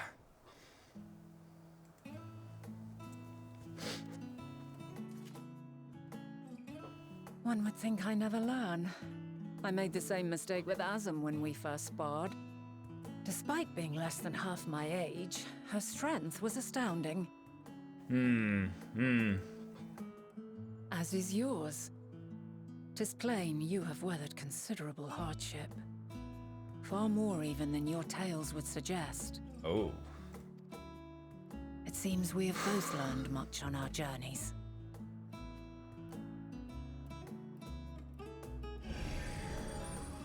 Hello.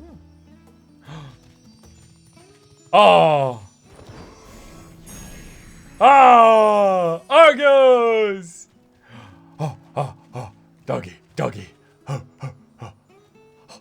Well now, I dare say he has warmed to you. Oh. A bull to be sure. He never forgets his favorites, and is ever eager to come to their aid. Oh, okay. Oh.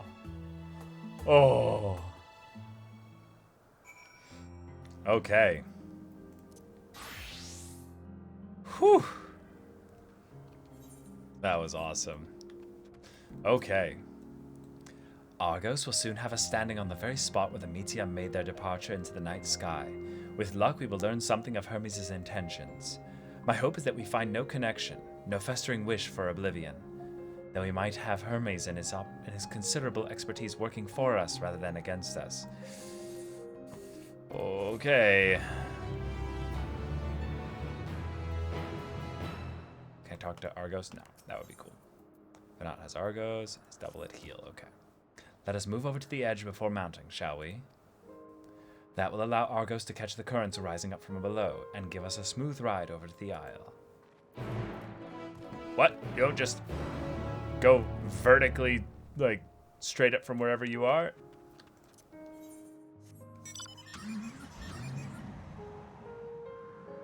I just realized that his hair is braided to be Rain's. Oh my god. That's hilarious.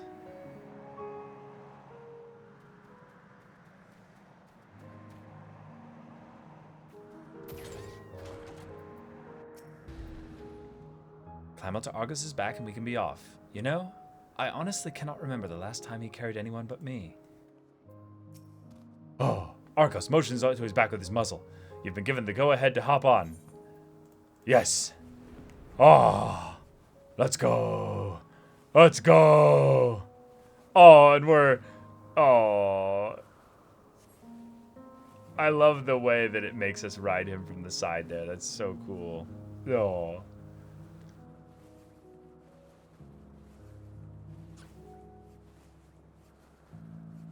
So, hey, Vanna, you come here often? Now, what was the name of that tree?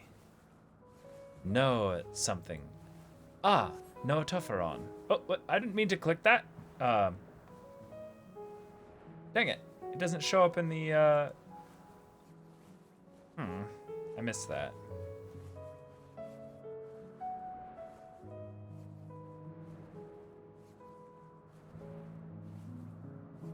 In general? Ah. No, something. Ah. Noah Teforion. Quite a striking specimen, is it not? Brace yourself for the landing. I wouldn't want you tumbling off at the last moment. Okay, thank you for that, yeah.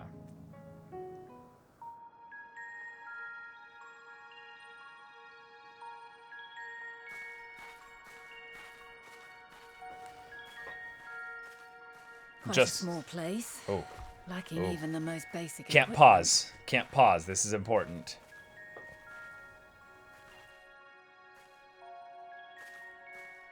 The present may yield no clues, but we may yet try perusing the past.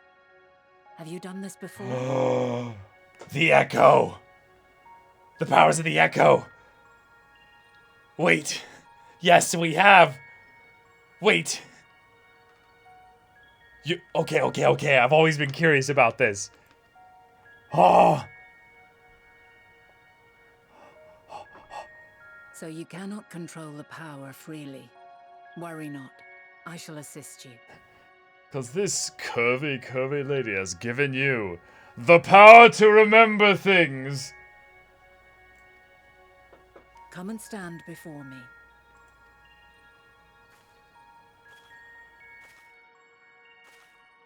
There are two ways to see the past. Okay. The first entails peering through the walls of the soul in the moment a subject is recalling a memory. Right.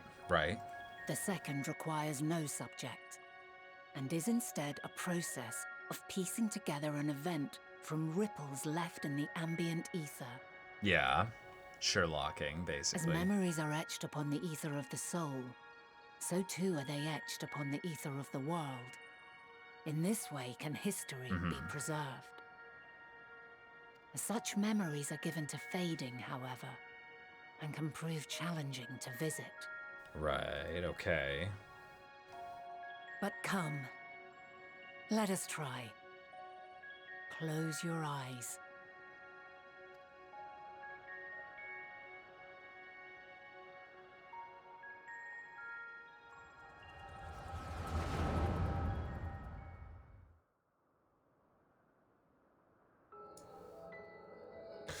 Cool. All units fully functional and proceeding on course towards their respective stars. Whoa. Maybe my AI comment wasn't that far off. That was a very AI kind of verbiage there. Estimated time to completion of survey is 108 cycles. 108 cycles of the star or the galaxy? End of status report. Severing connection with shared consciousness.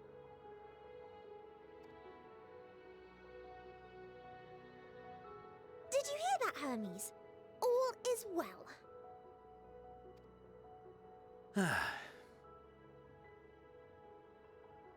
Yes. Good tidings at long last. Okay.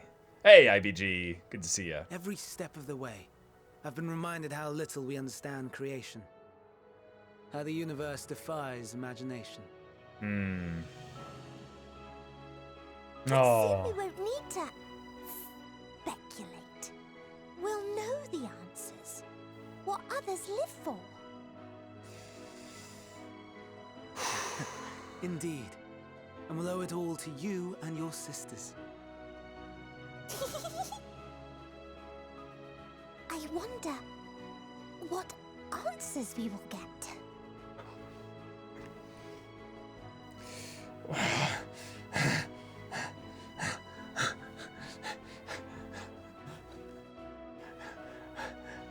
Answers, y'all. Answers. The song.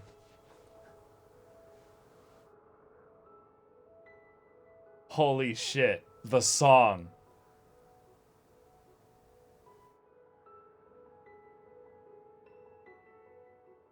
I'm going over the lyrics in my head right now.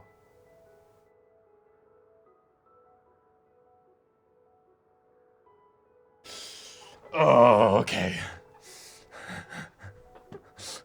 Whatever intelligent beings that exist out there are bound to be vastly different from us. Diverse in form and culture. Possessed of unique ways of thinking. Aliens. Their conception of life and its purpose will be no exception. completely and utterly unlike ours. Utterly unlike... How? Who's to say? Who knows? I have no idea. Yet whatever answers we receive, I will not dismiss them out of hand. No. I will think earnestly on them all. And I will share them with our people, that together we may contemplate our own existence. Perhaps then our star will become a better place. Not only for man, but for all life. Oh, wait a minute. Wait a minute. So right now, when they say return to the star, that basically means death. But when they say man, do they mean them as ancients? Because there's a possibility that if there's two different like levels of life, if there's mortal life and then there's the immortal life basically, then Hermes' thing might be the idea that we as they mean themselves. Oh, okay. Because I was thinking then that's what it is. Them as ancients at the time, they were the only humans of their time. Right. That makes sense. But I was thinking an interpretation of what he could be saying is then that he might basically come to the realization that they should not be as ancients, basically. They should be some,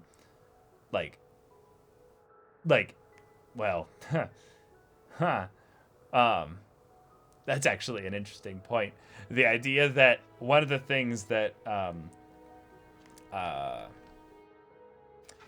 one of the things that comes up in a lot of fiction, in general, especially with immortal beings, is that they don't get the benefit of being mortal, in that mortals basically rush in a frenzy to find their purpose because they only have so much time. But an immortal can essentially come to the realization that life does have no purpose because they have infinite time. And that in and of itself can make the immortal wish for death, because then they come to the realization of, oh, well, shit, life has no meaning. And it's like the mortals, the humans, gonna be like, we could have told you that. But it's not a thing that basically like breaks the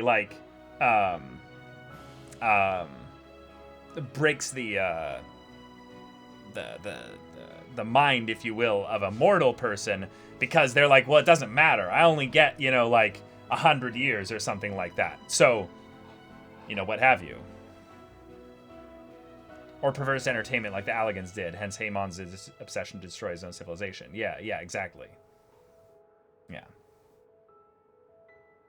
They essentially probably started out as a normal level, but they evolved into the beings that they are after thousands of years. Right, exactly. Yeah, there's a lot of sci-fis that get into the idea that the original species, basically, of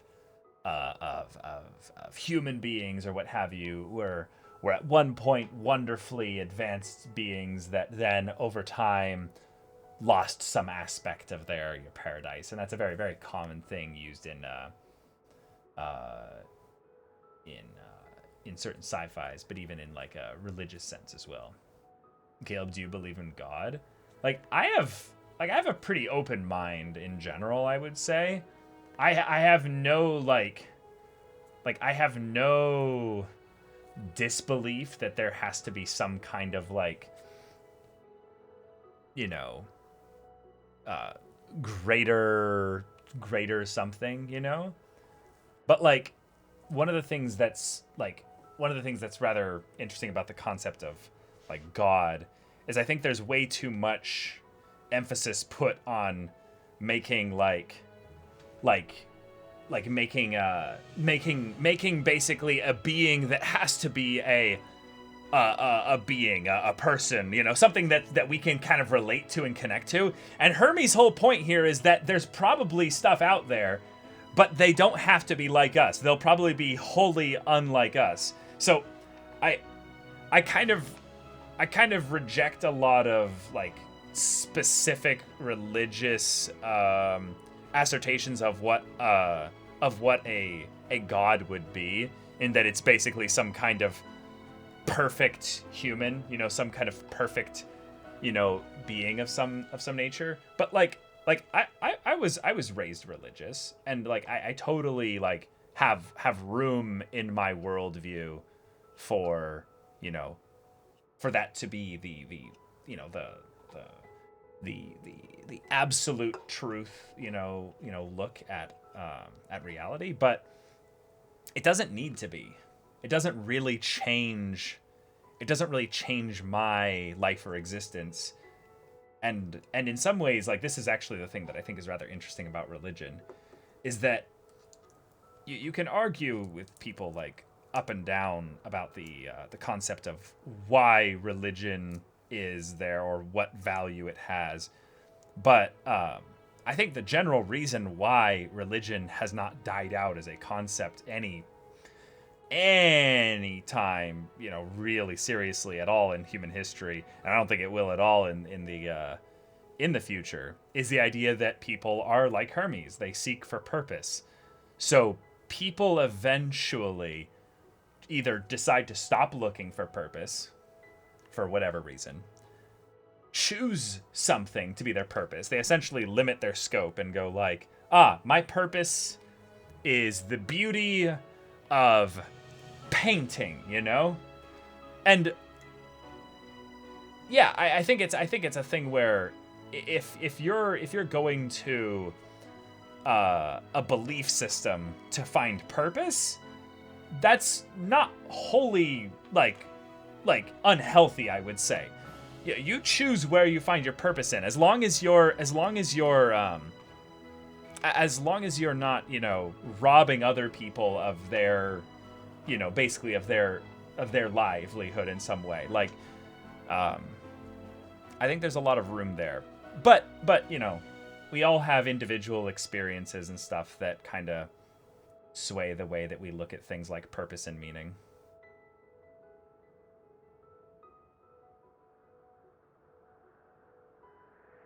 It's not only purpose, but to blame something too. That feels a bit open-ended. What do you... I don't know what you mean by that. Religion is more of a thing people hold on to. Hope people hold on to it as hope. Sure.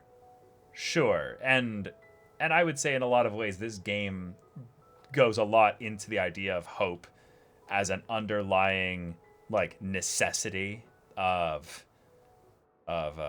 humanity. The idea that things could be better, basically. We can make this experience, this life, this reality a better place for others. We can do some good, or some good can come of it. And that's basically the closest thing, I think, to a universal concept that is very close to faith that a lot of people do subscribe to, even though it's not technically a religious thing. But maybe hope is also a bit underpinning in a concept of specific religions, I would say. But this is an interesting conversation. I hadn't really thought to have this get brought up. Basically agnostic, I think that's the word. You aren't pretty sure, so you can't say for certain. Well, it's the thing of where, like, I've had many beliefs over the course of my life, but, like, I don't hold my beliefs so strongly that things have to be a certain way in order for my life to have purpose or meaning or for me to continue. Like my beliefs about things are constantly changing.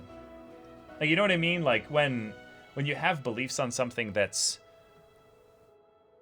impactful to you, but you still understand that it ultimately was something that maybe was important or relevant or necessary at a specific time, but not all things apply to all circumstances.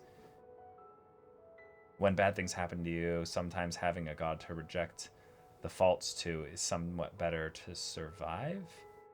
Oh, gotcha. Having basically a thing you can point to and be like, this is the reason as to why I am struggling, suffering, or what have you.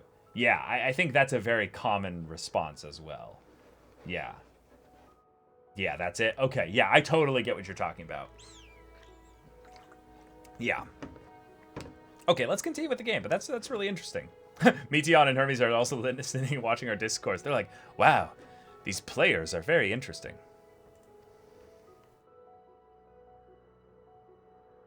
Meteon, though I gave you wings to soar the heavens, I did not teach you how to walk the earth. So loath was I to bind another living being. Bind as in not letting Meteon fly, or bind as in, like, something else? In the course of your long journey, you will learn from those you meet. Learn to walk and run and so much more. No. And when you return, older and wiser, we will have a celebration to mark your homecoming and coming of age both. Hmm. Will there be apples covered in syrup? Yeah. And how are you supposed to eat them? Rather than food, perhaps Fireworks. I don't know. a flower. Ah. Yes. Upon your return, I will gift you a beautiful flower. Oh. Okay. Hmm.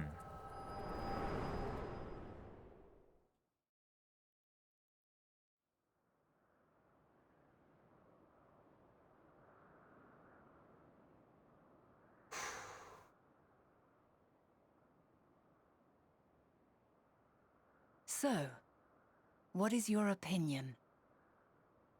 Well, Hermes has essences of who he is now back then, but I think he's gotten worse.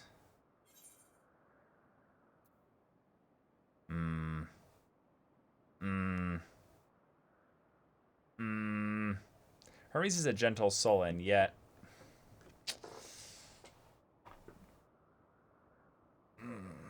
I understand.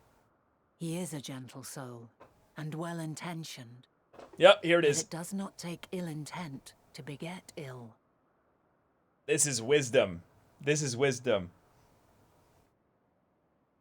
It does not matter what your intentions are. It does not matter. We must consider the possibility that something may have gone awry. Perhaps it was oversight, or simply an accident. Yeah.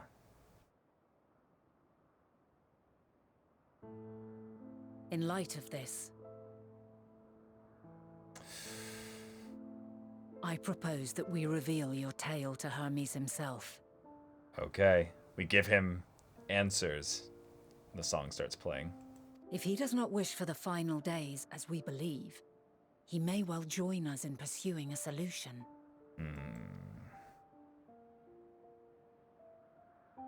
This is exactly what Elidibus was like. Then it is Don't settled. do this! Let us seek out our friend with all swiftness.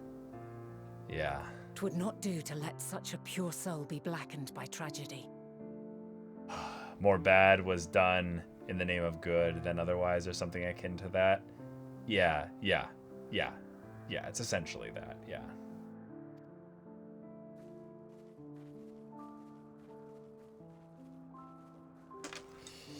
Oh, okay.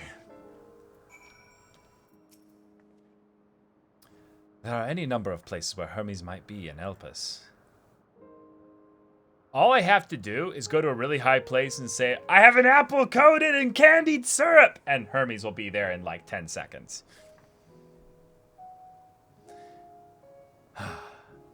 Make like Dulia Chai ripping through the dimensions of the first, just hearing that Alphino is like in trouble on some level.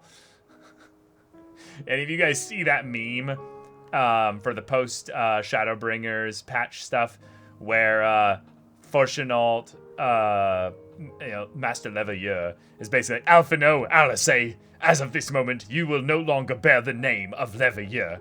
And then suddenly Dulia Chai like runs across like time and space through like dimensions and all that, runs up to Borshinal and smacks him across the face.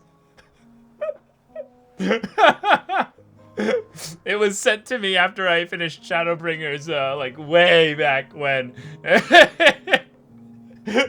It's so good. But we could do worse than to look in Katisis Hyperborea, the largest facility. It stands in Ethosilatikos Boreas, the Northern Isle. Jesus.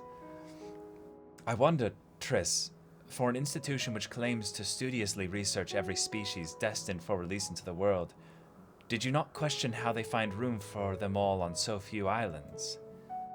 The answer lies within Katisis itself. I touched upon the practice before back at the archives, where a vast area is stitched together out of multiple conceptual spaces. The same holds true for the interior of this facility and its magically constructed environs. 'Tis there, within those sprawling habitats, that the Chief Overseer and most of Elpis's overseers conduct the bulk of their work. Oh, if you want to link something, you can't do it in chat. Just send it to me over Whisper.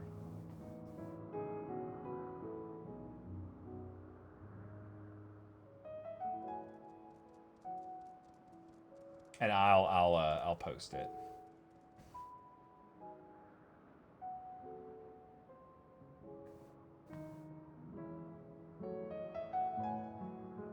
Tis there, within those sprawling habitats, that the Chief Overseer and most of Elpis's observers conduct the bulk of their work. Come, the simplest route is via the new north of Poetonoikos.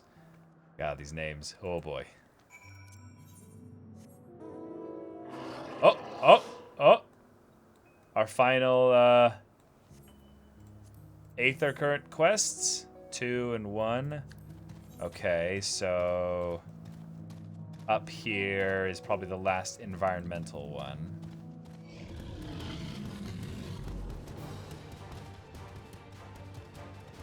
Okay.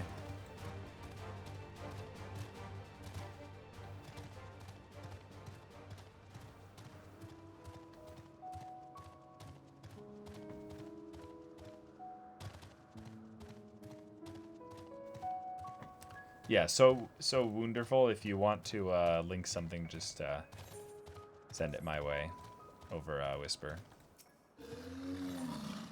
Okay. You're a visitor too, aren't you? Perhaps you might be willing to help me then. Did you happen to see a blue-haired woman in the area? She would have been wearing a mask. She wouldn't have been wearing a mask. Oh. I see. She and I are students of Academia Anadar, and we had intended to spend our downtime visiting Elpis together. We were just on our way back when she realized she forgot something back in Anagnorisis. So she ran back, and that was the last I saw of her. She can be a bit, how shall I put it, scatterbrained? So she may well have simply got lost on her way back. I would rather not search for her myself, for what if she comes back while I'm away? So if it isn't too much trouble, perhaps you'd be so kind as to look for her? Like us, she won't be wearing a mask, so should stand out a touch. You'll find her in the area of Philomithis Notus in all likelihood. If you do come across her, could you help her out a bit? See if she makes it back? Have a good one, Perv. Have a great sleep. Alright, don't worry guys, I'm not actually doing these quests, I'm just picking them up.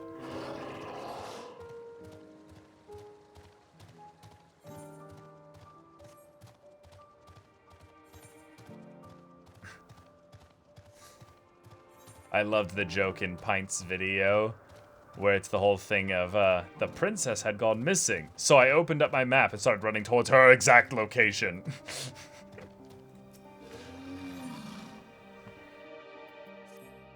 Well, this is a pickle. Whatever am I to... Oh, please tell me you're here to deliver a message from Cleon. You are a familiar, yes?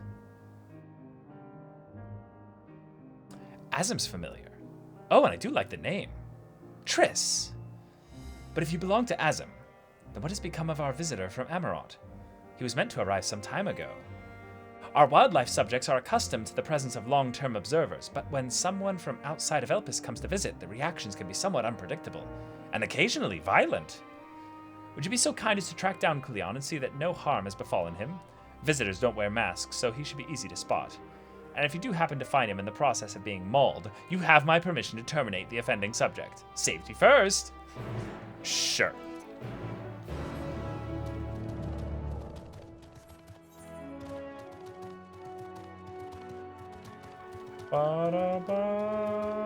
Yeah, thanks. I don't know how I ended up here, but thank you for saving me, Robon! I love the way Pint laughs at that part where it's just like he can barely keep it together. He's just like, Robon! Like, oh, it's perfect. Aha, teleportesis. This appears to be the teleporter Vana told you about. Motes of light yet hang in the air, suggesting the device was but recently activated. Ooh.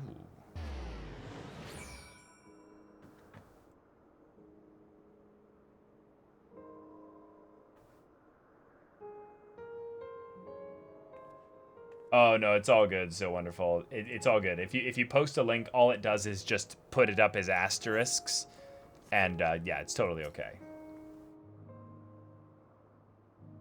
Ah, good. The new acknowledged you as my guest. You should now have the authority to use it as you wish.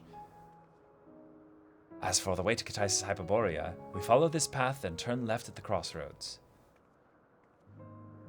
Oh, it's so just satisfying and relaxing that we just get to casually go about, like, questing with Hydaelyn. Like, I mean, it's obviously not Hydaelyn yet, but, you know. Ugh.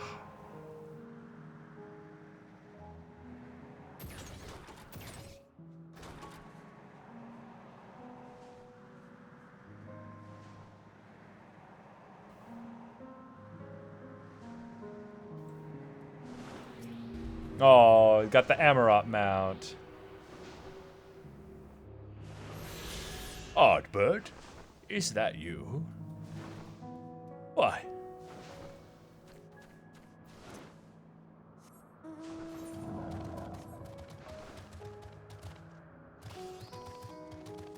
Okay. Oh. Oh. Da-da, dun, dun, dun,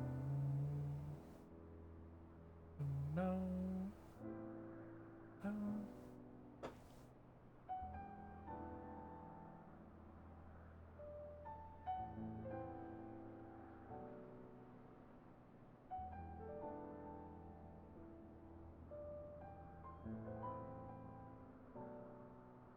Ah, so good. Here we are, the grandest research facility in Elpis. We should head inside and ask after Hermes' whereabouts.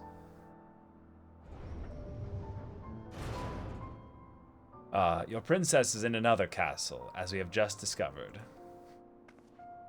Emmett Selk. Yeah, I knew it. Oh, my boys. My boys.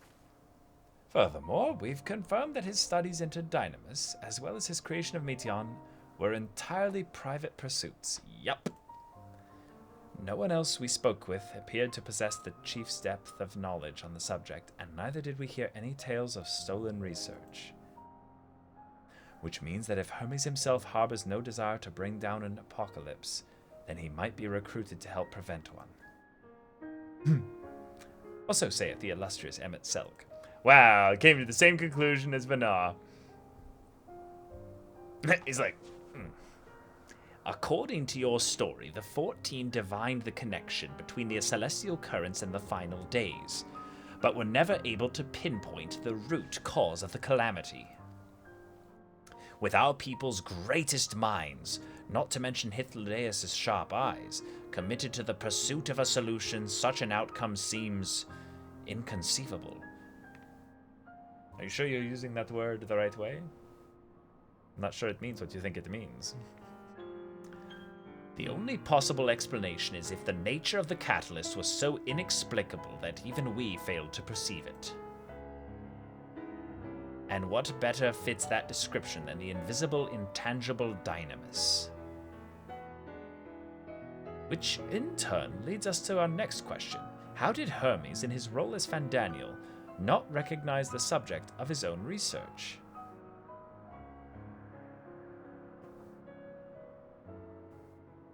Wait, what? Which in turn leads us to our next question. How did Hermes, in his role as Fandaniel, right, because they're talking about Hermes that will eventually become Fandaniel and all that, not recognize the subject of his own research? Oh, wait a minute.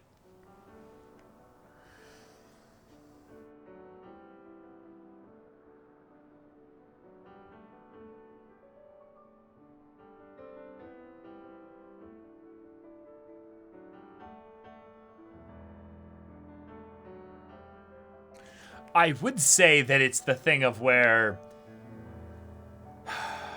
our Fandaniel was a little bit out of it, but no, he wasn't crazy. He was broken, if anything. But he was still very much in, like...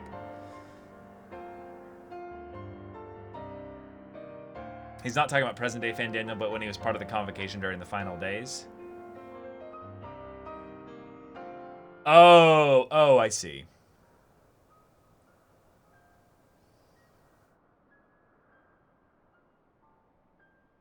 Maybe, okay, I don't know. We must assume that he either knew and was unable to help, or that he was otherwise prevented from identifying the cause in the first place. At this juncture, all we can do is speculate. To be clear, the convocation does not tolerate acts of deception or malice. We are practiced at perceiving truth, and would have known had Fandaniel lied to us. Oh. Oh. Shit, wait. Hermes has no conscious wish for the world to end. Of that I am certain. Wait. Then maybe we're entirely wrong about Hermes. If Hermes can't lie, doesn't that sound like the height of hubris, though, to say that, like, no, I am certain, I am 100% certain that Hermes has no desire to end this. And haven't they been, like, completely oblivious to all the, like, like, all the emotion and stuff coming from him and stuff as well? It seems that there is more to the tale after all. Okay. We conducted an investigation of our own, you see.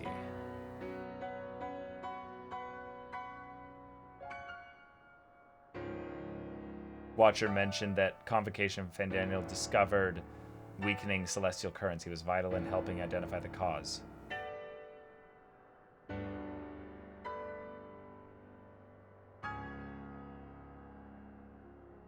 Okay, I vaguely remember that. How comforting. We seem to have reached the exact same conclusion. I see no reason to delay further. 'Tis time we brought Hermes into the fold, as it were.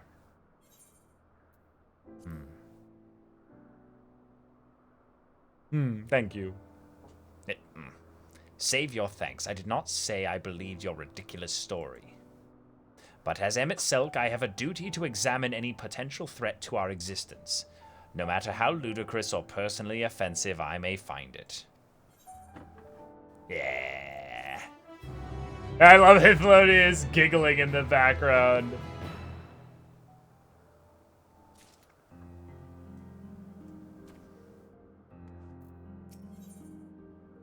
Alright. I think the time for leisurely exploration is past. If I might have a moment to adjust my vision... There he is, on the next isle over. Meteon is with him.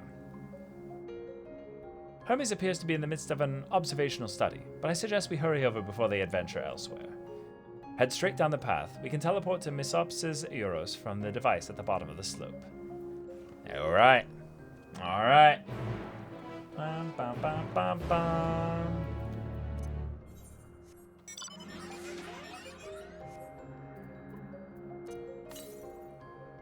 Yep, they're all done. Alright, this looks like the final aisle.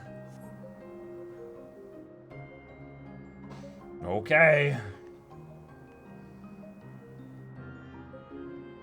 I feel like we're making pretty good progress. Like we've like, it seems like we've basically gone through the whole zone.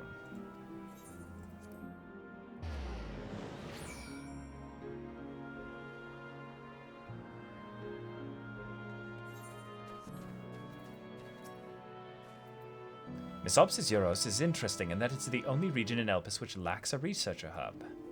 This is largely due to the nature of its observation sites, within which they let loose creatures anticipated to be unruly and dangerous.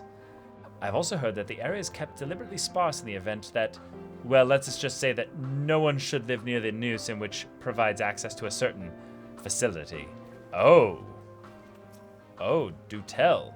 What? You expect me to praise you and your progress? On the contrary, I'm simply surprised you made it this far. Then again, even with you slowing her down, there is no denying that Vanar is an accomplished researcher.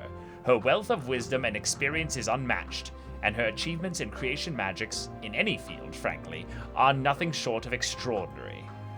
Though the singular brilliance which sets her apart can make her motives somewhat impenetrable at times. As her student and successor puts it, she is a force of nature, at once so close and at the same time so very distant. Oh, interesting insight into, Vanar. They are close by, within the Hungering Gardens. That would be the circular enclosure you see just up ahead. Alright.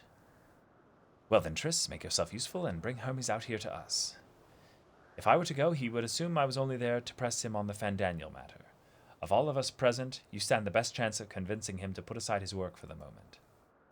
But the creations in there are not exactly... Then again, perhaps Triss can handle them. She did survive a bout with Vanar, after all. Emmett Selk has got to be like, the fuck? Wait, what? How? You know? Off you go to find Hermes. But do be prepared to come to blows with the garden's denizens. Okay.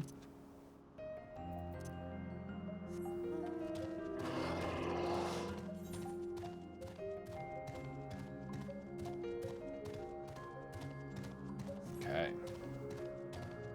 Quick note, now would be a good point to end the stream for today because soon it'll be difficult without ruining the pacing a bit. Okay. Hold on.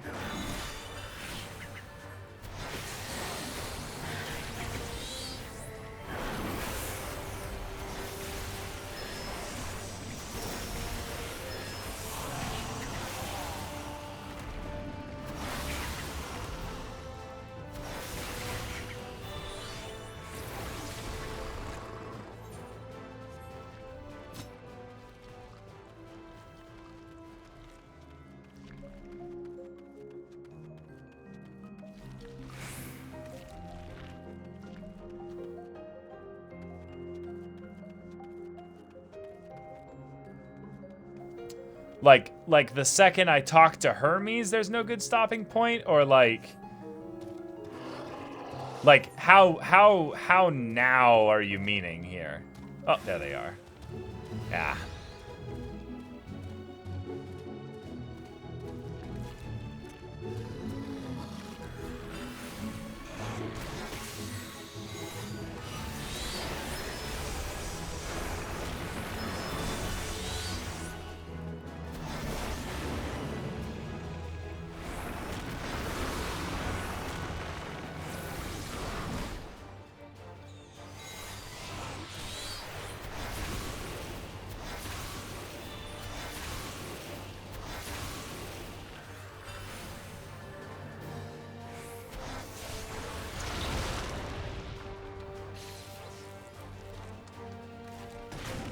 Wow. Actually maybe dying to a mob here. I can't attack. I can't cast even. What the?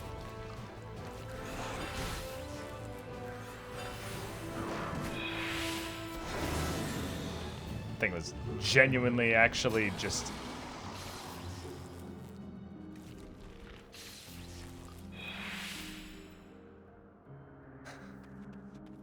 Okay.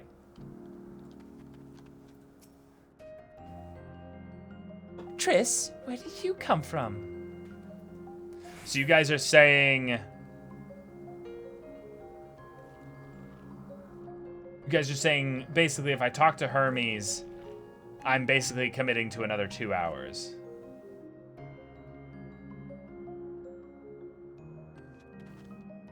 I mean, I kind of feel like we're coming up on the end of this zone in general.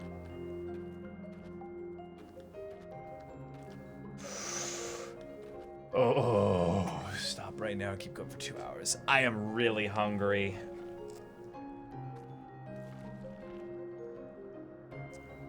Can I at least finish this dialogue here, or is it the quest?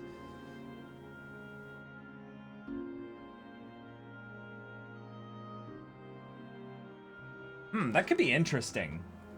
We could do a long stream and I could take a food break. Be right back in like 10 minutes.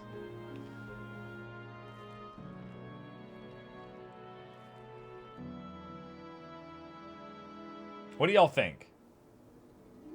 Long stream? Long stream? Yeah, thank you for letting me know, but I am maybe short of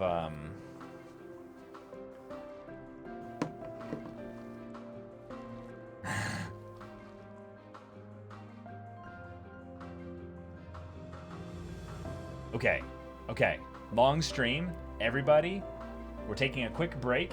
I'm going to, every once in a while, come back here and make sure that I don't AFK and get booted out of the game. So, I'm going to go eat. I'll be right back. I have the energy. Yeah, I'm going to basically check with Jacob. Make sure everything's good there. And then I'll maybe grab some food. And we can come back here and do this. All right. But maybe long stream. All right. I will be right back. I'm going to close off my camera. But I will be back in about 10 minutes, I would say. 10 minutes? All right. We got a deal, chat. Y'all be back in 10 minutes? All right. Cool. All right, be right back.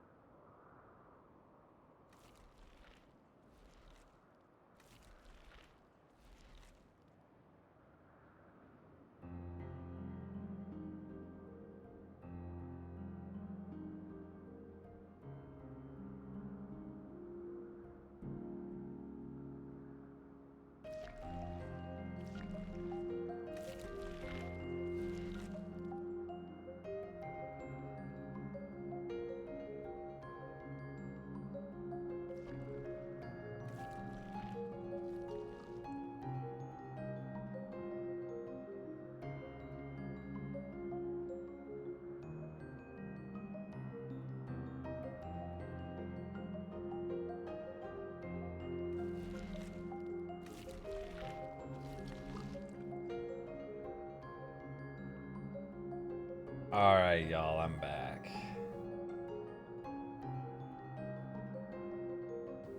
Hey, okay. Whew. Whew. Alright.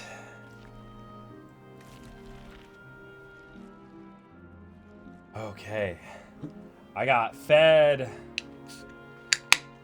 Got another drink.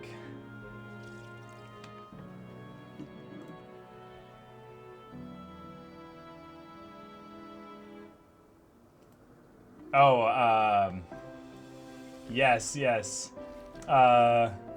Ich bin, yeah. I think this is exactly what I was talking about, the meme here. I can set it up on the I can put it up on the screen here for y'all to see.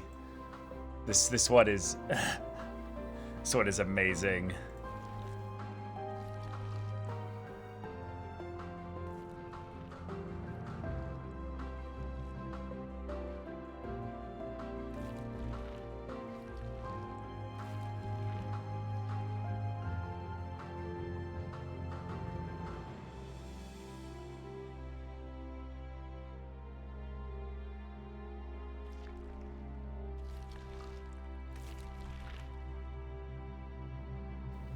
Let me pop it up here. This one's so good. Spoilers for the end of Shadowbringers. Alphino, Alizé, as of this moment, you shall no longer bear the name of Leveilleur.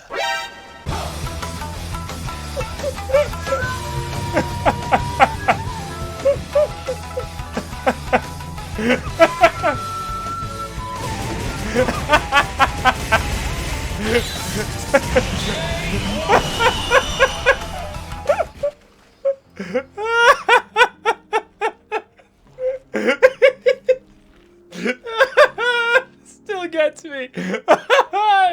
So good.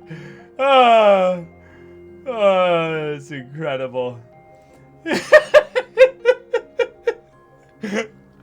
Yes, the Naruto music makes it so much better. Yeah. I just love that she stands over his like bloodied corpse. Like, yes, I did that. This was me. Yes. Oh my god, the top comment. Straight up traveled to the source, completed ARR, unlocked Hell's Kier, unlocked Blue Mage, got it to 70, got Phantom Flurry, went all the way to Gridania, and kicked the shit out of Alphino's father, all in the span of 20 seconds. She could probably solo an ultimate raid.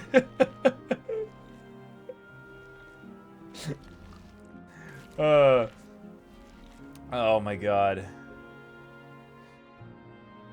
Oh, that's so good. Oh my god, yes, another top comment.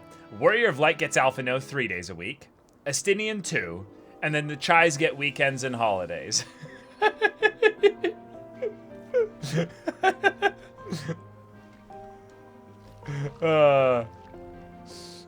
It's so good. Okay.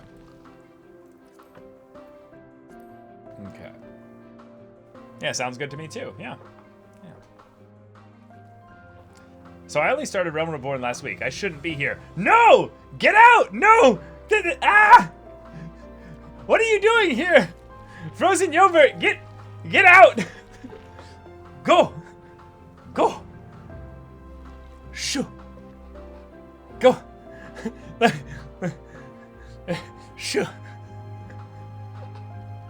Don't spoil yourself. If you're planning on playing this game, this is not your time. I'm sorry. This is literally the worst time to be here. Siggy3, thank you so much for the Twitch Prime. Welcome. Thank you so much.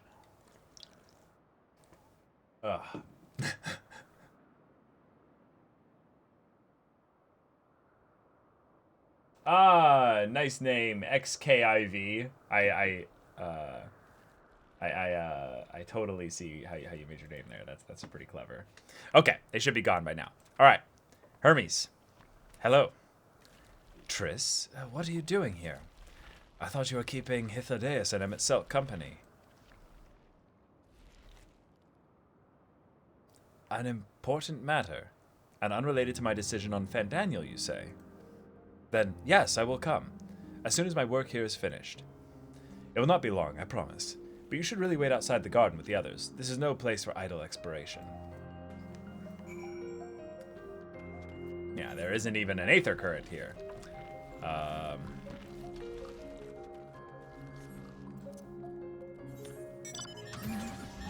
Whoa. Whoa. That is indeed a drop.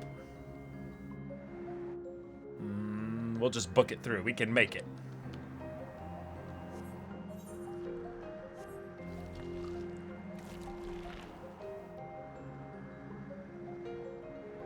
Easy.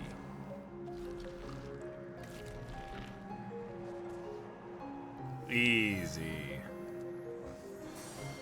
Oh yeah, we forgot to have our chocobo out on the previous bit of fighting.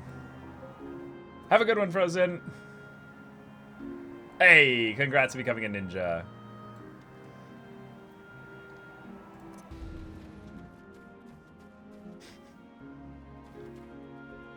Okay. I was prepared to swoop in if need be, but 'tis clear you have faced your fair share of monstrous opponents. What is that ghastly odor? You spoke with Hermes, yes?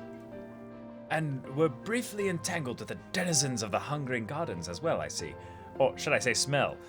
I cannot speak for certain Convocation members, but I for one am impressed with your fortitude. Aren't we, Emmett? Aren't we? Well done indeed. Now that you've convinced Hermes to confer with us, let us pray that things will soon take a turn for the better. For as fascinating as it would be to meet the Emmet Selk would recreate Amarot in the depths of the ocean, I think it best for all concerned if such tragic events never came to pass. Be it in our future or your past, assuming yours is not truly written in stone. Naive hope that it is. Yes, changing the future. This is something I want to have happen. Yes. Why am I always so forward-thinking? I simply wish to enjoy all that life has to offer. Okay. Emma seems content to stay where he is. Hermes said he would not be long, yes? Then we shall wait here until he emerges.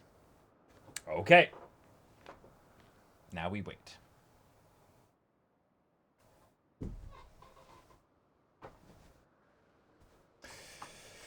Okay. Here we go. My apologies for keeping you waiting. I understand there is a matter you wish to discuss. Aye. A matter of the utmost gravity. If one can suspend disbelief. Go on then. Tell him what you told us. Who you are and why you came.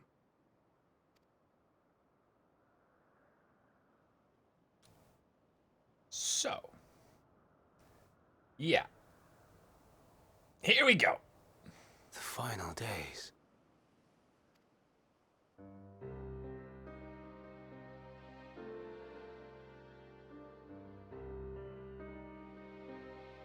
The phenomena observed during these star-encompassing calamities is likely the product of a dynamis reaction. And none is more versed in the applications of this energy than you, Hermes. Yeah, so you could actually I must stress that we save do everything. not believe you would desire such destruction. We come not to lodge accusations, but to beg your wisdom. And so, distressing though the exercise may be, I ask that you share with us your opinion on the matter, on the assumption that our visitor's tale is true. Oh. Yeah, me too, one step at a time. Oh. Even you, Vana.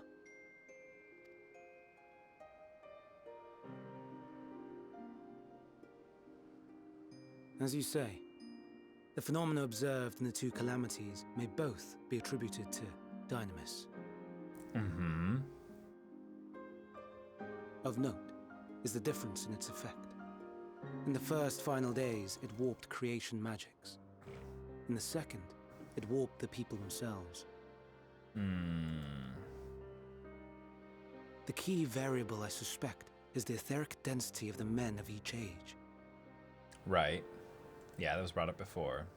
As you know, ether, in essence, negates Dynamis. Which is... Harboring high concentrations of ether, we ancients cannot readily manipulate Dynamis, nor be manipulated by it.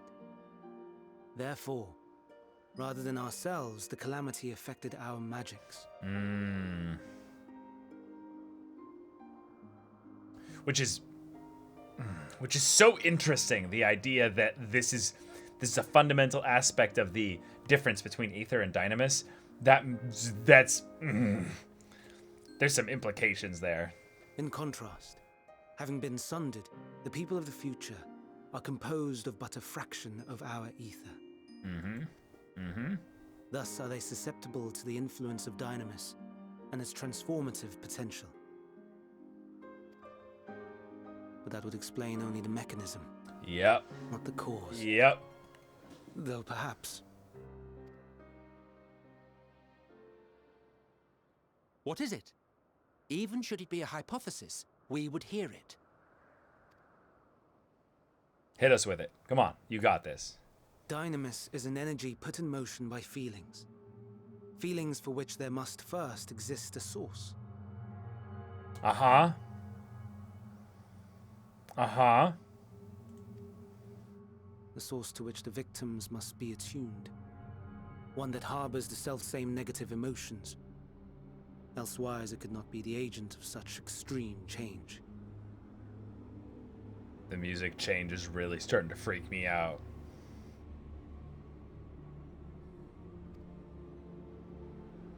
So it wasn't the stagnation of the celestial currents.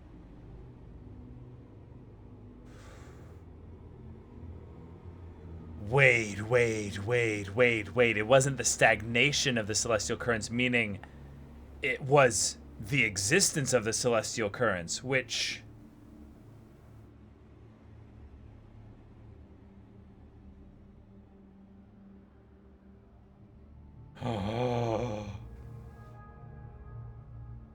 All the meteons that went into space?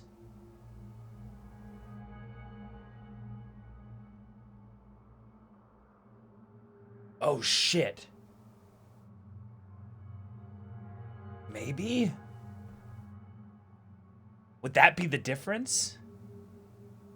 Would that be the difference? The idea that...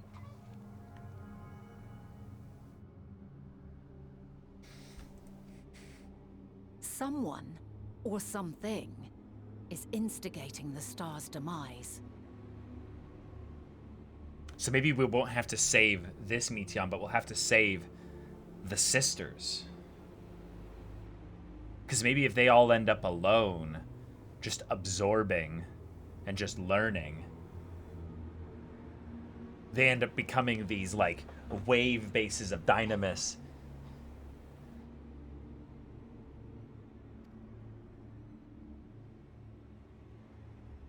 So, we've a villain on our hands after all. Any idea who or what it could be? I mean... The celestial currents comprise the outermost layer of the star's ether, encasing it like a protective sphere. Okay. Like a barrier of sorts, yeah. According to your tale, it was where the currents were weakest that the phenomena first manifested.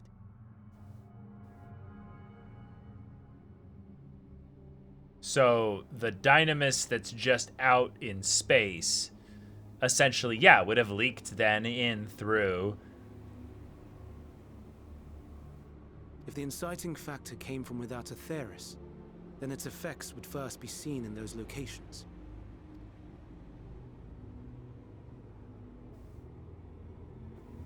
I love how Meteon is not shown right now. Greetings. Can you hear me? Oh, fuck. Yep. Here we go. Do not be alarmed. I mean you no harm. Oh, shit! I wish only to hear your words, share your feelings, know your thoughts. May we please be friends? Meteon. What is it? Oh, fuck. Executing scheduled task, suspending individual self and connecting to shared consciousness. Oh, all these sisters, yeah. Connection established. Commencing status report. Oh! Whoa! Whoa! It hurts! It hurts! It hurts! So hot, so cold, so sad. I don't understand. Make it stop. Please, make it stop. Steady, Meteon. Steady. So scared. So lonely. The pain. It's too much. Why? Why? Why do we? Oh. Hurt. Hurt. This is wrong. All wrong. Whoa, She's whoa. Gone? But Wait, how? what?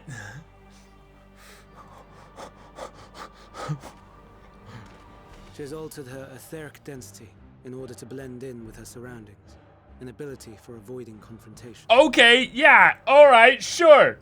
Most effective. Frustratingly so. I can't see her either. Not even a trace. What the fuck? Stay away.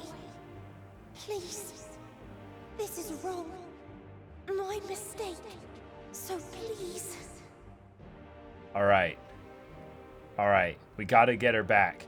So, clearly she's being influenced by the shared consciousness of the other sisters that are out there. Did they just get overwhelmed by being basically alone in the void of this, you know, new energy, which they weren't really, you know, that, you know, exposed to because of them being in an ether-rich, you know, protected sphere? So basically, it's the little one that left the nest, and now she can fly, right? But she lost her way amongst the stars. And now there's so many of them. And it wasn't really anything just awful that necessarily happened. They just maybe felt the pang of that loneliness, and maybe now they're back. Of like, we didn't like it out there, and we're bringing back all this pain and sadness. Ugh. Are you all right? Yeah, I think so. She's talking to me at least. That's good. That's good. In your mind? No. We only heard her speak the instant before she vanished. Okay. Of course.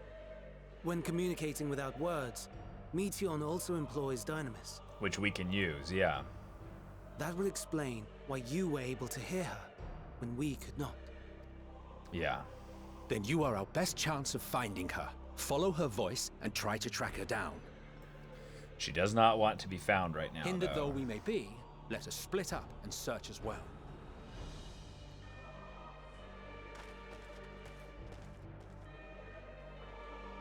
I swear sometimes I forget that these characters don't hear the same music I'm hearing. I'm like, do you realize the gravity of what's going on right now?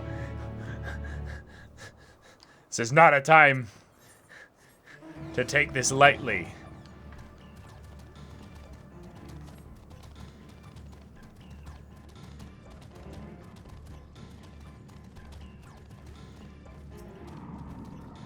Calm your mind, your senses questing for any hint of Meteon's presence.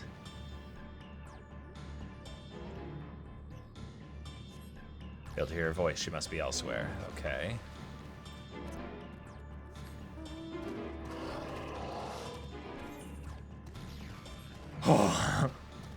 No wonder y'all were like, maybe you should just FYI, stop now. Otherwise, you won't want to stop.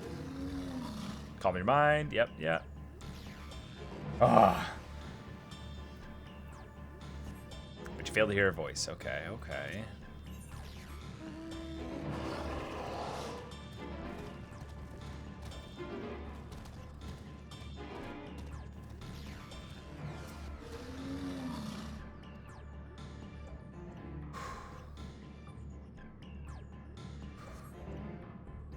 It seeps into my mind. Our voices. Reporting. No, no! Hermes mustn't hear them. I have to run. To hide. Mizion's anguished voice grows distant as the source begins to flee down the slope. Okay, okay. Cool, we have the ability to somewhat detect, like an essence of her voice.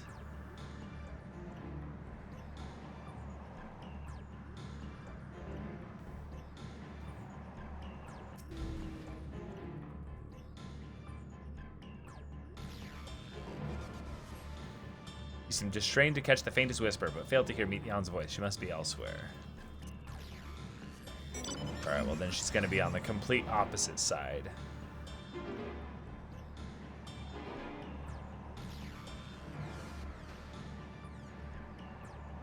There we go.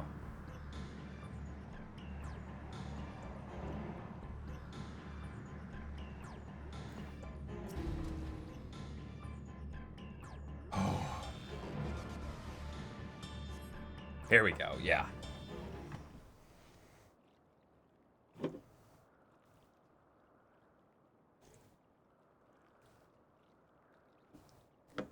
Greetings and salutations. Oh no. Commencing report. Oh, this is creepy.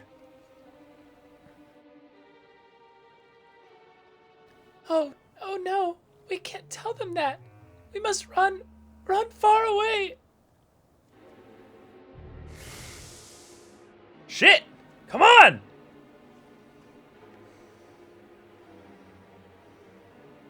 Please, don't follow me. Mizion's anguished voice fades as you sense her climbing to the top of the ridge.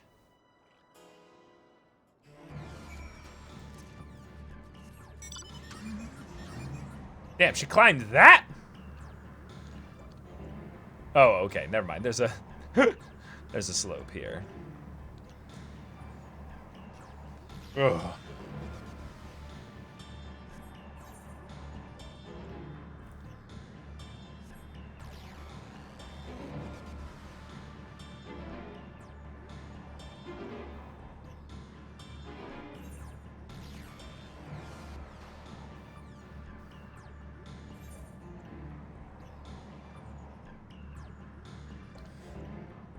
Well, all right.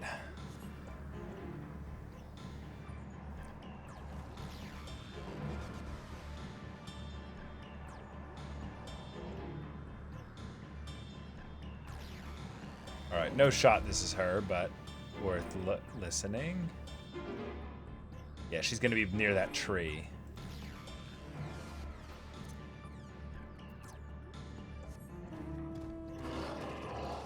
%. She's gonna be right on the other side of this tree, right here. No? Ah, yeah, there we go.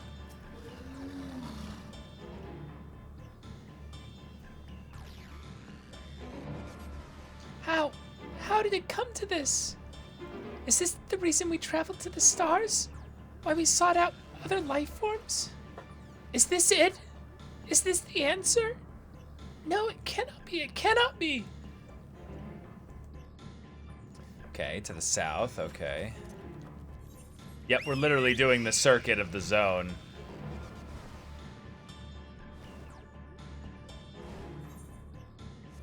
Oh.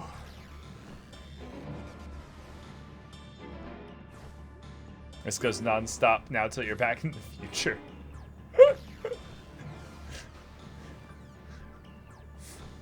That would be a nightmare. Okay, let's since the game's formula has been that the obvious close one is not usually the one that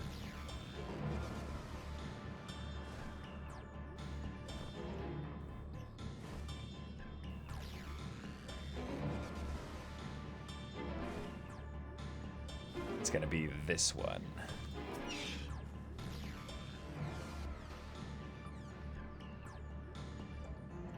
Yep, called it. Hey, Nintendo. Welcome, welcome. Compiling report for dissemination to Hermes and all people of Aetheras. Oh, fuck.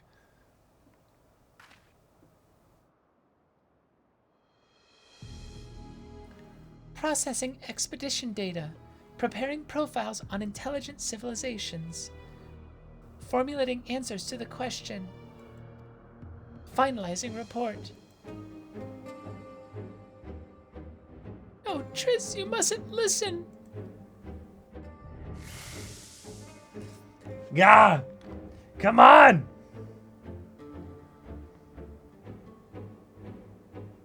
It's wrong. It's all wrong. His anguish voice flees towards the lake. Ugh. Any sign of Meteion? Yep. Don't lie, we just panicked and confused, which will make it all the more difficult to predict her movements. Hermes, what do you make of this situation? The Meteor are linked to a single mind, a shared consciousness which connects them across any distance. I suspect something has happened which disrupted its usual harmony. How might we access the shared consciousness of theirs? Much as you would approach any sentient being, directly. In the Meteor's case, this means speaking to any incarnation within physical reach. So unless we can track down the Meteion we just lost, we have no means to communicate with them. No way of knowing what befell her sisters. No way to provide directions or guidance. Then we had best set our musings aside and concentrate on how we might find her.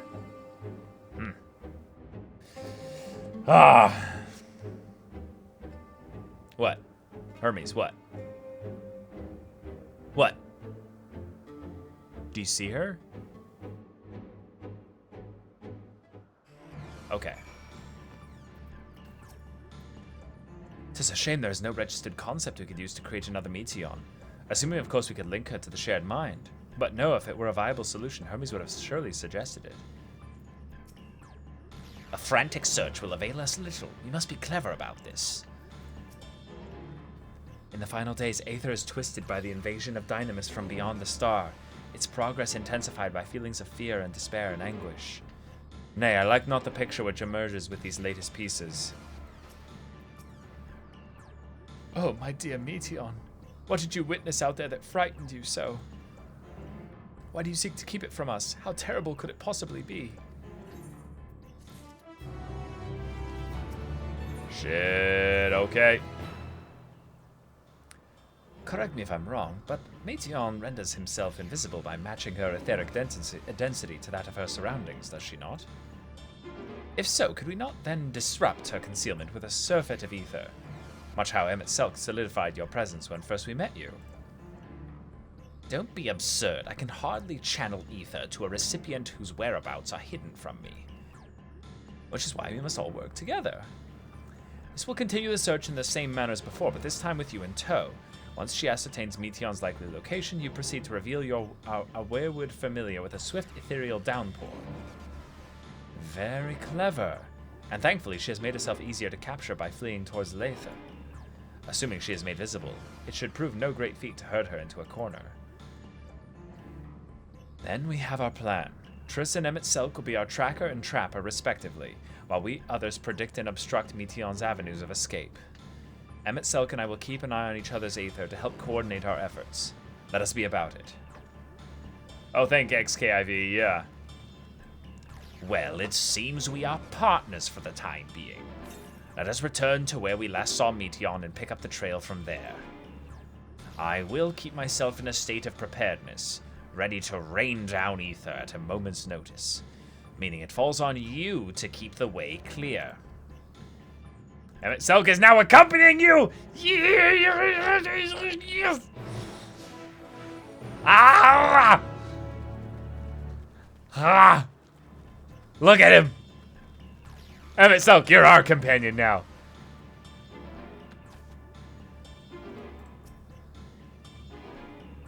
Yeah.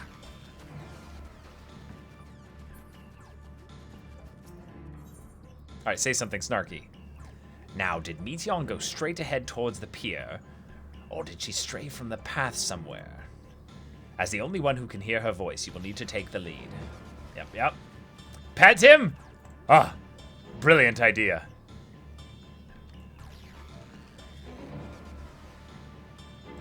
Wait, hold on.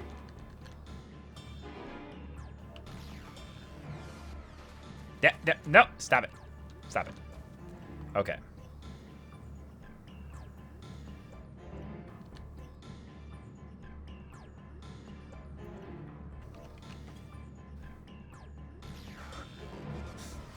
You have to be a lot closer. Oh.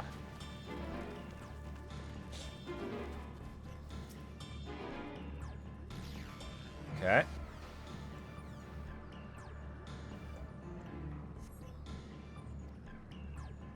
Nothing this way. We try another route then. She went this way. I feel it in my belly.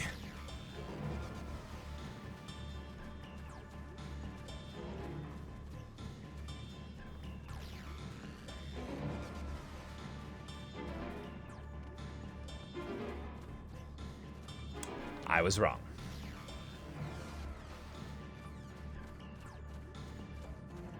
Here you are.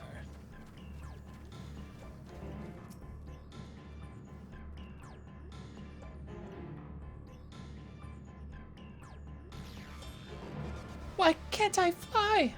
Are my functions being restricted? Hide, yes. I'll just have to hide, then, when no one can find me. Okay, water's edge. She went into the lake, as if this wasn't tiresome enough. Well, at least that open expanse should make her easier to find. We won't lose her this time. Alright, Emmett, I'm gonna need you to book it. Move those old man legs. Let's go.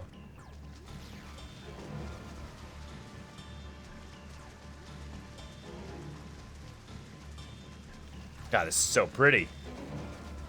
This water is actually just gorgeous.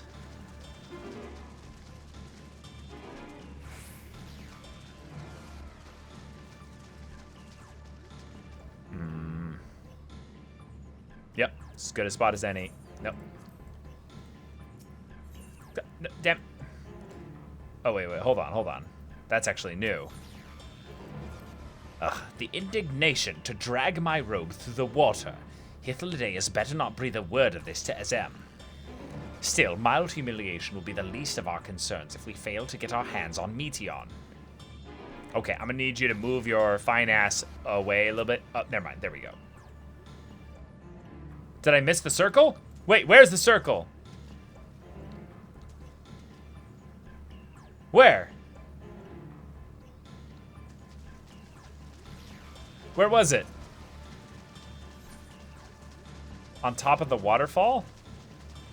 What? There was? Oh, you're right. I see it. Here we go.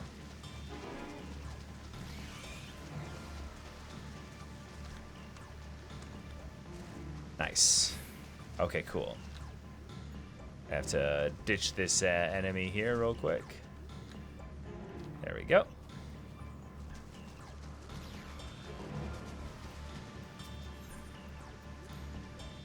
We should be able to reach the bottom of this drop by climbing down the rocks at the water's edge. Do not even think of dragging me over the falls. Final days or no, if I end up drenched from head to toe, I swear I will feed you to a remora. Get fucked, damn it.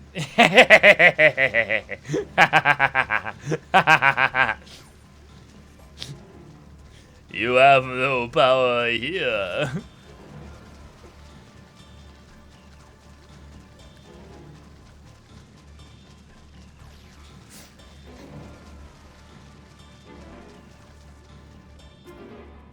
Okay. Yep, we did it twice. Exactly. Okay.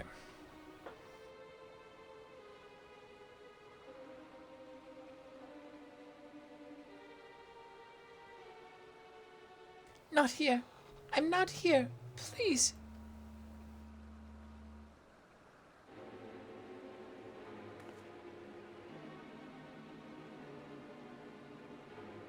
She's behind the rock. By that rock, is she? Very well. Yeah! Snap your fingers. What? Why can't I hide?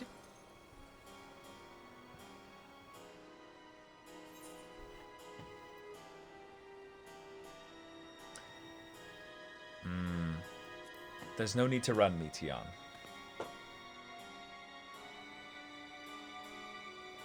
Triss, what are you saying? Everything is so faint. I'm sorry, I'm not strong enough. Stay away, I'm begging you. Don't make me say it. It will break him. His poor, fragile heart. Well, now we have a chance. Once the others are in position, the two of us can herd her into their midst. We're playing tag with a child, basically, right now. Alright, and book it, Emmett. Let's go.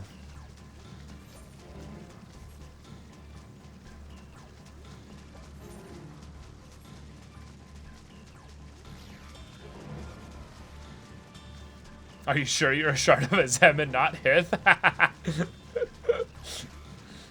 I wouldn't put it past me.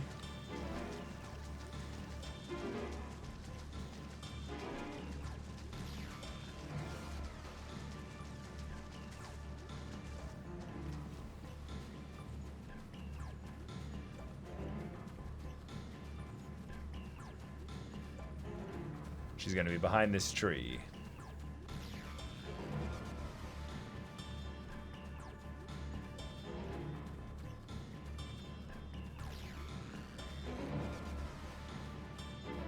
Huh?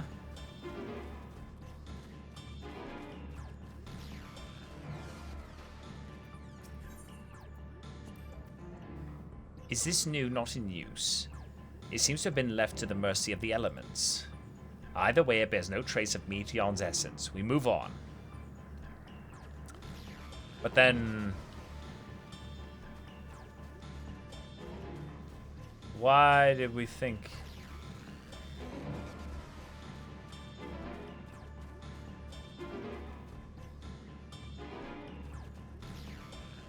oh, am I just... streamer is blind, I guess. Literally just completely blind. Okay.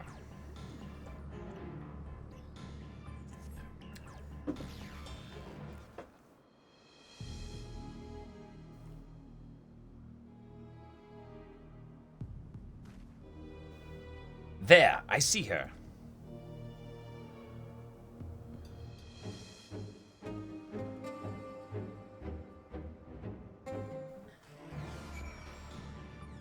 Yeah, I was so focused on the conversation choice. I'm like, ooh, ooh.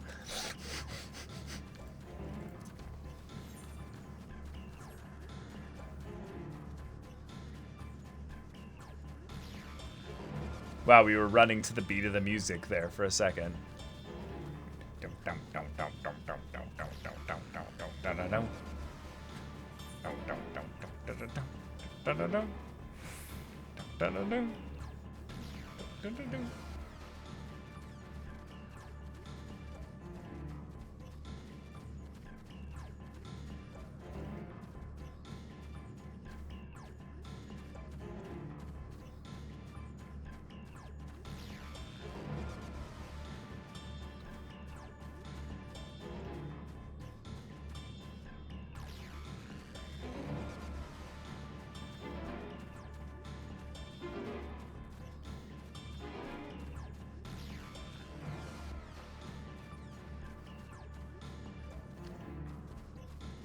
Ah, there you are.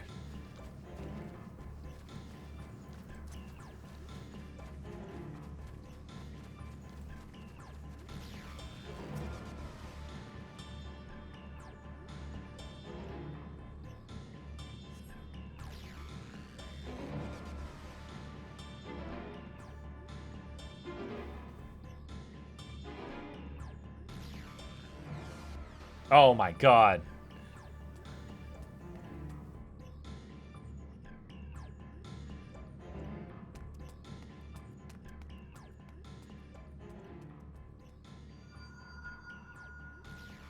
Whoa, Emmett, what are you doing? Aha! What? Give chase. We shall herd her into the shelter. Okay.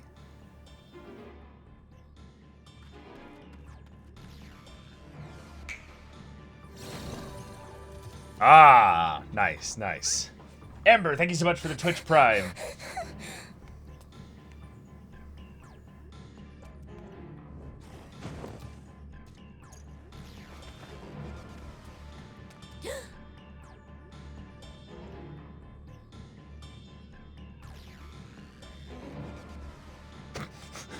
Why does Emmett look creepy sometimes, you know?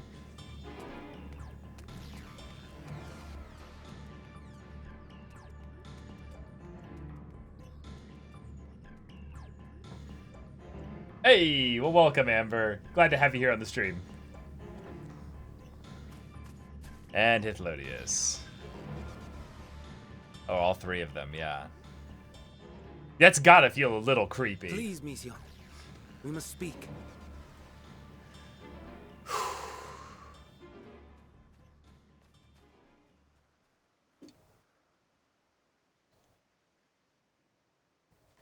It's okay, it's okay.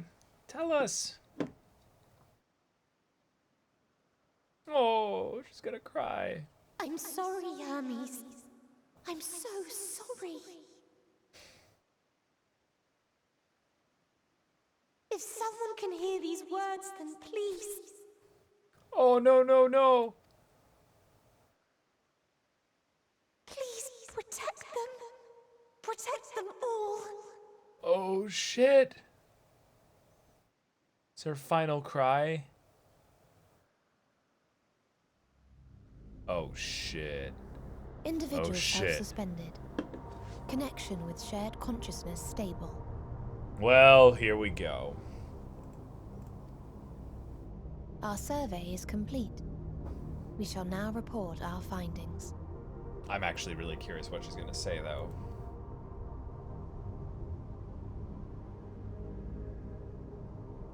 That contrasting All units crease. safely arrived at their respective destinations. Seeking answers to Hermes' question, we attempted to make contact with the intelligent denizens of each star. Results are as follows, Oh, in order boy. of numerical code. Oh boy, oh boy. Enna. Traces of civilization found. Structures believed to have served as domiciles. No extant life forms detected. Dio. Ruined remnants of buildings scattered across star, surface of which is encased in ice. Oh Presence of life no. could not be verified. Oh no. Tria. Evidence of large population centers, akin to cities recovered. No extant life forms found. Oh shit. Only their lingering essence. Just a whole bunch of extinguished civilizations and peoples. Nothing. Tessera. Edifices surmised to be abandoned residences found. No extant life forms detected. Deadly plague or extreme environmental degradation likely to have led to mass extinction. Yep. They are all dead. Octo. Star found in state of violent conflict. Contact successfully made with inhabitants, but deployment of weapons of mass destruction resulted in total annihilation of local population shortly thereafter. Inea. Star is a barren desert. No identifiable flora found. Bones of living beings resembling men discovered beneath sands, but determination regarding their intelligence inconclusive.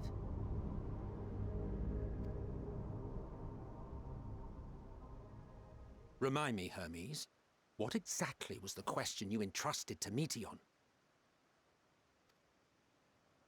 I tasked her with asking what others live for, what gives their lives meaning. Did you consider what may happen if the premise of the question is flawed?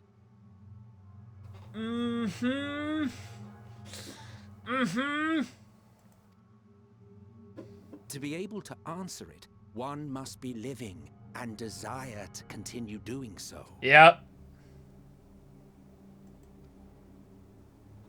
But if Meteon finds no living beings in the course of her journey,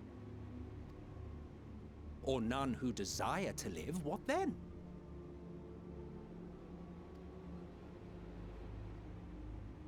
What answers would she derive from their silence?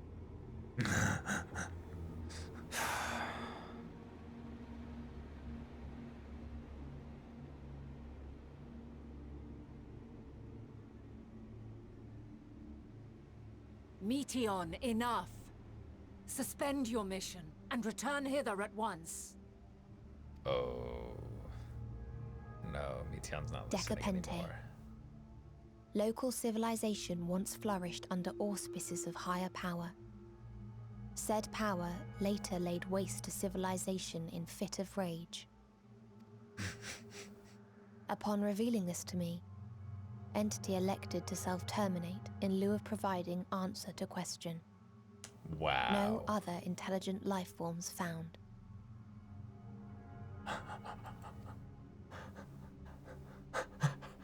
Turning a deaf ear, are we?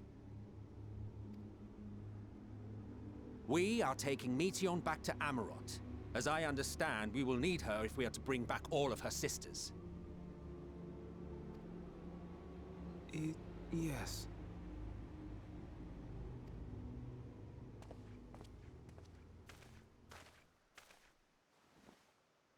Meteon.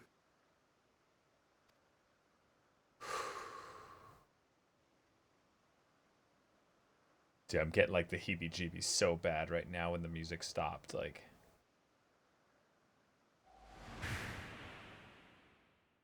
It isn't right, is it? It isn't right to turn away from the answer. Even if the answer is pain. ugh.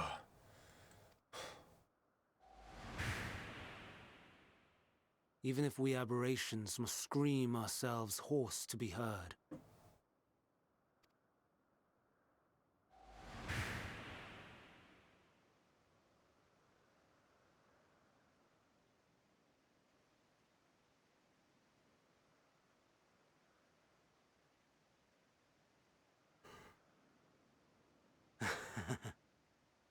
Aye. Whatever answers we find, I will not dismiss them out of hand.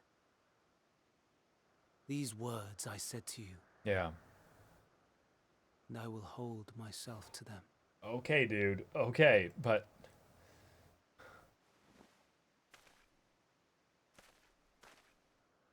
oh shit. Oh shit. Well, crap. Crap. Well, okay. What is the meaning of this? Here we go. You cannot take Meteon. Not until she has finished her report. Oh.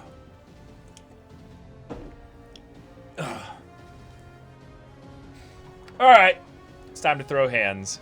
All else must wait. Oh.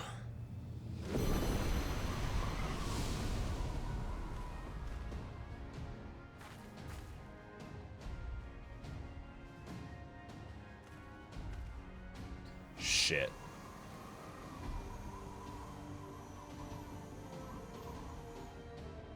You fool!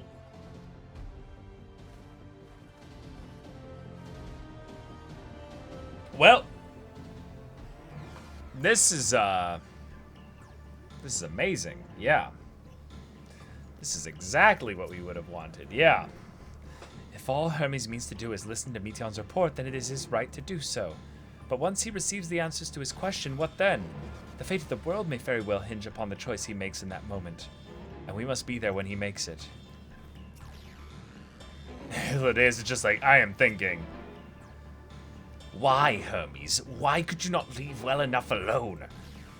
Will these answers assuage the pain you feel when a creation is returned to ether? Had you never cast your accursed question to the distant stars, you may have one day learned to be at peace upon this one.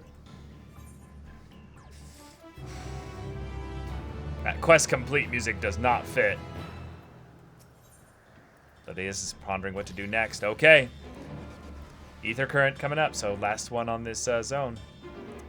Hermes has headed to Katisis. Considering the expansive dimension of the place, even we may have a difficult time locating his ether. All I can say is that he entered from the rooftop, and likely arrived at the uppermost point in the facility. So, do we pursue him? Of course we must pursue him. No matter what Hermes might be thinking, Meteon is a potential threat that needs to be brought under our control. The Convocation's duty to safeguard this star takes precedence over any personal stake in the matter. Bernard? Triss? 'Tis clear we stand on a precipice, but we have yet to determine beyond a shadow of a doubt that Meteon's is the hand which tips us over the edge. Nevertheless, if we are to learn the truth of the final days, we must give chase.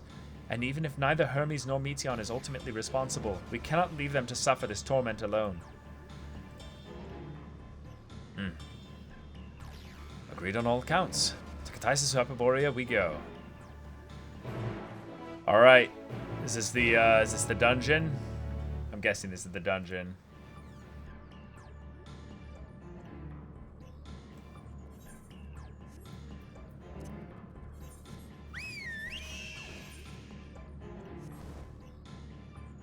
Okay, here we go.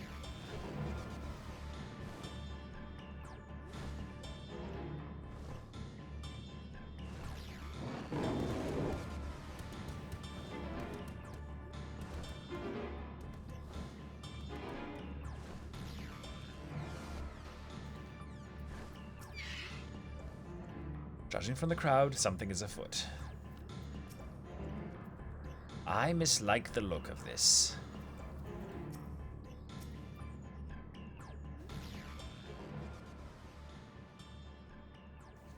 Oh. Okay. What have we here? Excuse me, has something happened inside Katisis? Mistress Venat, I'm so glad you're here. No one knows what prompted it, but the alarm was sounded and Katisis put into a state of alert. Procedure dictated that we evacuate immediately, and we have yet to investigate further. This is Hermes doing, obviously. And what does this state of alert entail exactly? A field of dampening magic is draped over the entire facility, usually in response to escaped entities and the like. Katisis scholars and observers are unaffected, but everything and everyone else is weakened to a fraction of their usual capabilities. Then consider us forewarned. We do, however, have urgent business with Chief Hermes, and must enter the premises regardless.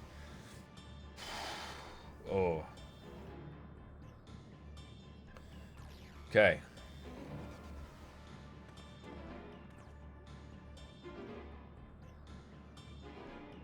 Definitely do trust for this one, it's worth it. Okay. That said, if Hermes is willing to enact such measures, I wonder what other obstacles he has seen fit to drop in our path. With that enfeebling spell in place, we're not like to be at our fighting best.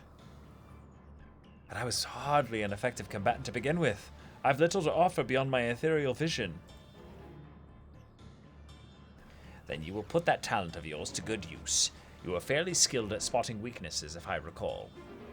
Fairly skilled? Now you've gone and raised everyone's expectations. You all need only make the most of your strengths, and I will fill in the gaps as required. I was once as am, after all. 'Twas my job to rise to the occasion, be that as defender, aggressor, or healer. Ah, nice, nice, nice. So in the trust system, we can use Vana as any of them? I feel better about my lack of prowess already. And you, Emmett Selk, can impress us with your arcane majesty. You lob potent spells as easily as breathing, but can also channel that power in a protective manner if you so choose, yes? Well, yes, should the situation call for it. Excellent. That should cover us on all fronts. All right. Your tale led us here, Triss, so 'tis only right that you lead us now. No matter what lies ahead, we will win through to Hermes and Meteon. And then we will face the future together. Yep. That was a meaningful head tilt there. And say it is now accessible. Bah. Yeah, yeah. She's an insane healer. No CD on Benediction. Wait, what? She just spams it?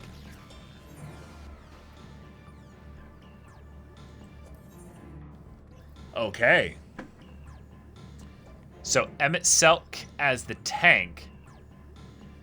Oh, wait, no.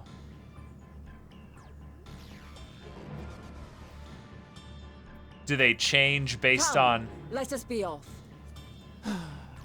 Let's get this over with. Oh, that's cool. Can scarcely contain my excitement. Oh, nice! So if we were tank, Emmett Selk would be a DPS. Yeah. Go for it, Master Hand, yeah. Should we change this, or does it make most sense for Emmett to be tank? Because I don't know if the tank AI is smart enough in trusts. Wow, our DPS is going to be boosted by Hythlodaeus, yeah? Honestly, up to you. For trust tanks, you need to pull for them to large pull. Oh, okay. Good to know.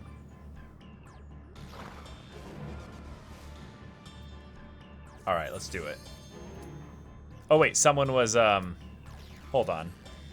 Someone was, trying to Hey, Crisis Core. Hello. Who are you? Oh. Oh, are these minions? Oh, thank you. Thank you very much.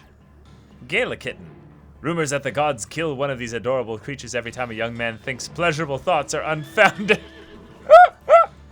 What? Thank you. Weatherproof Gala Cat. Makes you feel toasty warm simply to behold it. Oh, that's cute. Yeah, I don't have a lot of things in this game, to be fair. All right, let's do this. All right.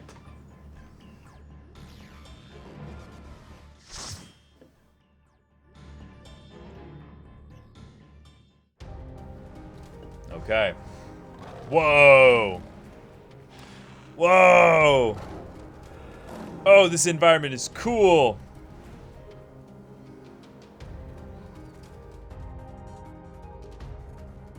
Oh.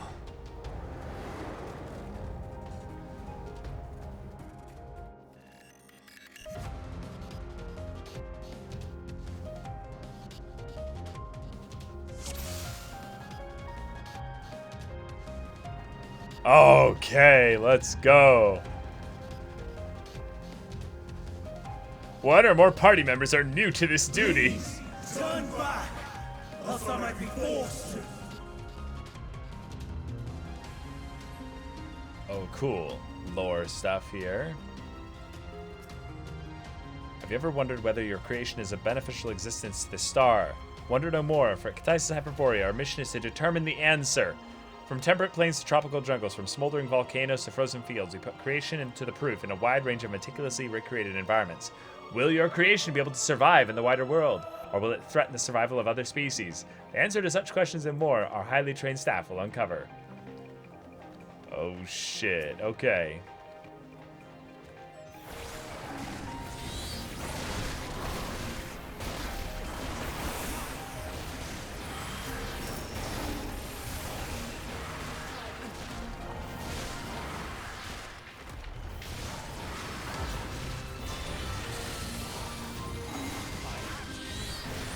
I see you opening.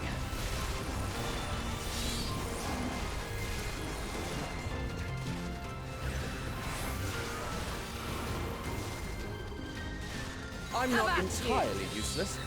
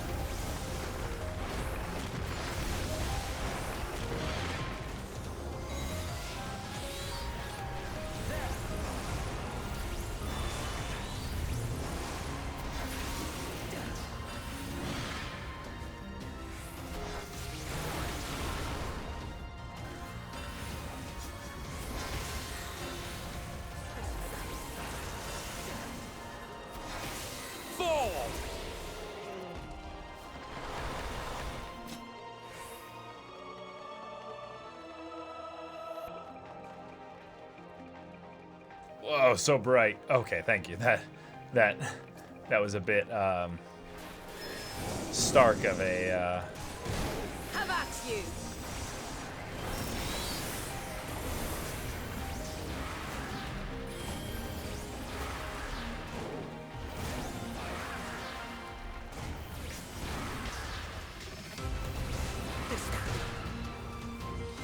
Flight trip.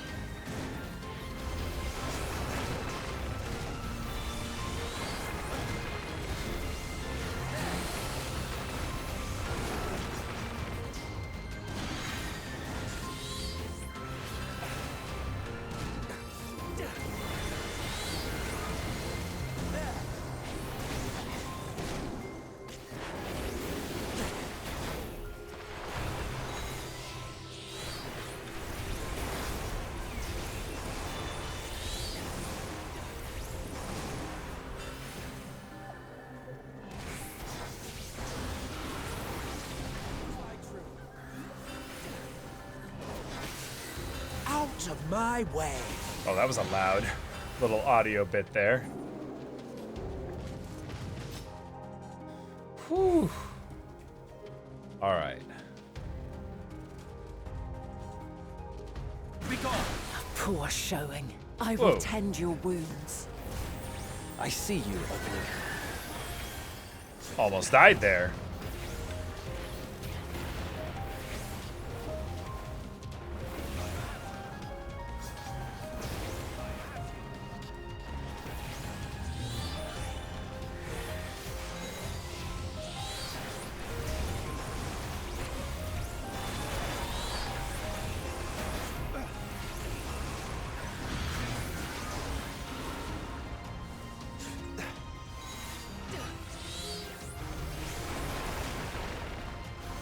I'm not entirely useless.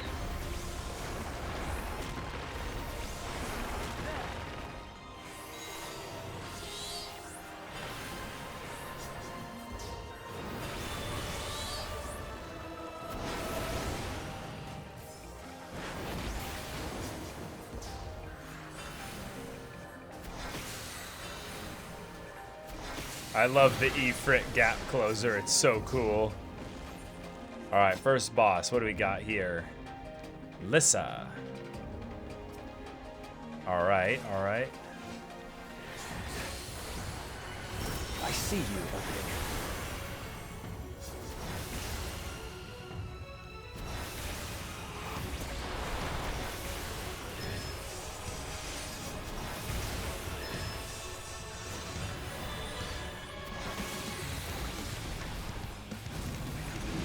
How about you?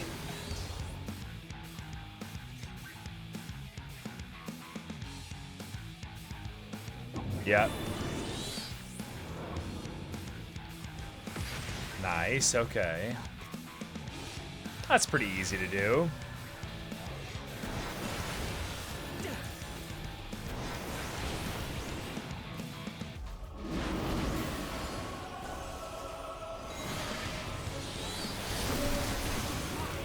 Have a taste.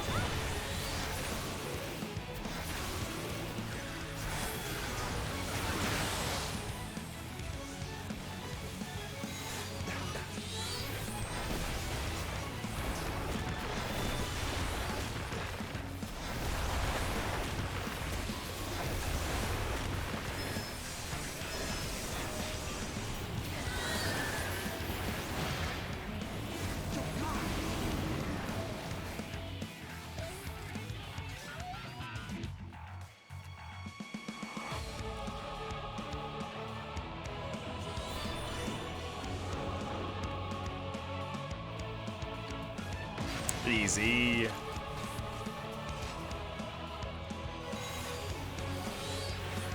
How about you?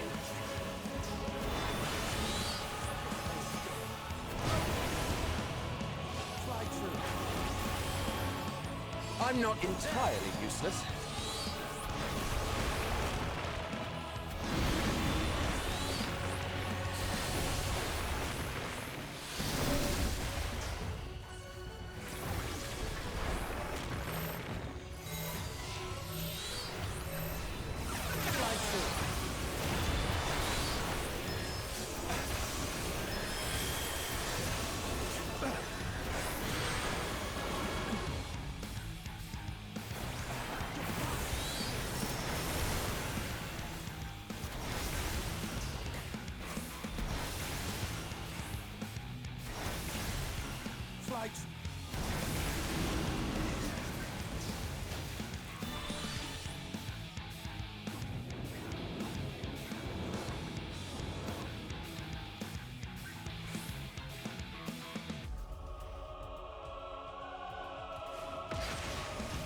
Okay.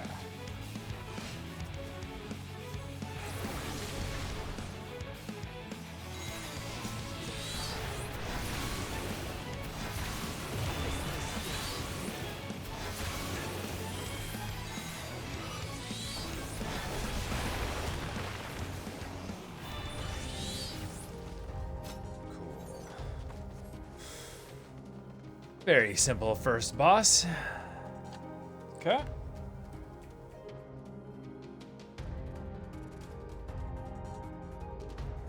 Oh, that's cool, Master Hand. Interesting. Yeah, given that they won't have, like, seen it before necessarily. Stand firm.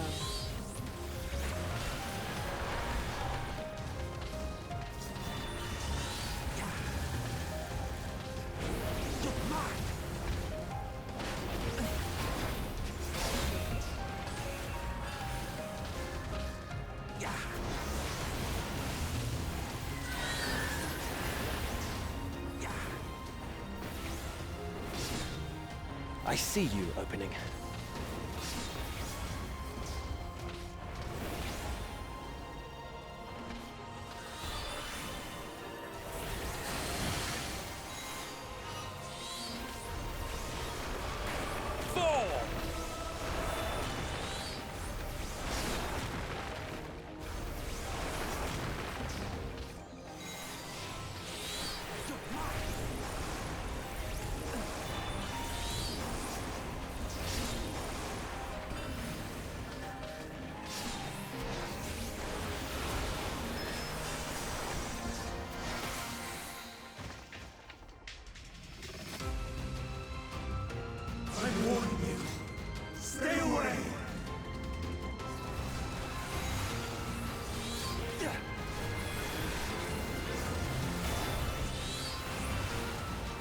sting.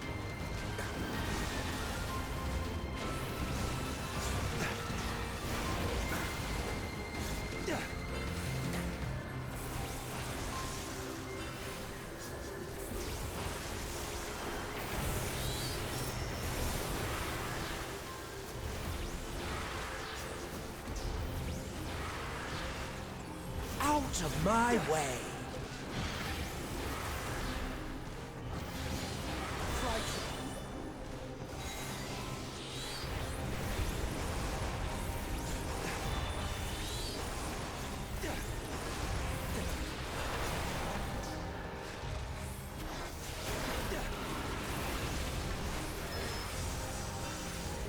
This may sting.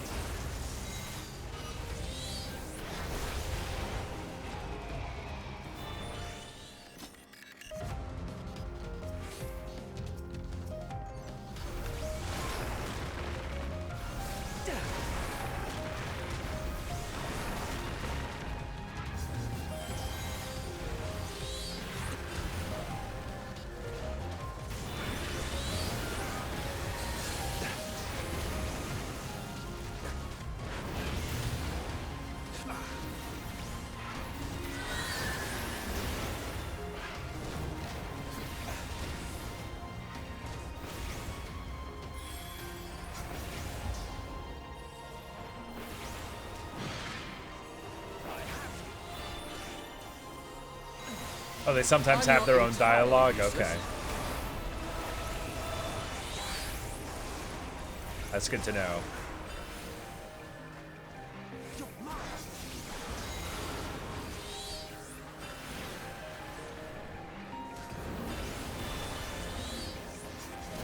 Out of my way! Have a taste. Observation journal. According to Mistress Lisa, her creation is based on a concept for a bipedal wolf, and indeed is impressively manlike in its gait. It is also highly intelligent, as is evidenced by its ability to employ tools, while the gleam in its eyes give the impression that it comprehends our words. If this proves to be the case, it would be a shame that its throat isn't designed for speech. I must make mention of this in the next report. Wrong.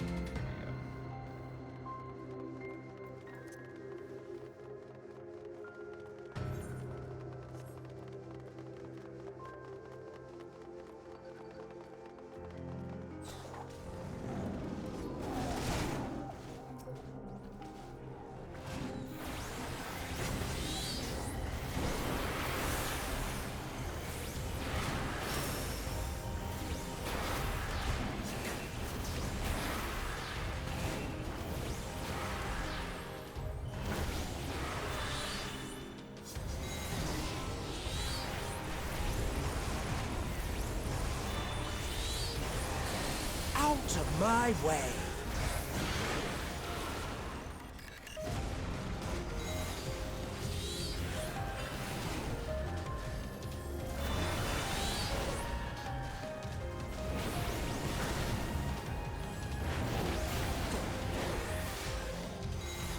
I see you opening.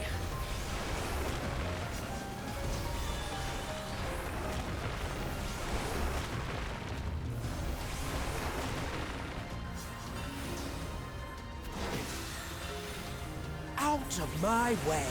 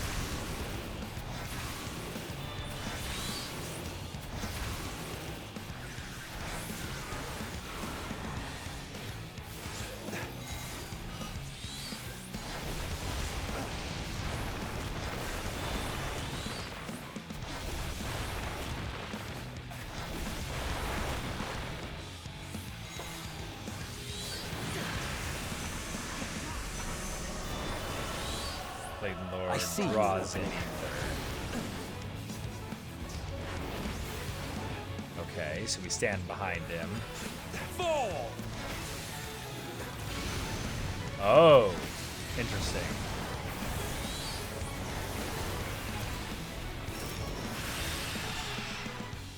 Out of my way!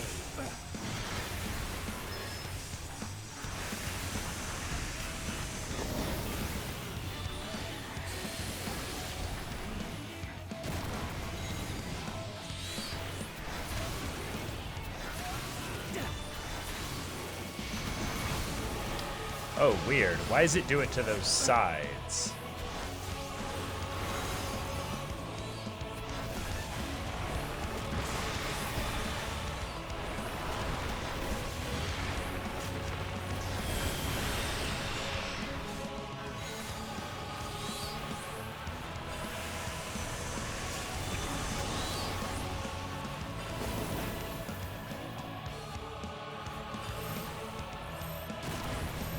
Fall!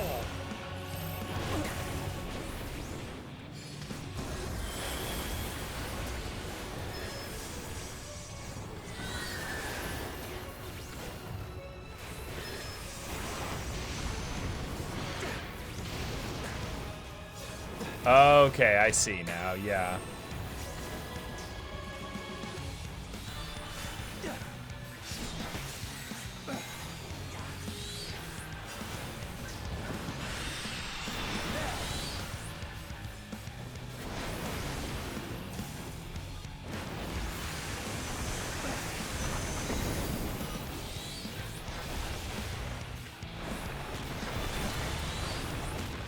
I'm not entirely useless.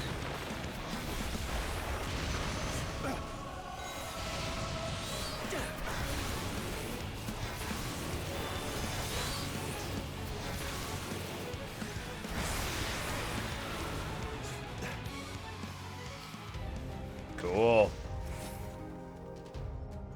Wait. Wait, what? I gained 1,000,000 XP from that?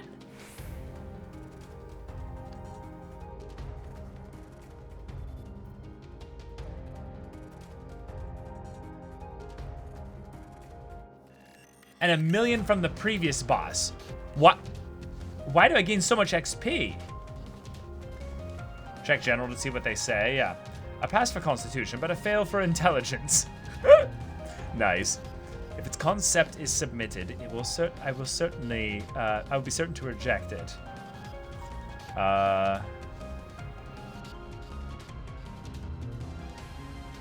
Okay, there's a lot of cool little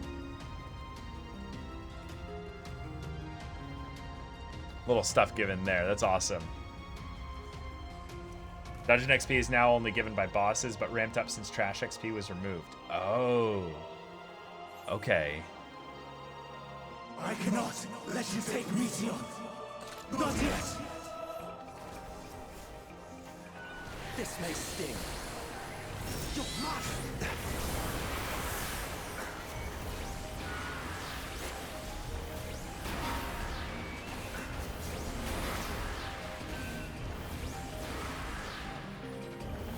This may sting.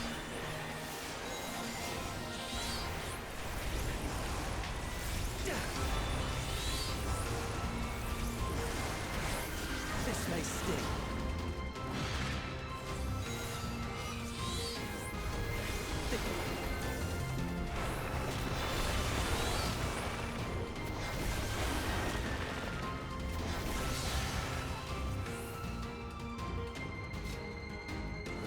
Whoa. Oh, cool. Have at you!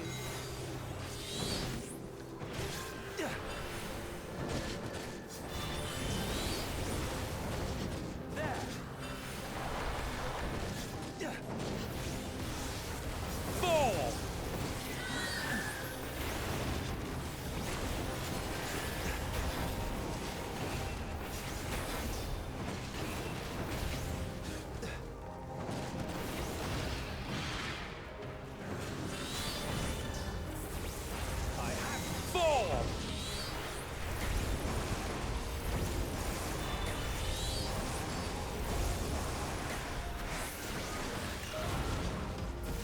taste.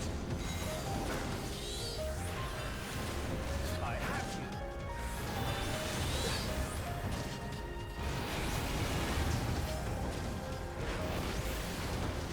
Have a taste.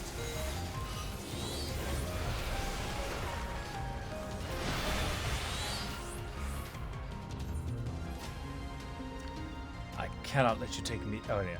We're close. I can hear it in his voice.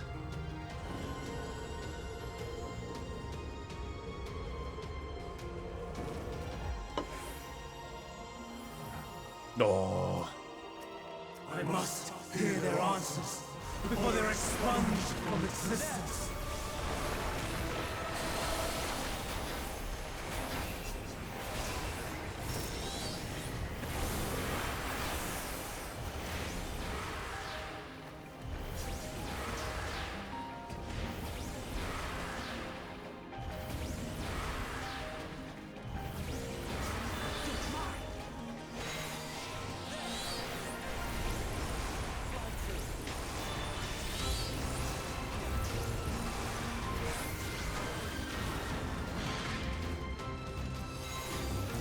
Have a taste.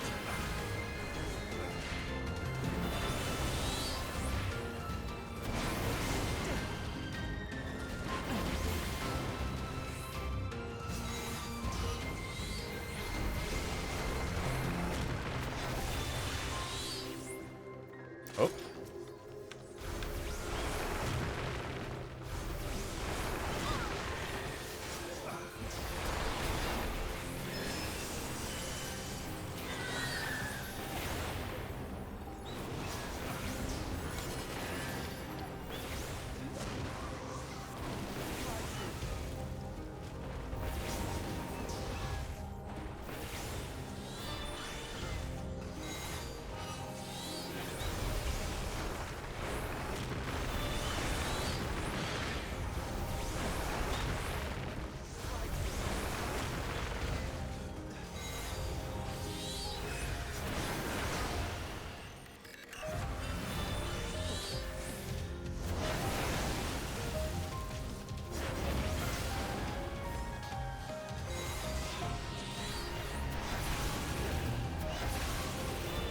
Out of my way.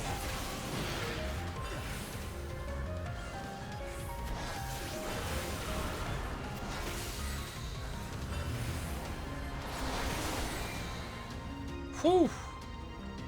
Okay.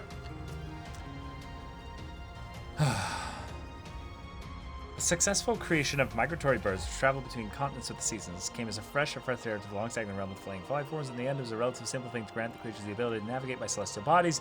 This method lacked the precision needed to guide them to the same location each time. It would be vital to their survival. The breakthrough came in the form of magnetic fields, use of which was discovered by the incumbent Fandaniel during his tenure as chief overseer of Elpis. Truly inspired idea that has brought lasting benefit to the star.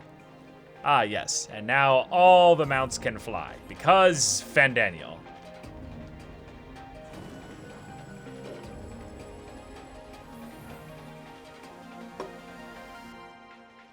Okay, here we go. Hermes time. Oh. So, it comes to this. I have no wish to fight, but this time, I cannot yield. Though the world may think me a mad, desperate fool, I will hold fast to my conviction. All right.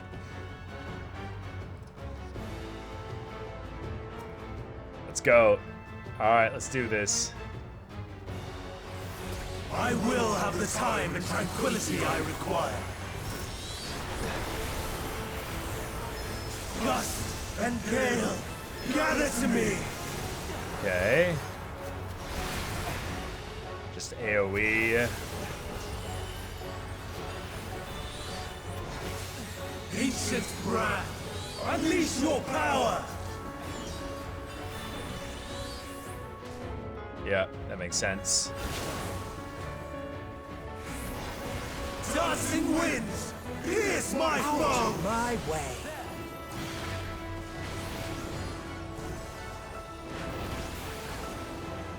Stars on high, fall as rain! I see you, opening.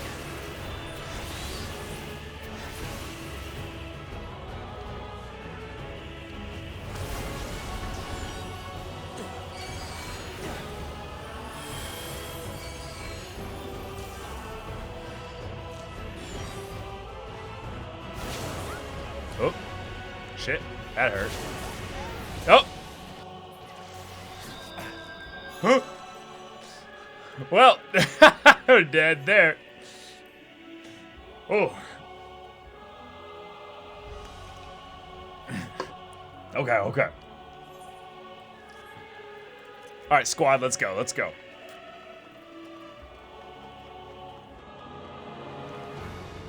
Dun, dun, dun, dun, dun. Bum, bum, bum.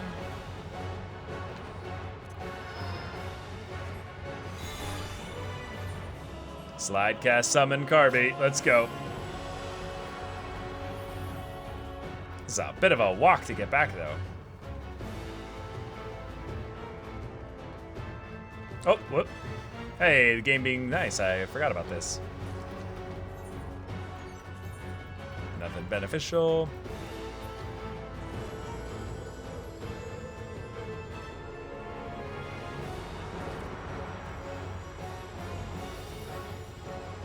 Oh, and another treasure coffer we missed. Nice.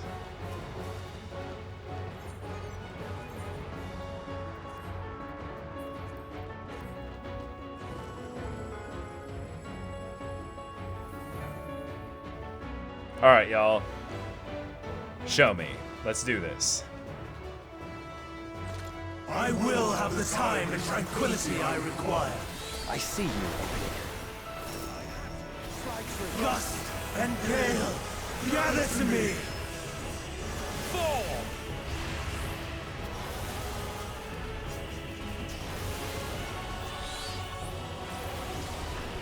Ancient brand, unleash your power!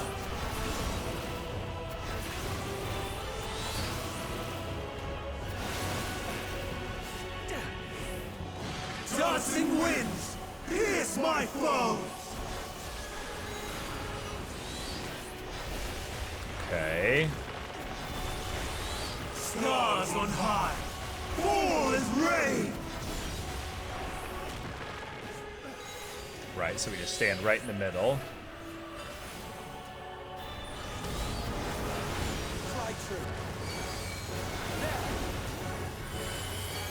I'm not entirely useless.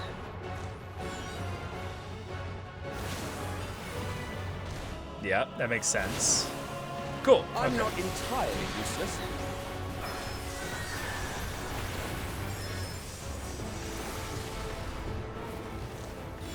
I see you, opening.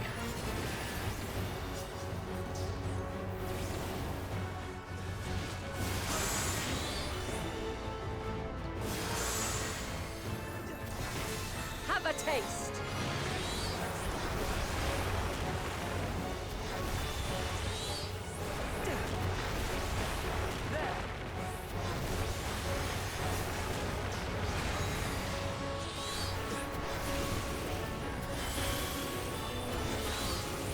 Streams of ether, surge as one!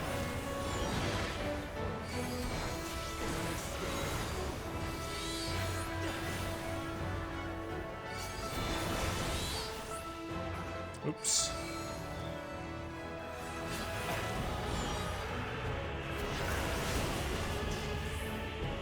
Whoa, that is a narrow window.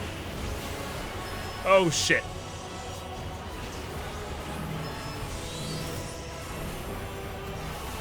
Heals! Oh my god! Where are the heals?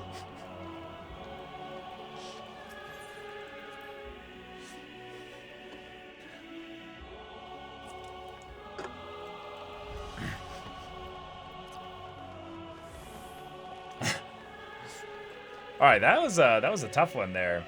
I think I got hit by the laser thing, but then you could have used physics. Yeah, I know. Yeah.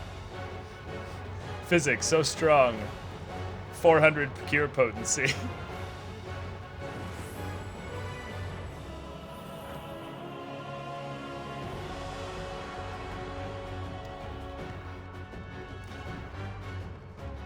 Yeah, Vana was like, I'm sorry, my tank's at 98% HP. Sorry, you know.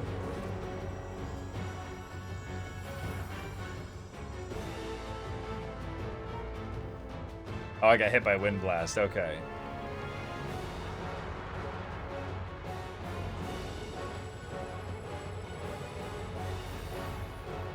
All right, let's try this again.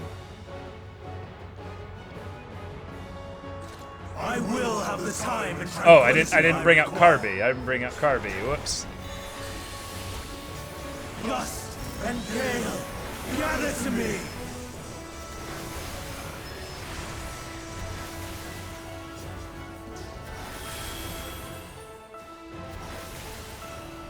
Ancient breath, unleash your power.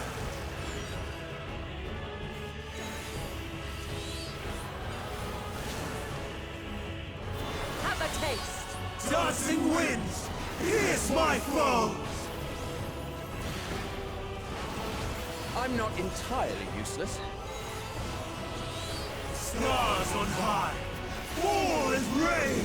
I see you opening.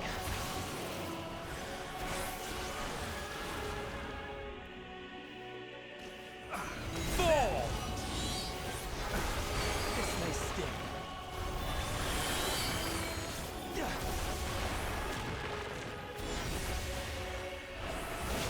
No!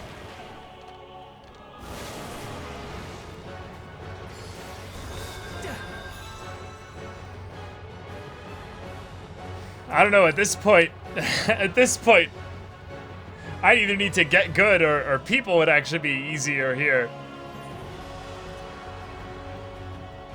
I feel like I'm playing like a black mage at times, where I'm like, this is my hard cast part. You know, I can't move, you know?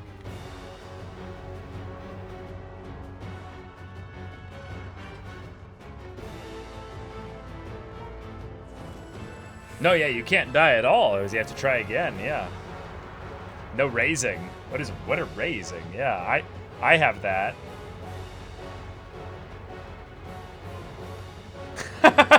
That's a good one, Mr. Hand, yeah. Follow the Dorito.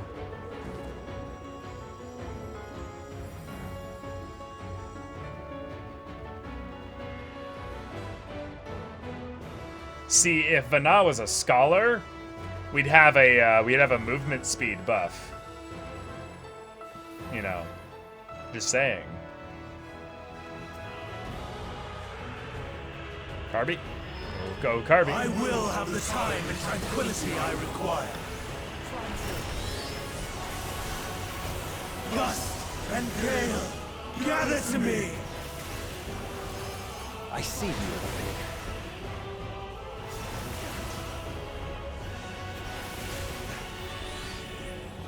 Ancient breath, unleash your power.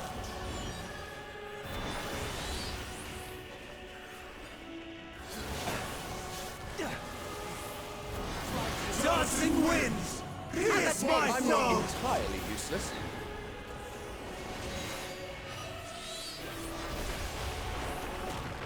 Stars on high, fall as rain.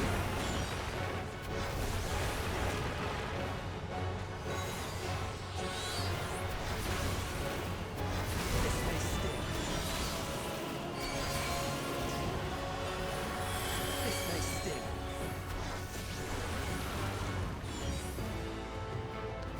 Oh, that was close. Out of my way. Sorry, Emmett. Jesus, I'm trying, man.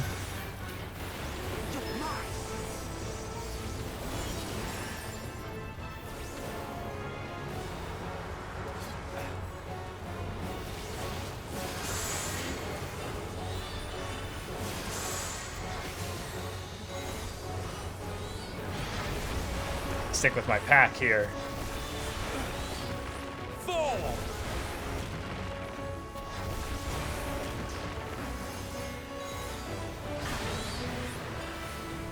All right, Should be able to pull off hard casts here, no problem. Yeah, no problem. Streams of ether. Out of my Surge way. is one.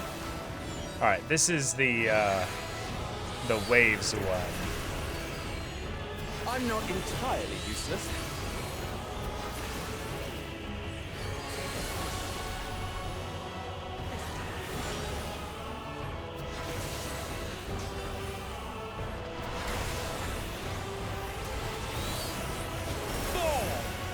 What the hell?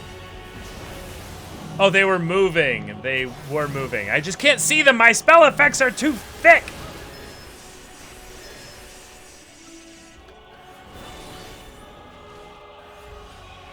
I will tend your wounds. Oh, you will, Vana. Thank you. Jesus, man. Tossing winds. Pierce my foes. Ugh. Come on. All right. Any new mechanics? So far, so good.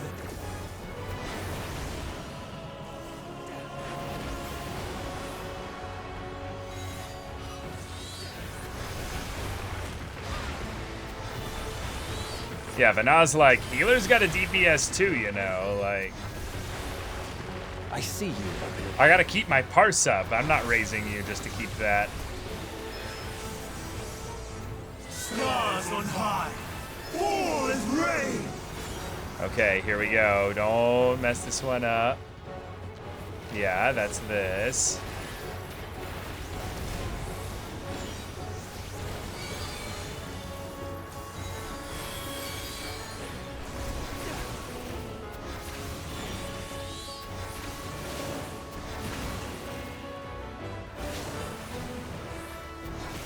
Okay, we did it. We did it.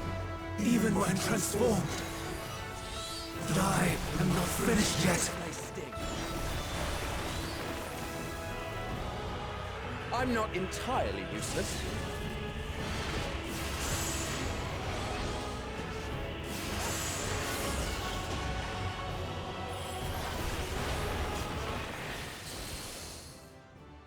Yeah, I even took the hit like an idiot. Woo! Woo-hoo! Oh.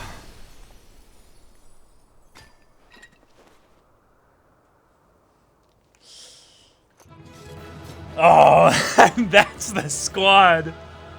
That's us right there. Oh.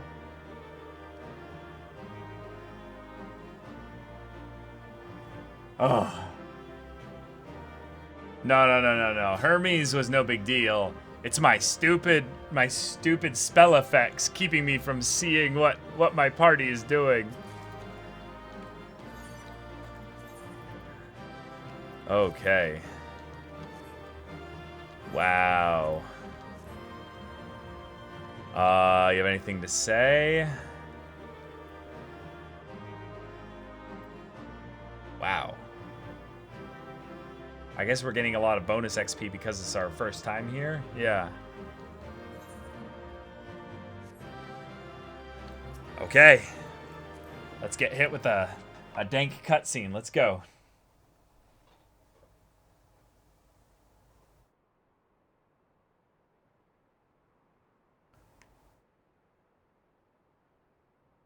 Oh. It's over, Hermes.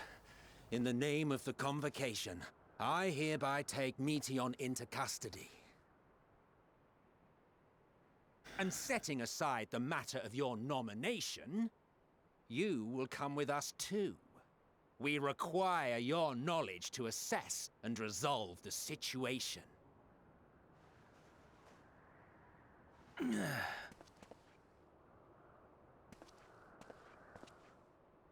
Meteon, I am so sorry. Would that I could have listened to your report in full. Okay. Reflected upon its meaning and conveyed it to others. That they might reconsider their chosen course. But I have failed. And that wish will never be realized. However, However, ere our fates become the province of others, I bid you tell me just one thing. Was there happiness in those distant stars? Was there a reason for living? bro, why would you put the burden of that answer? We conducted our search as per your instructions. We scoured historical records, communed with the spirits of the deceased,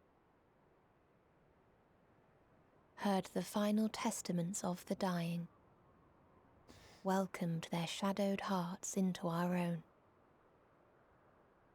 No. One race had striven to create a Whoa. world bereft. They renounced relationships to avoid interpersonal strife, and in so doing brought about societal collapse. One race had renounced war and devoted itself to the enrichment of its people. They were conquered. Though they destroyed the enemy in reprisal, they could not regain their former glory. One race had concluded that finite time was the root of all woes. Aspiring to shatter its shackles, they went in search of infinity. They discovered nothing is infinite, and that neither time or death can be cheated. Disillusioned, they gave up on the future and themselves. One race had discarded all things that gave rise to sorrow, hoping to have only joy. They found joy lost its savor in the absence of sorrow, and lost their will to live. Oh my god. Though worlds apart, these peoples shared a belief. The belief that they had tried their best. That they had tried to fulfill their potential with every step and success. In the course of which... Oh my god. They would never be free of fear and sorrow. Anger and despair. Of loneliness. So long as they yet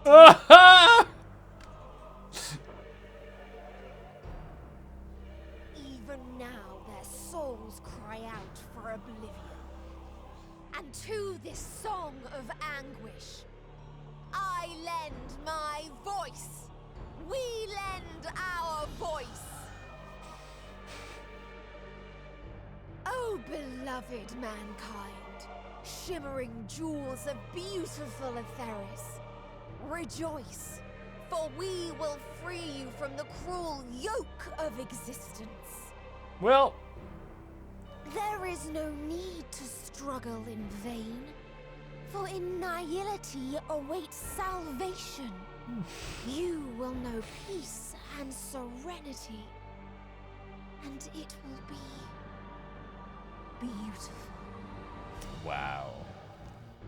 There it is. We will make our nest at the edge of the universe, and there in the dark of dead worlds hoard sorrow and suffering.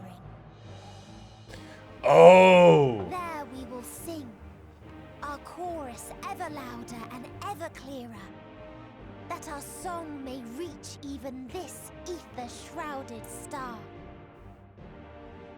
Ha! Ha! Such is the answer we have found in the stars. Such is the gift we now offer to Etheris.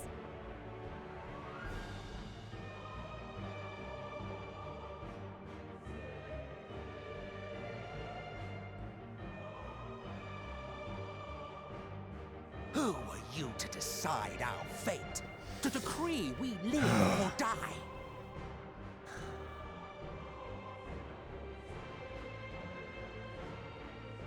Wow.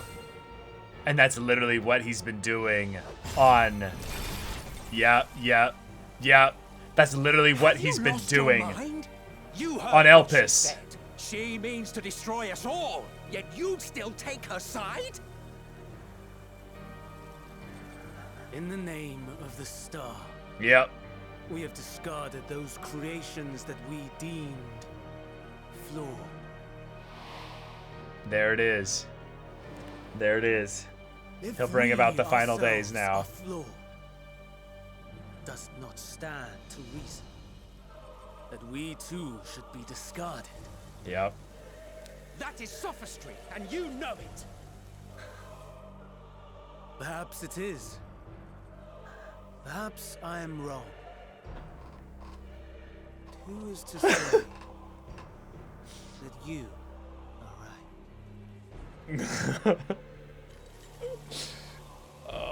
Let us settle this with a determination. Okay. How? In my authority as Chief Overseer of Elpis. Jeez.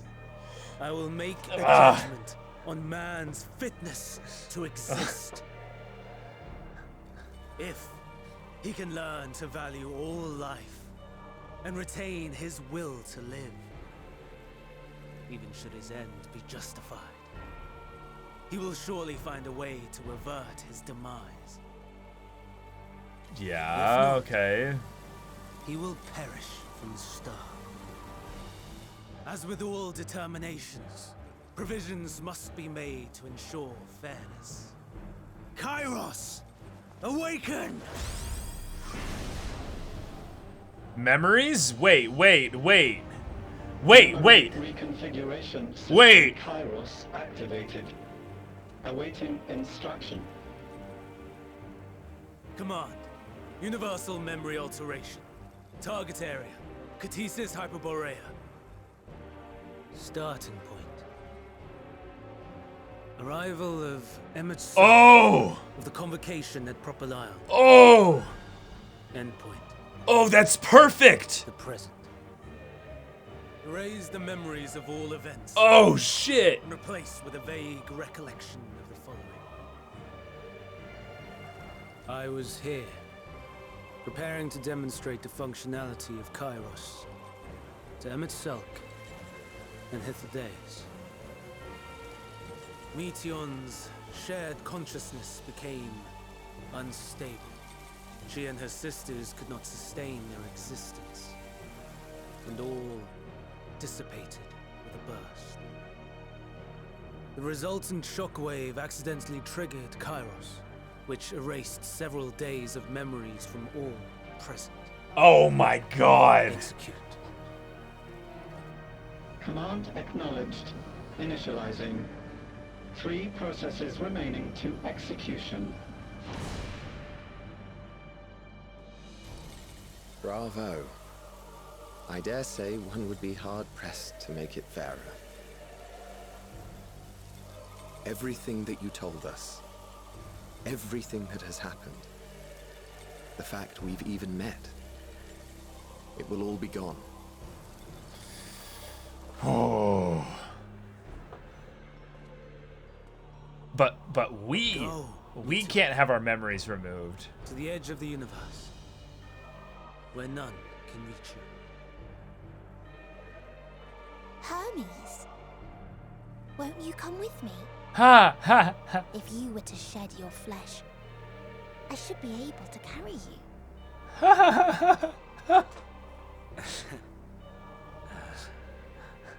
I will remain. As a man, I will oppose the oblivion you bring. No, I'm talking about us. We can't lose our memories. We need this. Had you said yes, I would have granted you the gentlest end. Oh my god.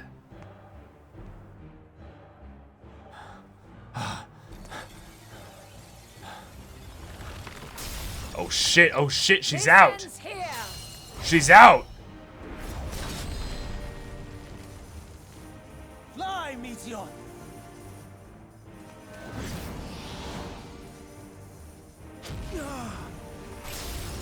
Oh, lost concentration. That is far are enough, Hermes! Argos, to me! Oh, shit! She's going after... Oh, shit! We got a chase going! Oh my god! This is all happening! First process complete. 2 remaining to execution of memory reconfiguration. As if we needed more pressure. Yeah. No matter what. You Yeah, cannot exactly. forget what happened Yeah, today, exactly. For it is the key to saving your future. Your world. This fight is our fight.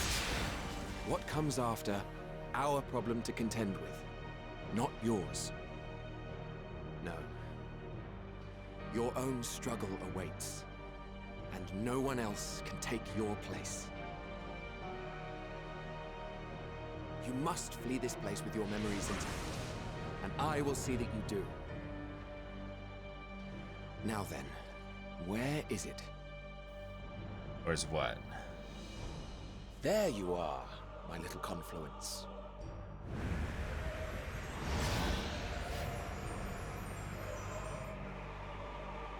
Oh, she can't get her.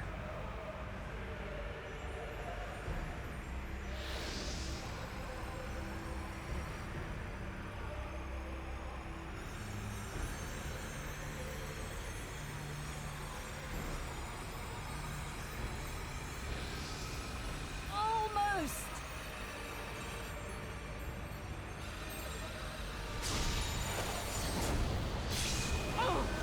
Whoa! Very well, then. Oh, shit! You may elude us this day, but not forever. Wait, so she just tracked her.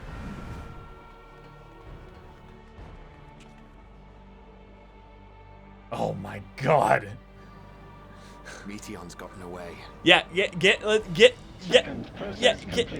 out! Execution. Ugh. No time for brooding. Listen well. Beyond lies a spatial confluence that connects the interior sections of this building. Okay. I will destroy the confluence and force open a way outside. When I do, you must jump through.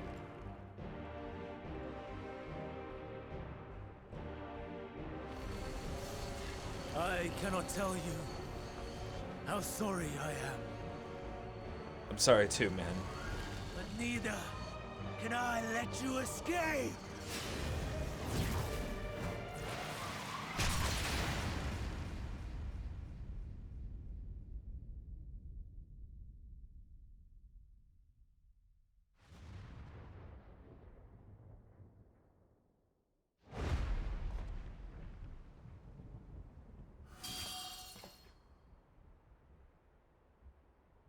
Too brave by half.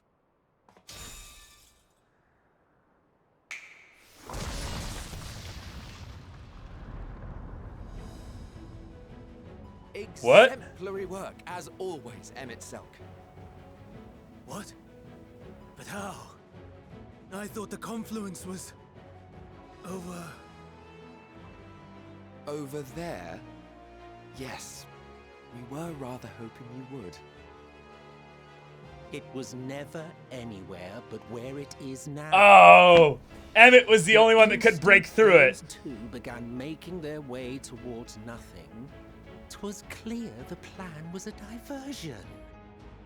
I'm quite incapable of destroying the confluence. He's too weak! The Yes! gambit brazen beyond words. Oh, we've grown What, Emmett? accustomed to reckless improvisation. Due You to didn't the have an antics instant of cast or something? incorrigible associate. Just an OGCD in between fighting Hermes, you know? No, in the case of certain present company. Guys, there's literally no time! Understatement. Yes. Incorrigible as hell. I'm beginning to suspect it's a requirement for every Azen. Ha, yeah, exactly. Oh. Wait, are we both getting through? Quickly! Even now, We're both getting I through! do not believe your tale. I would not suffer us to walk such a wretched path. Still, if it must be said, do not squander it. The legacy I leave you. Oh! Final process complete. Executing universal memory alteration.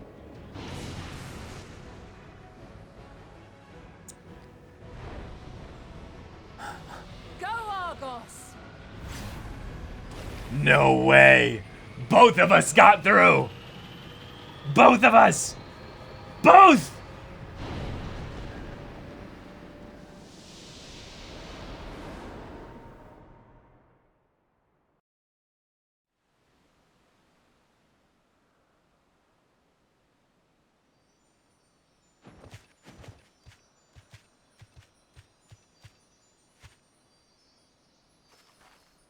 So this solves like 90% of any kind of time muckery shenanigans. Like 90% of it at least.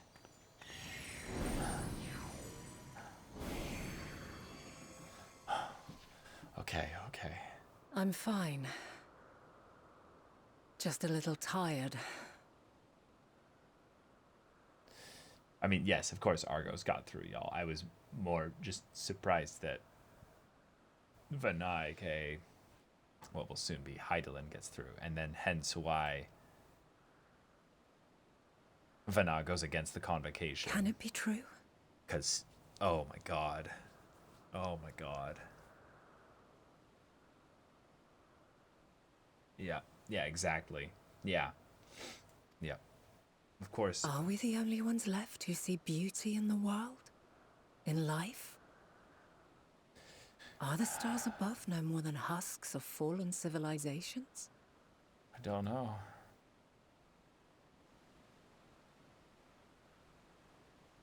To be fair, they only spend 108 years searching. And yet... That's not a long time to search, a galaxy.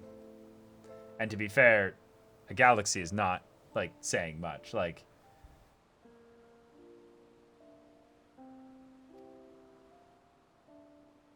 I feel her. Though she is unimaginably distant, I feel Meteion's presence. And the place where to we must go. 108 days? I mean, if you want to call a cycle a day, that's a weird way to say it, but sure. Maybe. Ere she made good her escape, I placed an enchantment upon her. Right. One which allows us to we'll be follow able to trace her trail. Okay, cool. She has already left the outermost bounds of Aetheris and continues on her way. Given the vastness of the universe, it will still be no easy feat to track her down.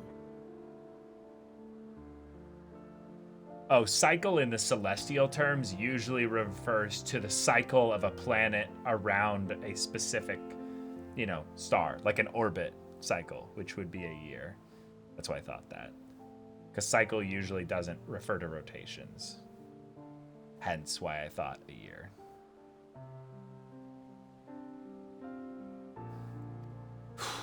But thanks to Emmet Selk and his Ladeus, all is not lost. We remember. Remember us. Remember that we once lived. So long as we remember, our fates remain ours to shape.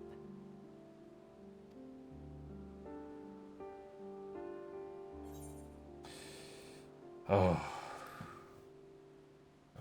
Okay. Y'all, I'm wired. I'm wired to the nines right now. I'd like to know too. Let us ascertain the situation at Catesis Hyperborea, where they should still be. Catesis, yes. Catesis, okay.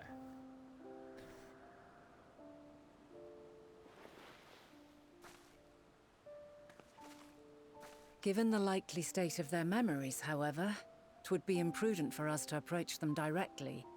In which case... Thanks for the hydrate reminder.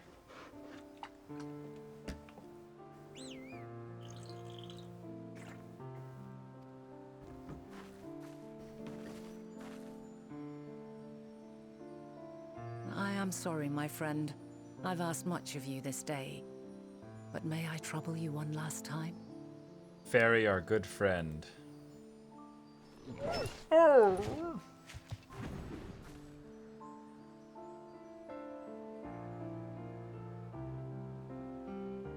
Argos will investigate in our stead.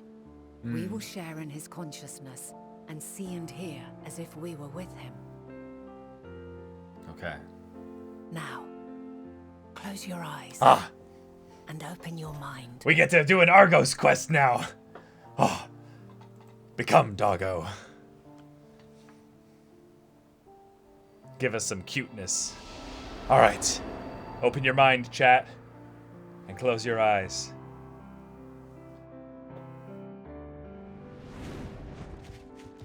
Oh.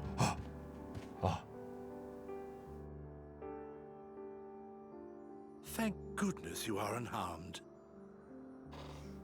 Yeah. Unharmed? There is a gaping hole in my memories. I can scarcely remember arriving here in Elpis. Jeez. Forgive me. I was preparing to demonstrate the functionality of Kairos to our guests. But Meteon, her shared consciousness became unstable. And she... Yeah. So Hit that's what hit all of prompted them. the state of alert. Nice. And when you went to investigate, you were caught in Kairos's accidental operation.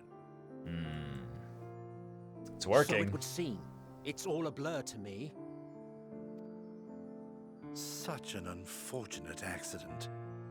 Oh, and what of Vinar and your other companion? Yeah, your other You companion. went inside together, as I recall. Yeah. We did? Of course they don't remember. If Vinar was with us, I have no recollection of it. No. But that there is her familiar, is it not? The fellow seems happy enough, so I think it's safe to assume his mistress is well.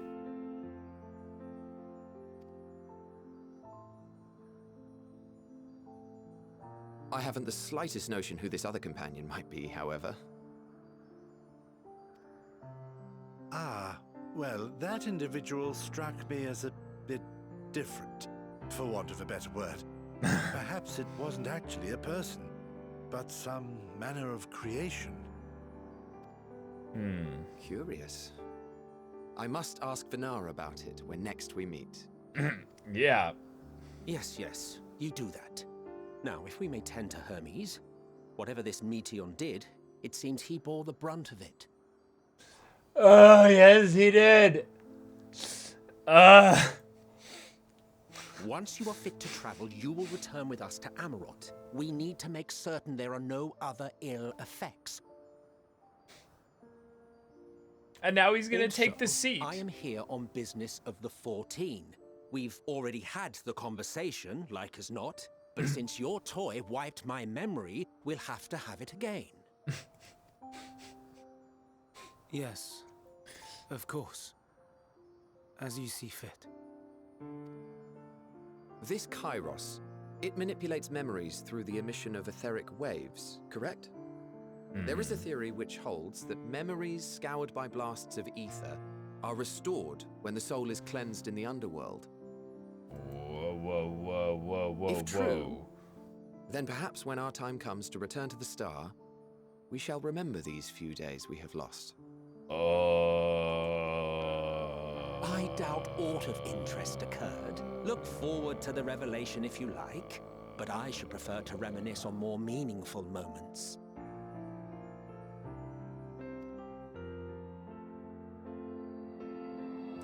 Well.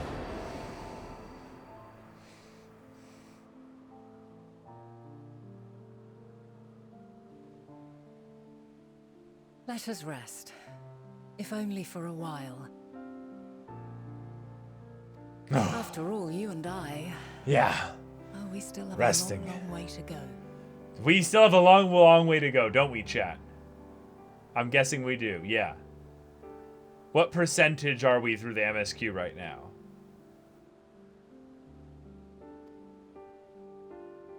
Oh. 70%. Oh. Oh. Oh.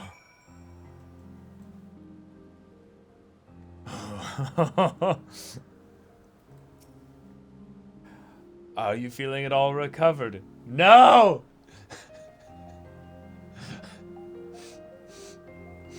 No, I'm not. I understand that your exertions were more than purely physical. Uh-huh. But resting one's body, if only for a moment, is never without merit. Good advice.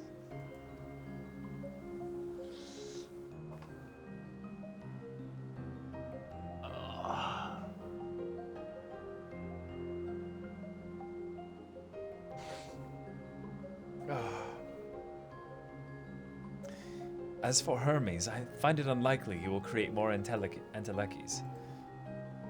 He poured much of himself into Meteion, and now that she and her sisters are gone, dissipated in his mind, the grief must be unbearable. He will blame himself. He will believe that, had he never acknowledged his dissatisfaction with the world, then the Meteor would have never been born to suffer and die. The offer to join the 14 will be a welcome distraction, and one day hence he will face the advent of the final days in the role of Fandaniel. Oh. You may now enter Catesis Hyperborea. Yep, trust people. Oh my god.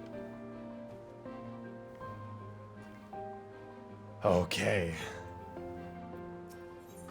Nas watching you in quiet contemplation. Triss, listen to me. Our duty now is not to denounce Hermes for his misguided determination, or to convince Emet-Selch and Hythlodaeus that they have been deceived. No, we must instead ensure that the experience Hermes sought to expunge are preserved. What remains in our memories alone will be our weapon against the final days. You must fight this battle in your age and I in mine. Come, let us walk together once more. I will see you to the doors of the Propylaeon. Ugh.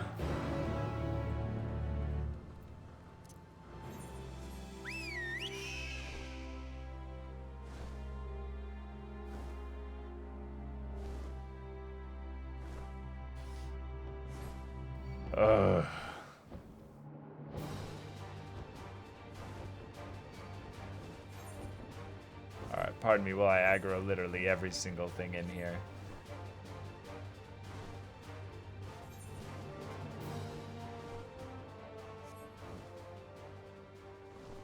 Oh, y'all. Remember when Emmett was narrating before the Elpis arc? So much more for you to see. Oh my god. This is what pain feels like.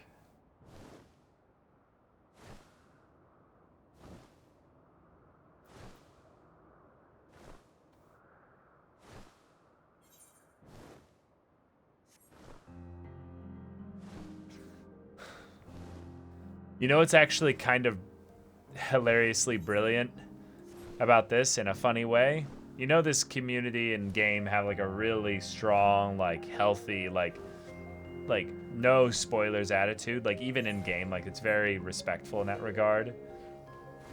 One of the things that I just realized was that one of the things that you'd want to do when you leave this zone is to not use the glamour that you were here. It's almost like, in some ways, it's a secret that you have to keep to yourself. You see what I'm saying here? It's a secret that we have that's for no one else. Which you accidentally did last stream? For like 2 seconds. Come on. Come on. Come on.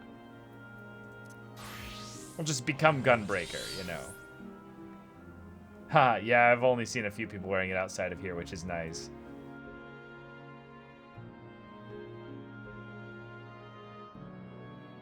You could have spoiled a sprout. Okay. First of all, a Sprout being an Endwalker, they skipped some story then. Yeah, a Sprout would not have a single damn clue. No. If a Sprout is an Endwalker, they rushed through some story, so they don't know what they're doing in the story anyways. Either that or they're an alt. Yeah, and then therefore they would know.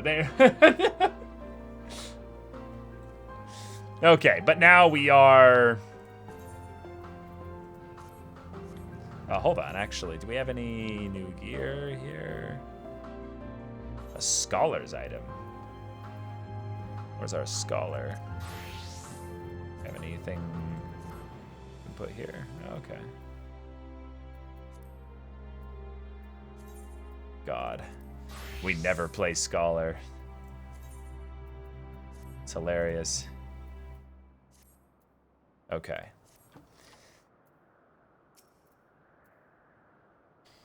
Your time in this age is drawing to an end. Upon speaking to Vanna, several cutscenes will play in sequence. Oh boy, here we go. Should we change our outfit now or after the cutscenes, though?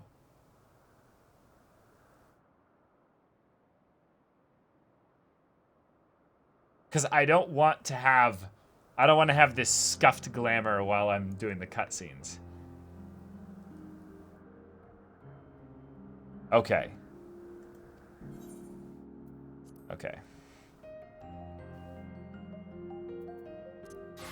No, I want to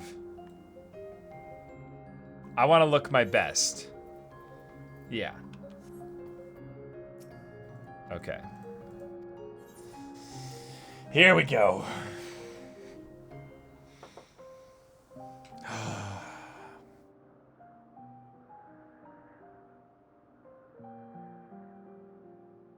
So, it is within. The portal that brought you hither, and will take you home.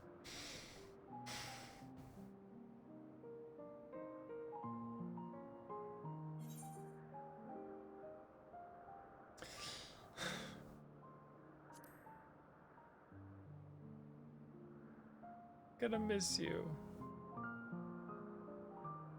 May you and yours emerge triumphant. Make use of the knowledge you have gained, that your days in Elpis and our friend's sacrifice be not in vain.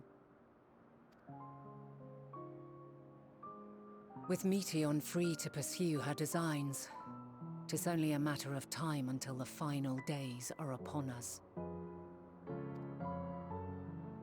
We must be ready. From fortifying our defenses to securing our escape, there is much to be done. In spite of this, we cannot allow the report that set this calamity in motion to become common knowledge. Were the masses to learn the fates of the other stars, I fear the situation would spiral out of our control. Hey. I must carefully consider who can be trusted and bring them into the fold.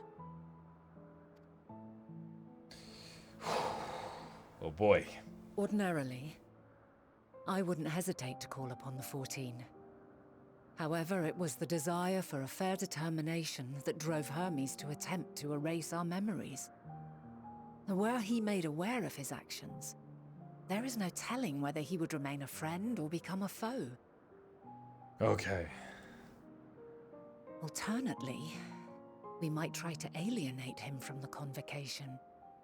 Yet in doing so, we would deprive ourselves of a brilliant mind who would be invaluable in the crises to come.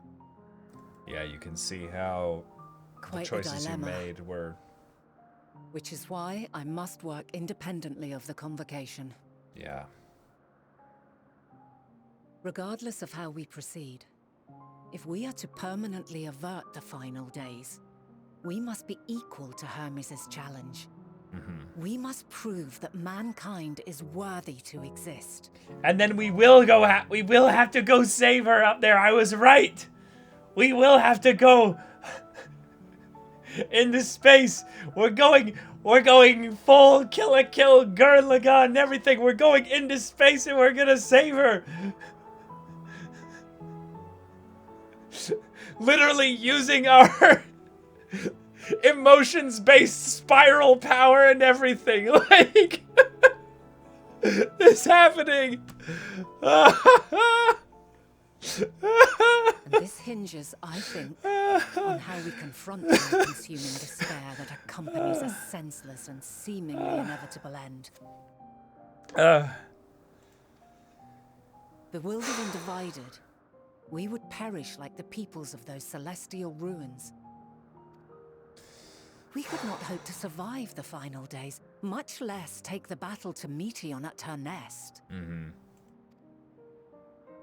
We must find a way to defeat despair, to unite and prepare as many as possible for the struggle ahead. Just don't get hit by despair, Forehead. Just don't get hit by it. Just don't get hit. Have you tried not being sad? Heavy will weigh the burden of guiding this legion of souls. Yeah, no wonder you created Hydaelyn. No wonder you needed the support. I have faith in mankind's potential. As long as he believes in himself, this stupid naught sound thing keeps happening. So I will not give up on him. God. On us. I wonder if it's a heat thing.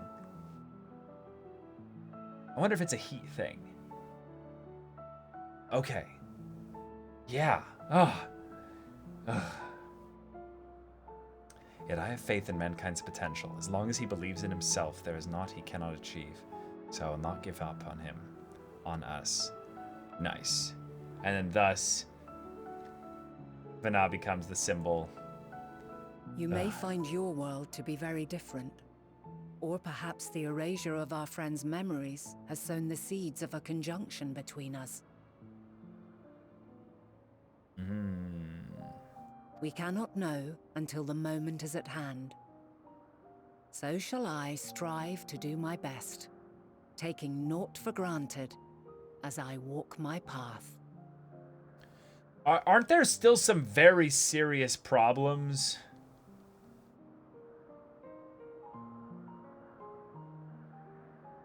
With actually the idea that Vana and I both remember this? Like, we get chosen by Hydaelyn.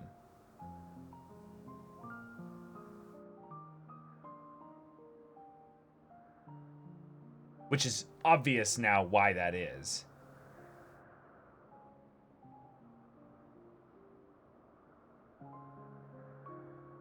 Yeah, there's some serious problems here, because we're like, oh, Hydaelyn, who is that? What's all this?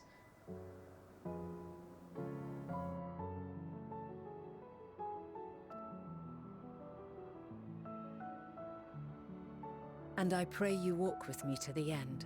Yeah, there it is. Walk with you to the end. So...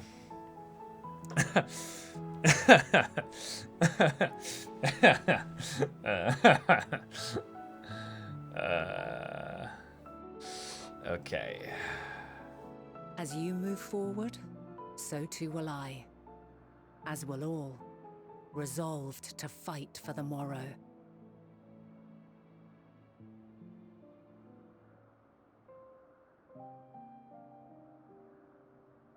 I'm not gonna lie, like, there's aspects, you know, as it gets closer and closer to premiering, anytime a story now, like, even remotely has the idea of basically, you know, something like paths.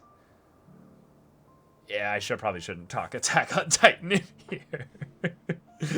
A lot of you are here for this story. When mankind has found the strength to stand against despair, we shall silence the song of oblivion. She who sings it will learn our journey is far from over. This I promise.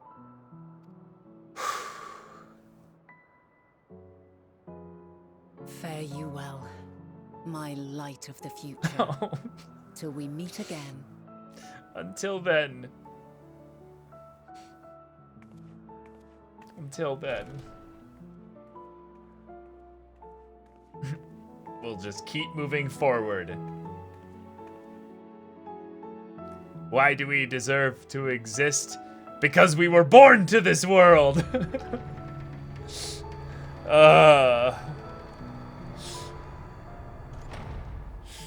Okay.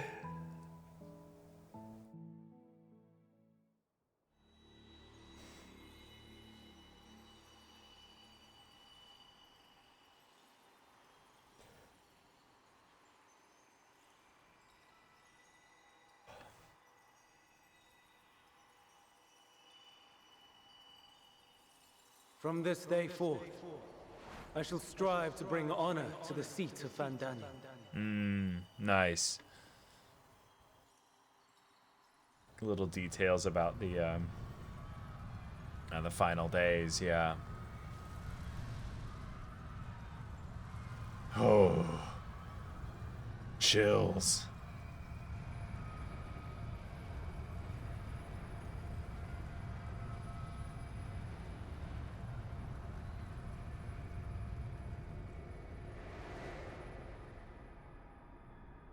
It's actually pretty bright. Oh. Wow. Hitting us with this. Oh my god. Oh.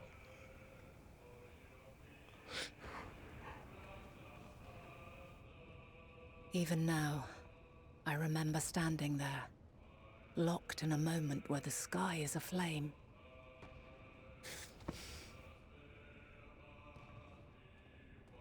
Where stars fall as tears, and screams darken the seas.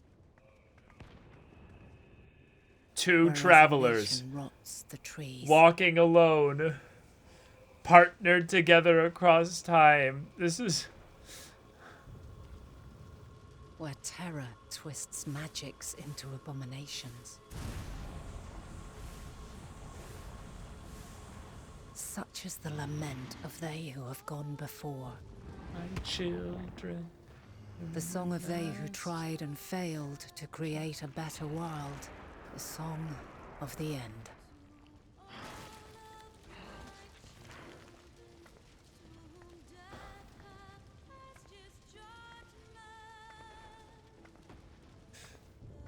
That which hides at the edge of the universe is no longer hope's creation.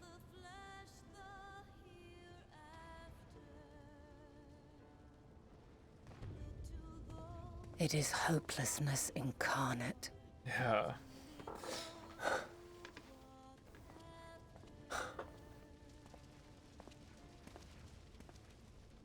That day, mankind saw half of its number sacrificed to bring forth Zodiac.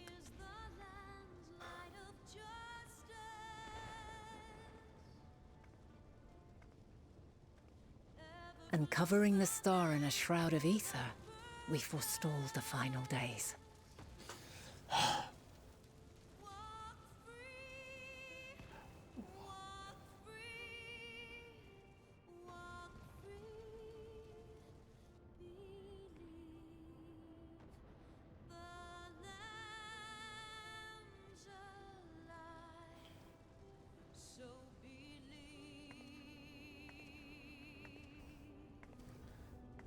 Yet the cries echoed still. Oh.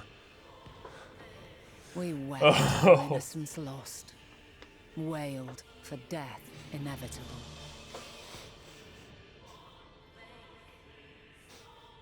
A reality too terrible to bear. Too terrible to bear, yeah. And for too many who sought comfort in gilded memories of joyful days and tranquil nights. Wow.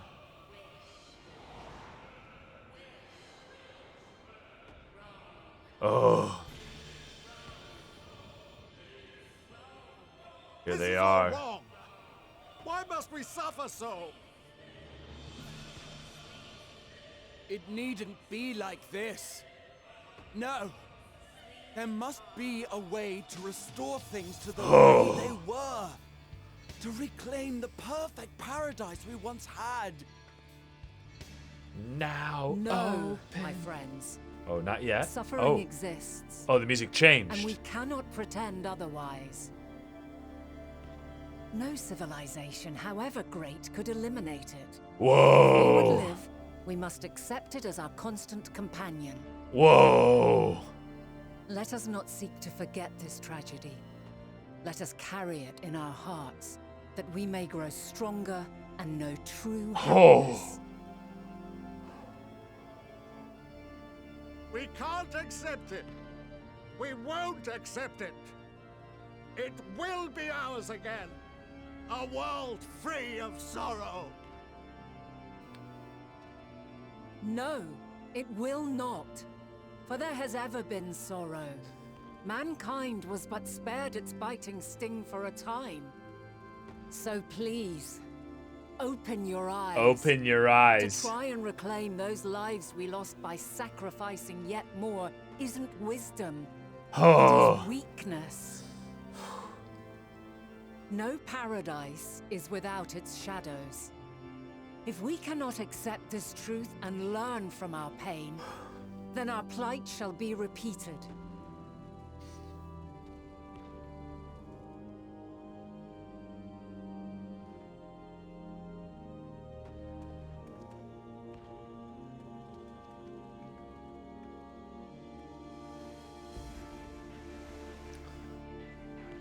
Whoa. Almighty Zodiac! Oh. God, born of our boundless faith, we bid you, hear our prayer. Accept this offering of lives, and deliver unto us the lives we once had.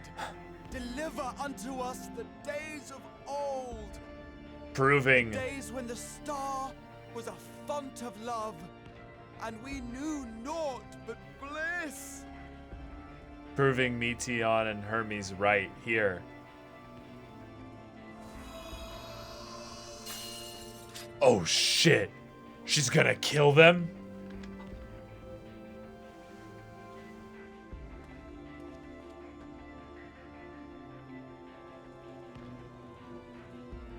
You would destroy it?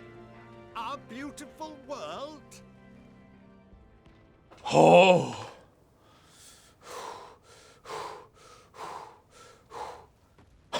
Lands that stretched on forever. Skies one could drown in. Wow. The heartbeat of nature, silent yet strong. And amidst it all, a people. Mm-hmm. Beacons of What you light told her. and life. Laughter that warmed my heart like naught else before. They are my meaning and my purpose. My love. In spite of, or perhaps because of this, I choose to believe in mankind's potential, in his ability to find a way forward. So let there be no way back. From that temptation, I sunder us. Oh my god. Yo. No more shall man have wings to bear him to paradise. Henceforth, he shall walk. Walk free. Oh.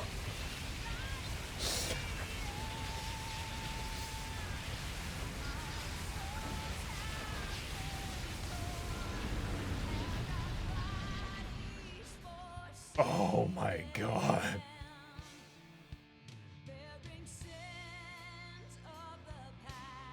So she saved them. Okay, right. Now we're sundered.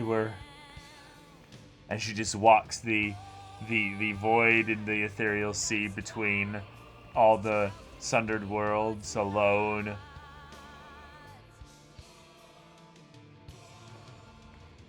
All is excruciating pain. I breathe fire and torment. Oh my god. I birth a world of suffering to Oh. mire and plague.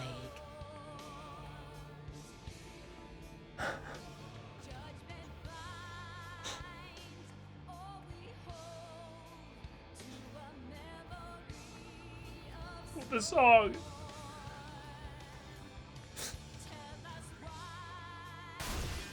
Oh. Oh. Help us in our cry. In one fleeting moment, lives come and go, ever moving towards the unknown. And in that fleeting moment, they cry for the answer to the question. Oh. Why, given life, are they meant to suffer, to die?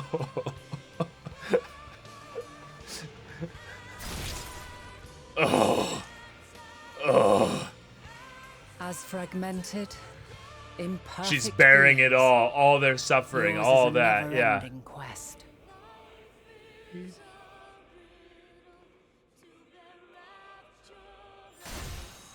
Oh. A quest to find your purpose, knowing your end is assured. The Endwalker, here we are. Ugh. To find the strength to continue when all strength has left you. To find joy, even as darkness descends. And amidst deepest despair, Oh. light everlasting.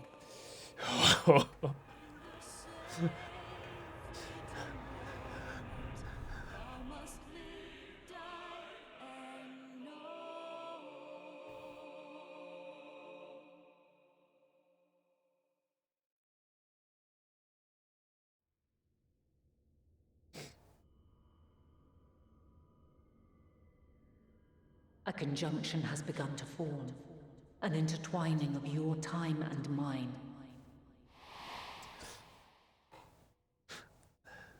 When you truly understand what is at stake, and your journey has prepared you to surmount the insurmountable, then shall I honor the promise made in another time, another age. Oh. Okay. Okay.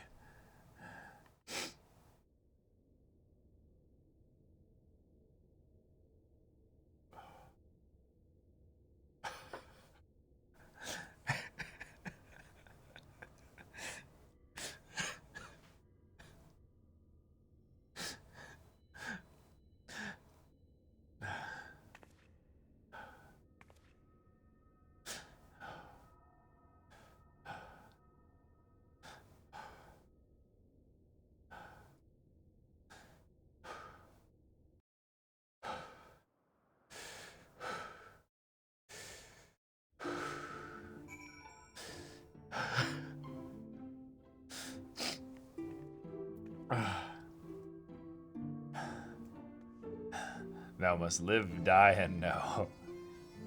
The music. This music.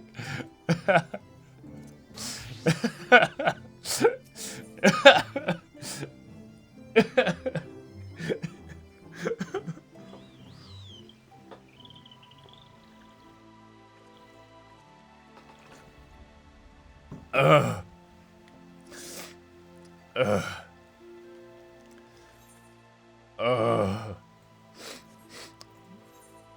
Oh, yeah, yeah. The Maldesian Annex. I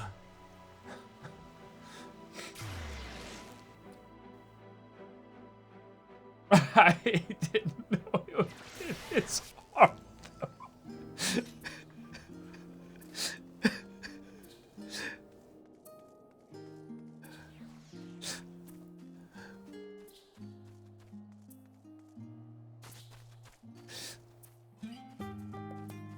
Yeah,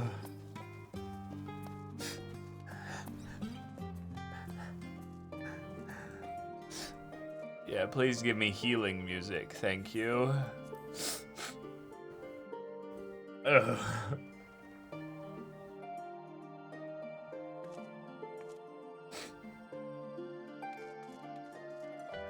Hey, Cryo, can I, like, get a hug, please? I need to, like, squat down, obviously, to, like, reach you. But, like...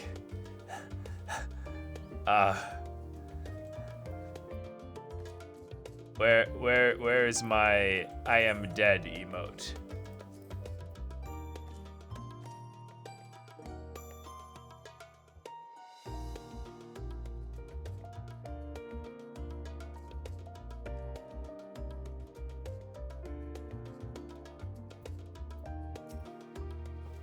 Hug. Oh, okay, that was sweet. Tataru, please speak to me. Say nice things. You've got a knack for turning up exactly when needed. And this is no exception. Oh, I can't even do Tataru's voice. It's still Meteon's in my head. Ugh. Triss, impeccable timing as always. I heard you were often the first as part of our efforts to investigate the final days. Well, as so often seems to be the case, while you were away, we've had some few developments, which we can discuss in just a moment. For now, however, I cannot tell you how wonderful it is to have you back. Carry our song. Fuck continuing the MSQ. Fuck this game. Fuck being awake right now. I'm going straight to bed. Yes, I am ready for a nap.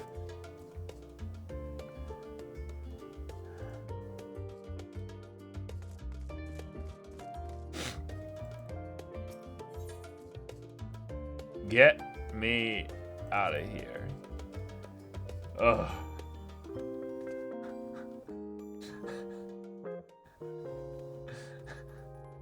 In my spiky armor and everything. Ugh.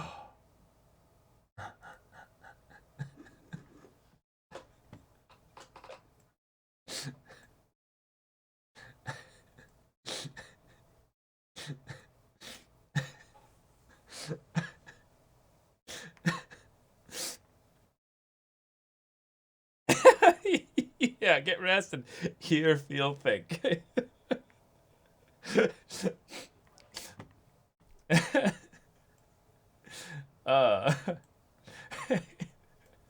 No, Zenomex, I'm literally ending the stream right about now.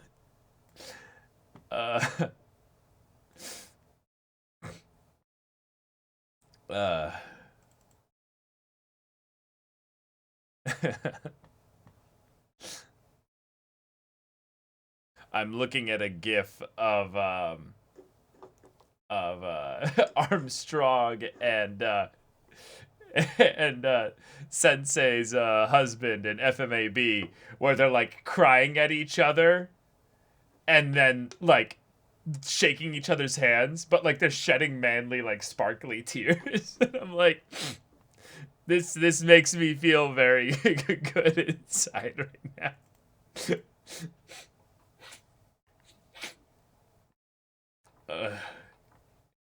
Please react to the video I DM'd you earlier. Hold on, let me double check it here. In question. Spoilers past Elpis. Hold on, let me check this out.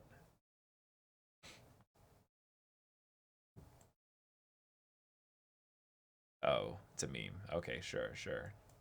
I can check it out.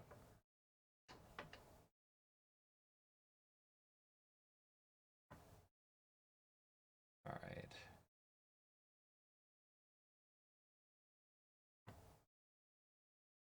Or no, let's do this. Let's do this here.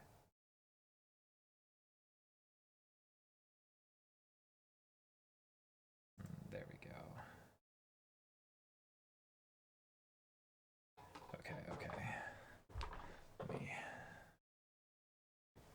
Okay, let's see this.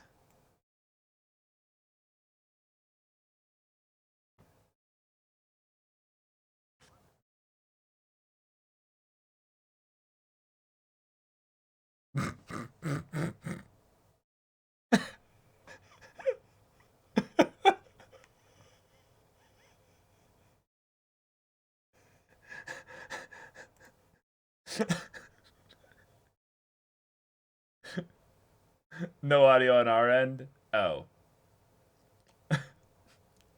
I'll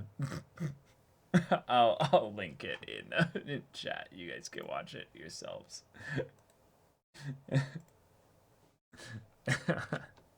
There you go. You guys can check that out. It's pretty funny. I'm not really in the mood to laugh right now though.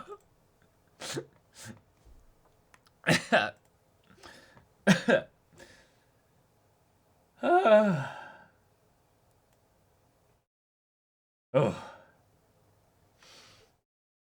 No, it's like pouring down rain out there, so.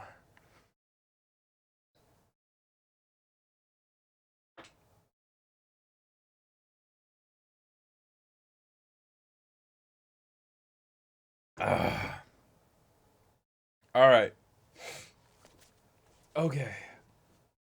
8-hour stream. All right. Well, that was a thing. That was indeed a thing. That was indeed a thing. All right. What a terrible day for rain. Right. Well, now we need to walk with her until the end, and yeah.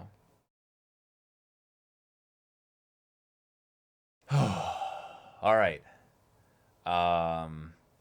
Y'all, there were so many moments where I was just totally enthralled in the story.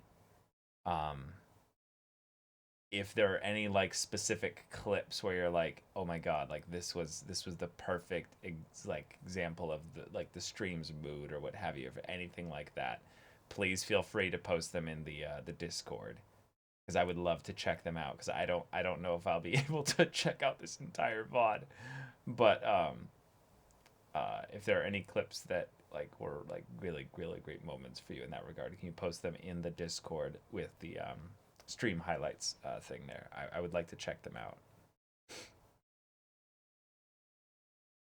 Wait, Igben, yes, we have a Discord. Yeah, and if since you're a subscriber, you literally, yeah, you literally have access to it. Is Jacob still awake right now? I don't know. He might be.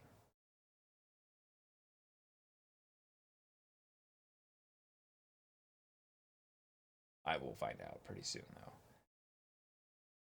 Nobody tells me anything. And to be fair, you did kind of just get here recently. You've been following since December 29th. Okay, yeah. Yeah, it already got 425 messages in all that time. Yeah, we gotta sell him Final Fantasy 14. We just gotta. I have it on good authority that there's a possibility that he'll play it like in the future. So eventually. But I think if he does do it, I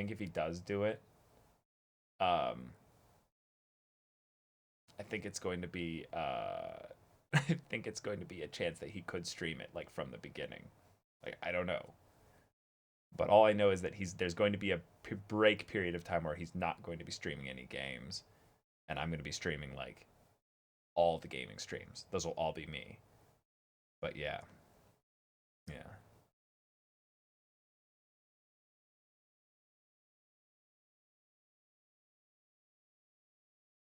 I love you too, Igman. Thanks. From the beginning again. Yeah, the reason why is I think because he I think he was mentioning something about how there might be a chance that if he does it from the beginning with stream or something like that, that it would be there'd be a much easier kind of like more relaxed experience. And he'll get a little bit more, I don't know, into it. I don't know. But okay, y'all. Okay. Oh. Take care, everybody. I will be back to stream on Friday at 3 p.m. Pacific time. So same time as this stream, but on Friday. My brother Jacob will be streaming Tales of Berseria tomorrow. He made a point about how he thinks he's coming up on the end, so go shower him with some love tomorrow, because I know where he's at, and there is some good stuff coming up for him. But yeah. Leave a follow if you want to stay up to date with all that stuff. And yes, we do have a Discord for subscribers. If you're a Discord subscriber, all you have to do is sync up your Discord and Twitch accounts, and you will get sent into the Discord. So do that. And you can join the community there in the discussion for Final Fantasy XIV games in general. We do a whole bunch of stuff in there. But yeah, thank you all so much. If you're having trouble joining the Discord, just let me know, and I'll get you in. Just whisper me through Twitch, and I'll help you get in. But yeah, all right. Take care, everybody. Sleep well, and thanks for walking all the way to the end with me.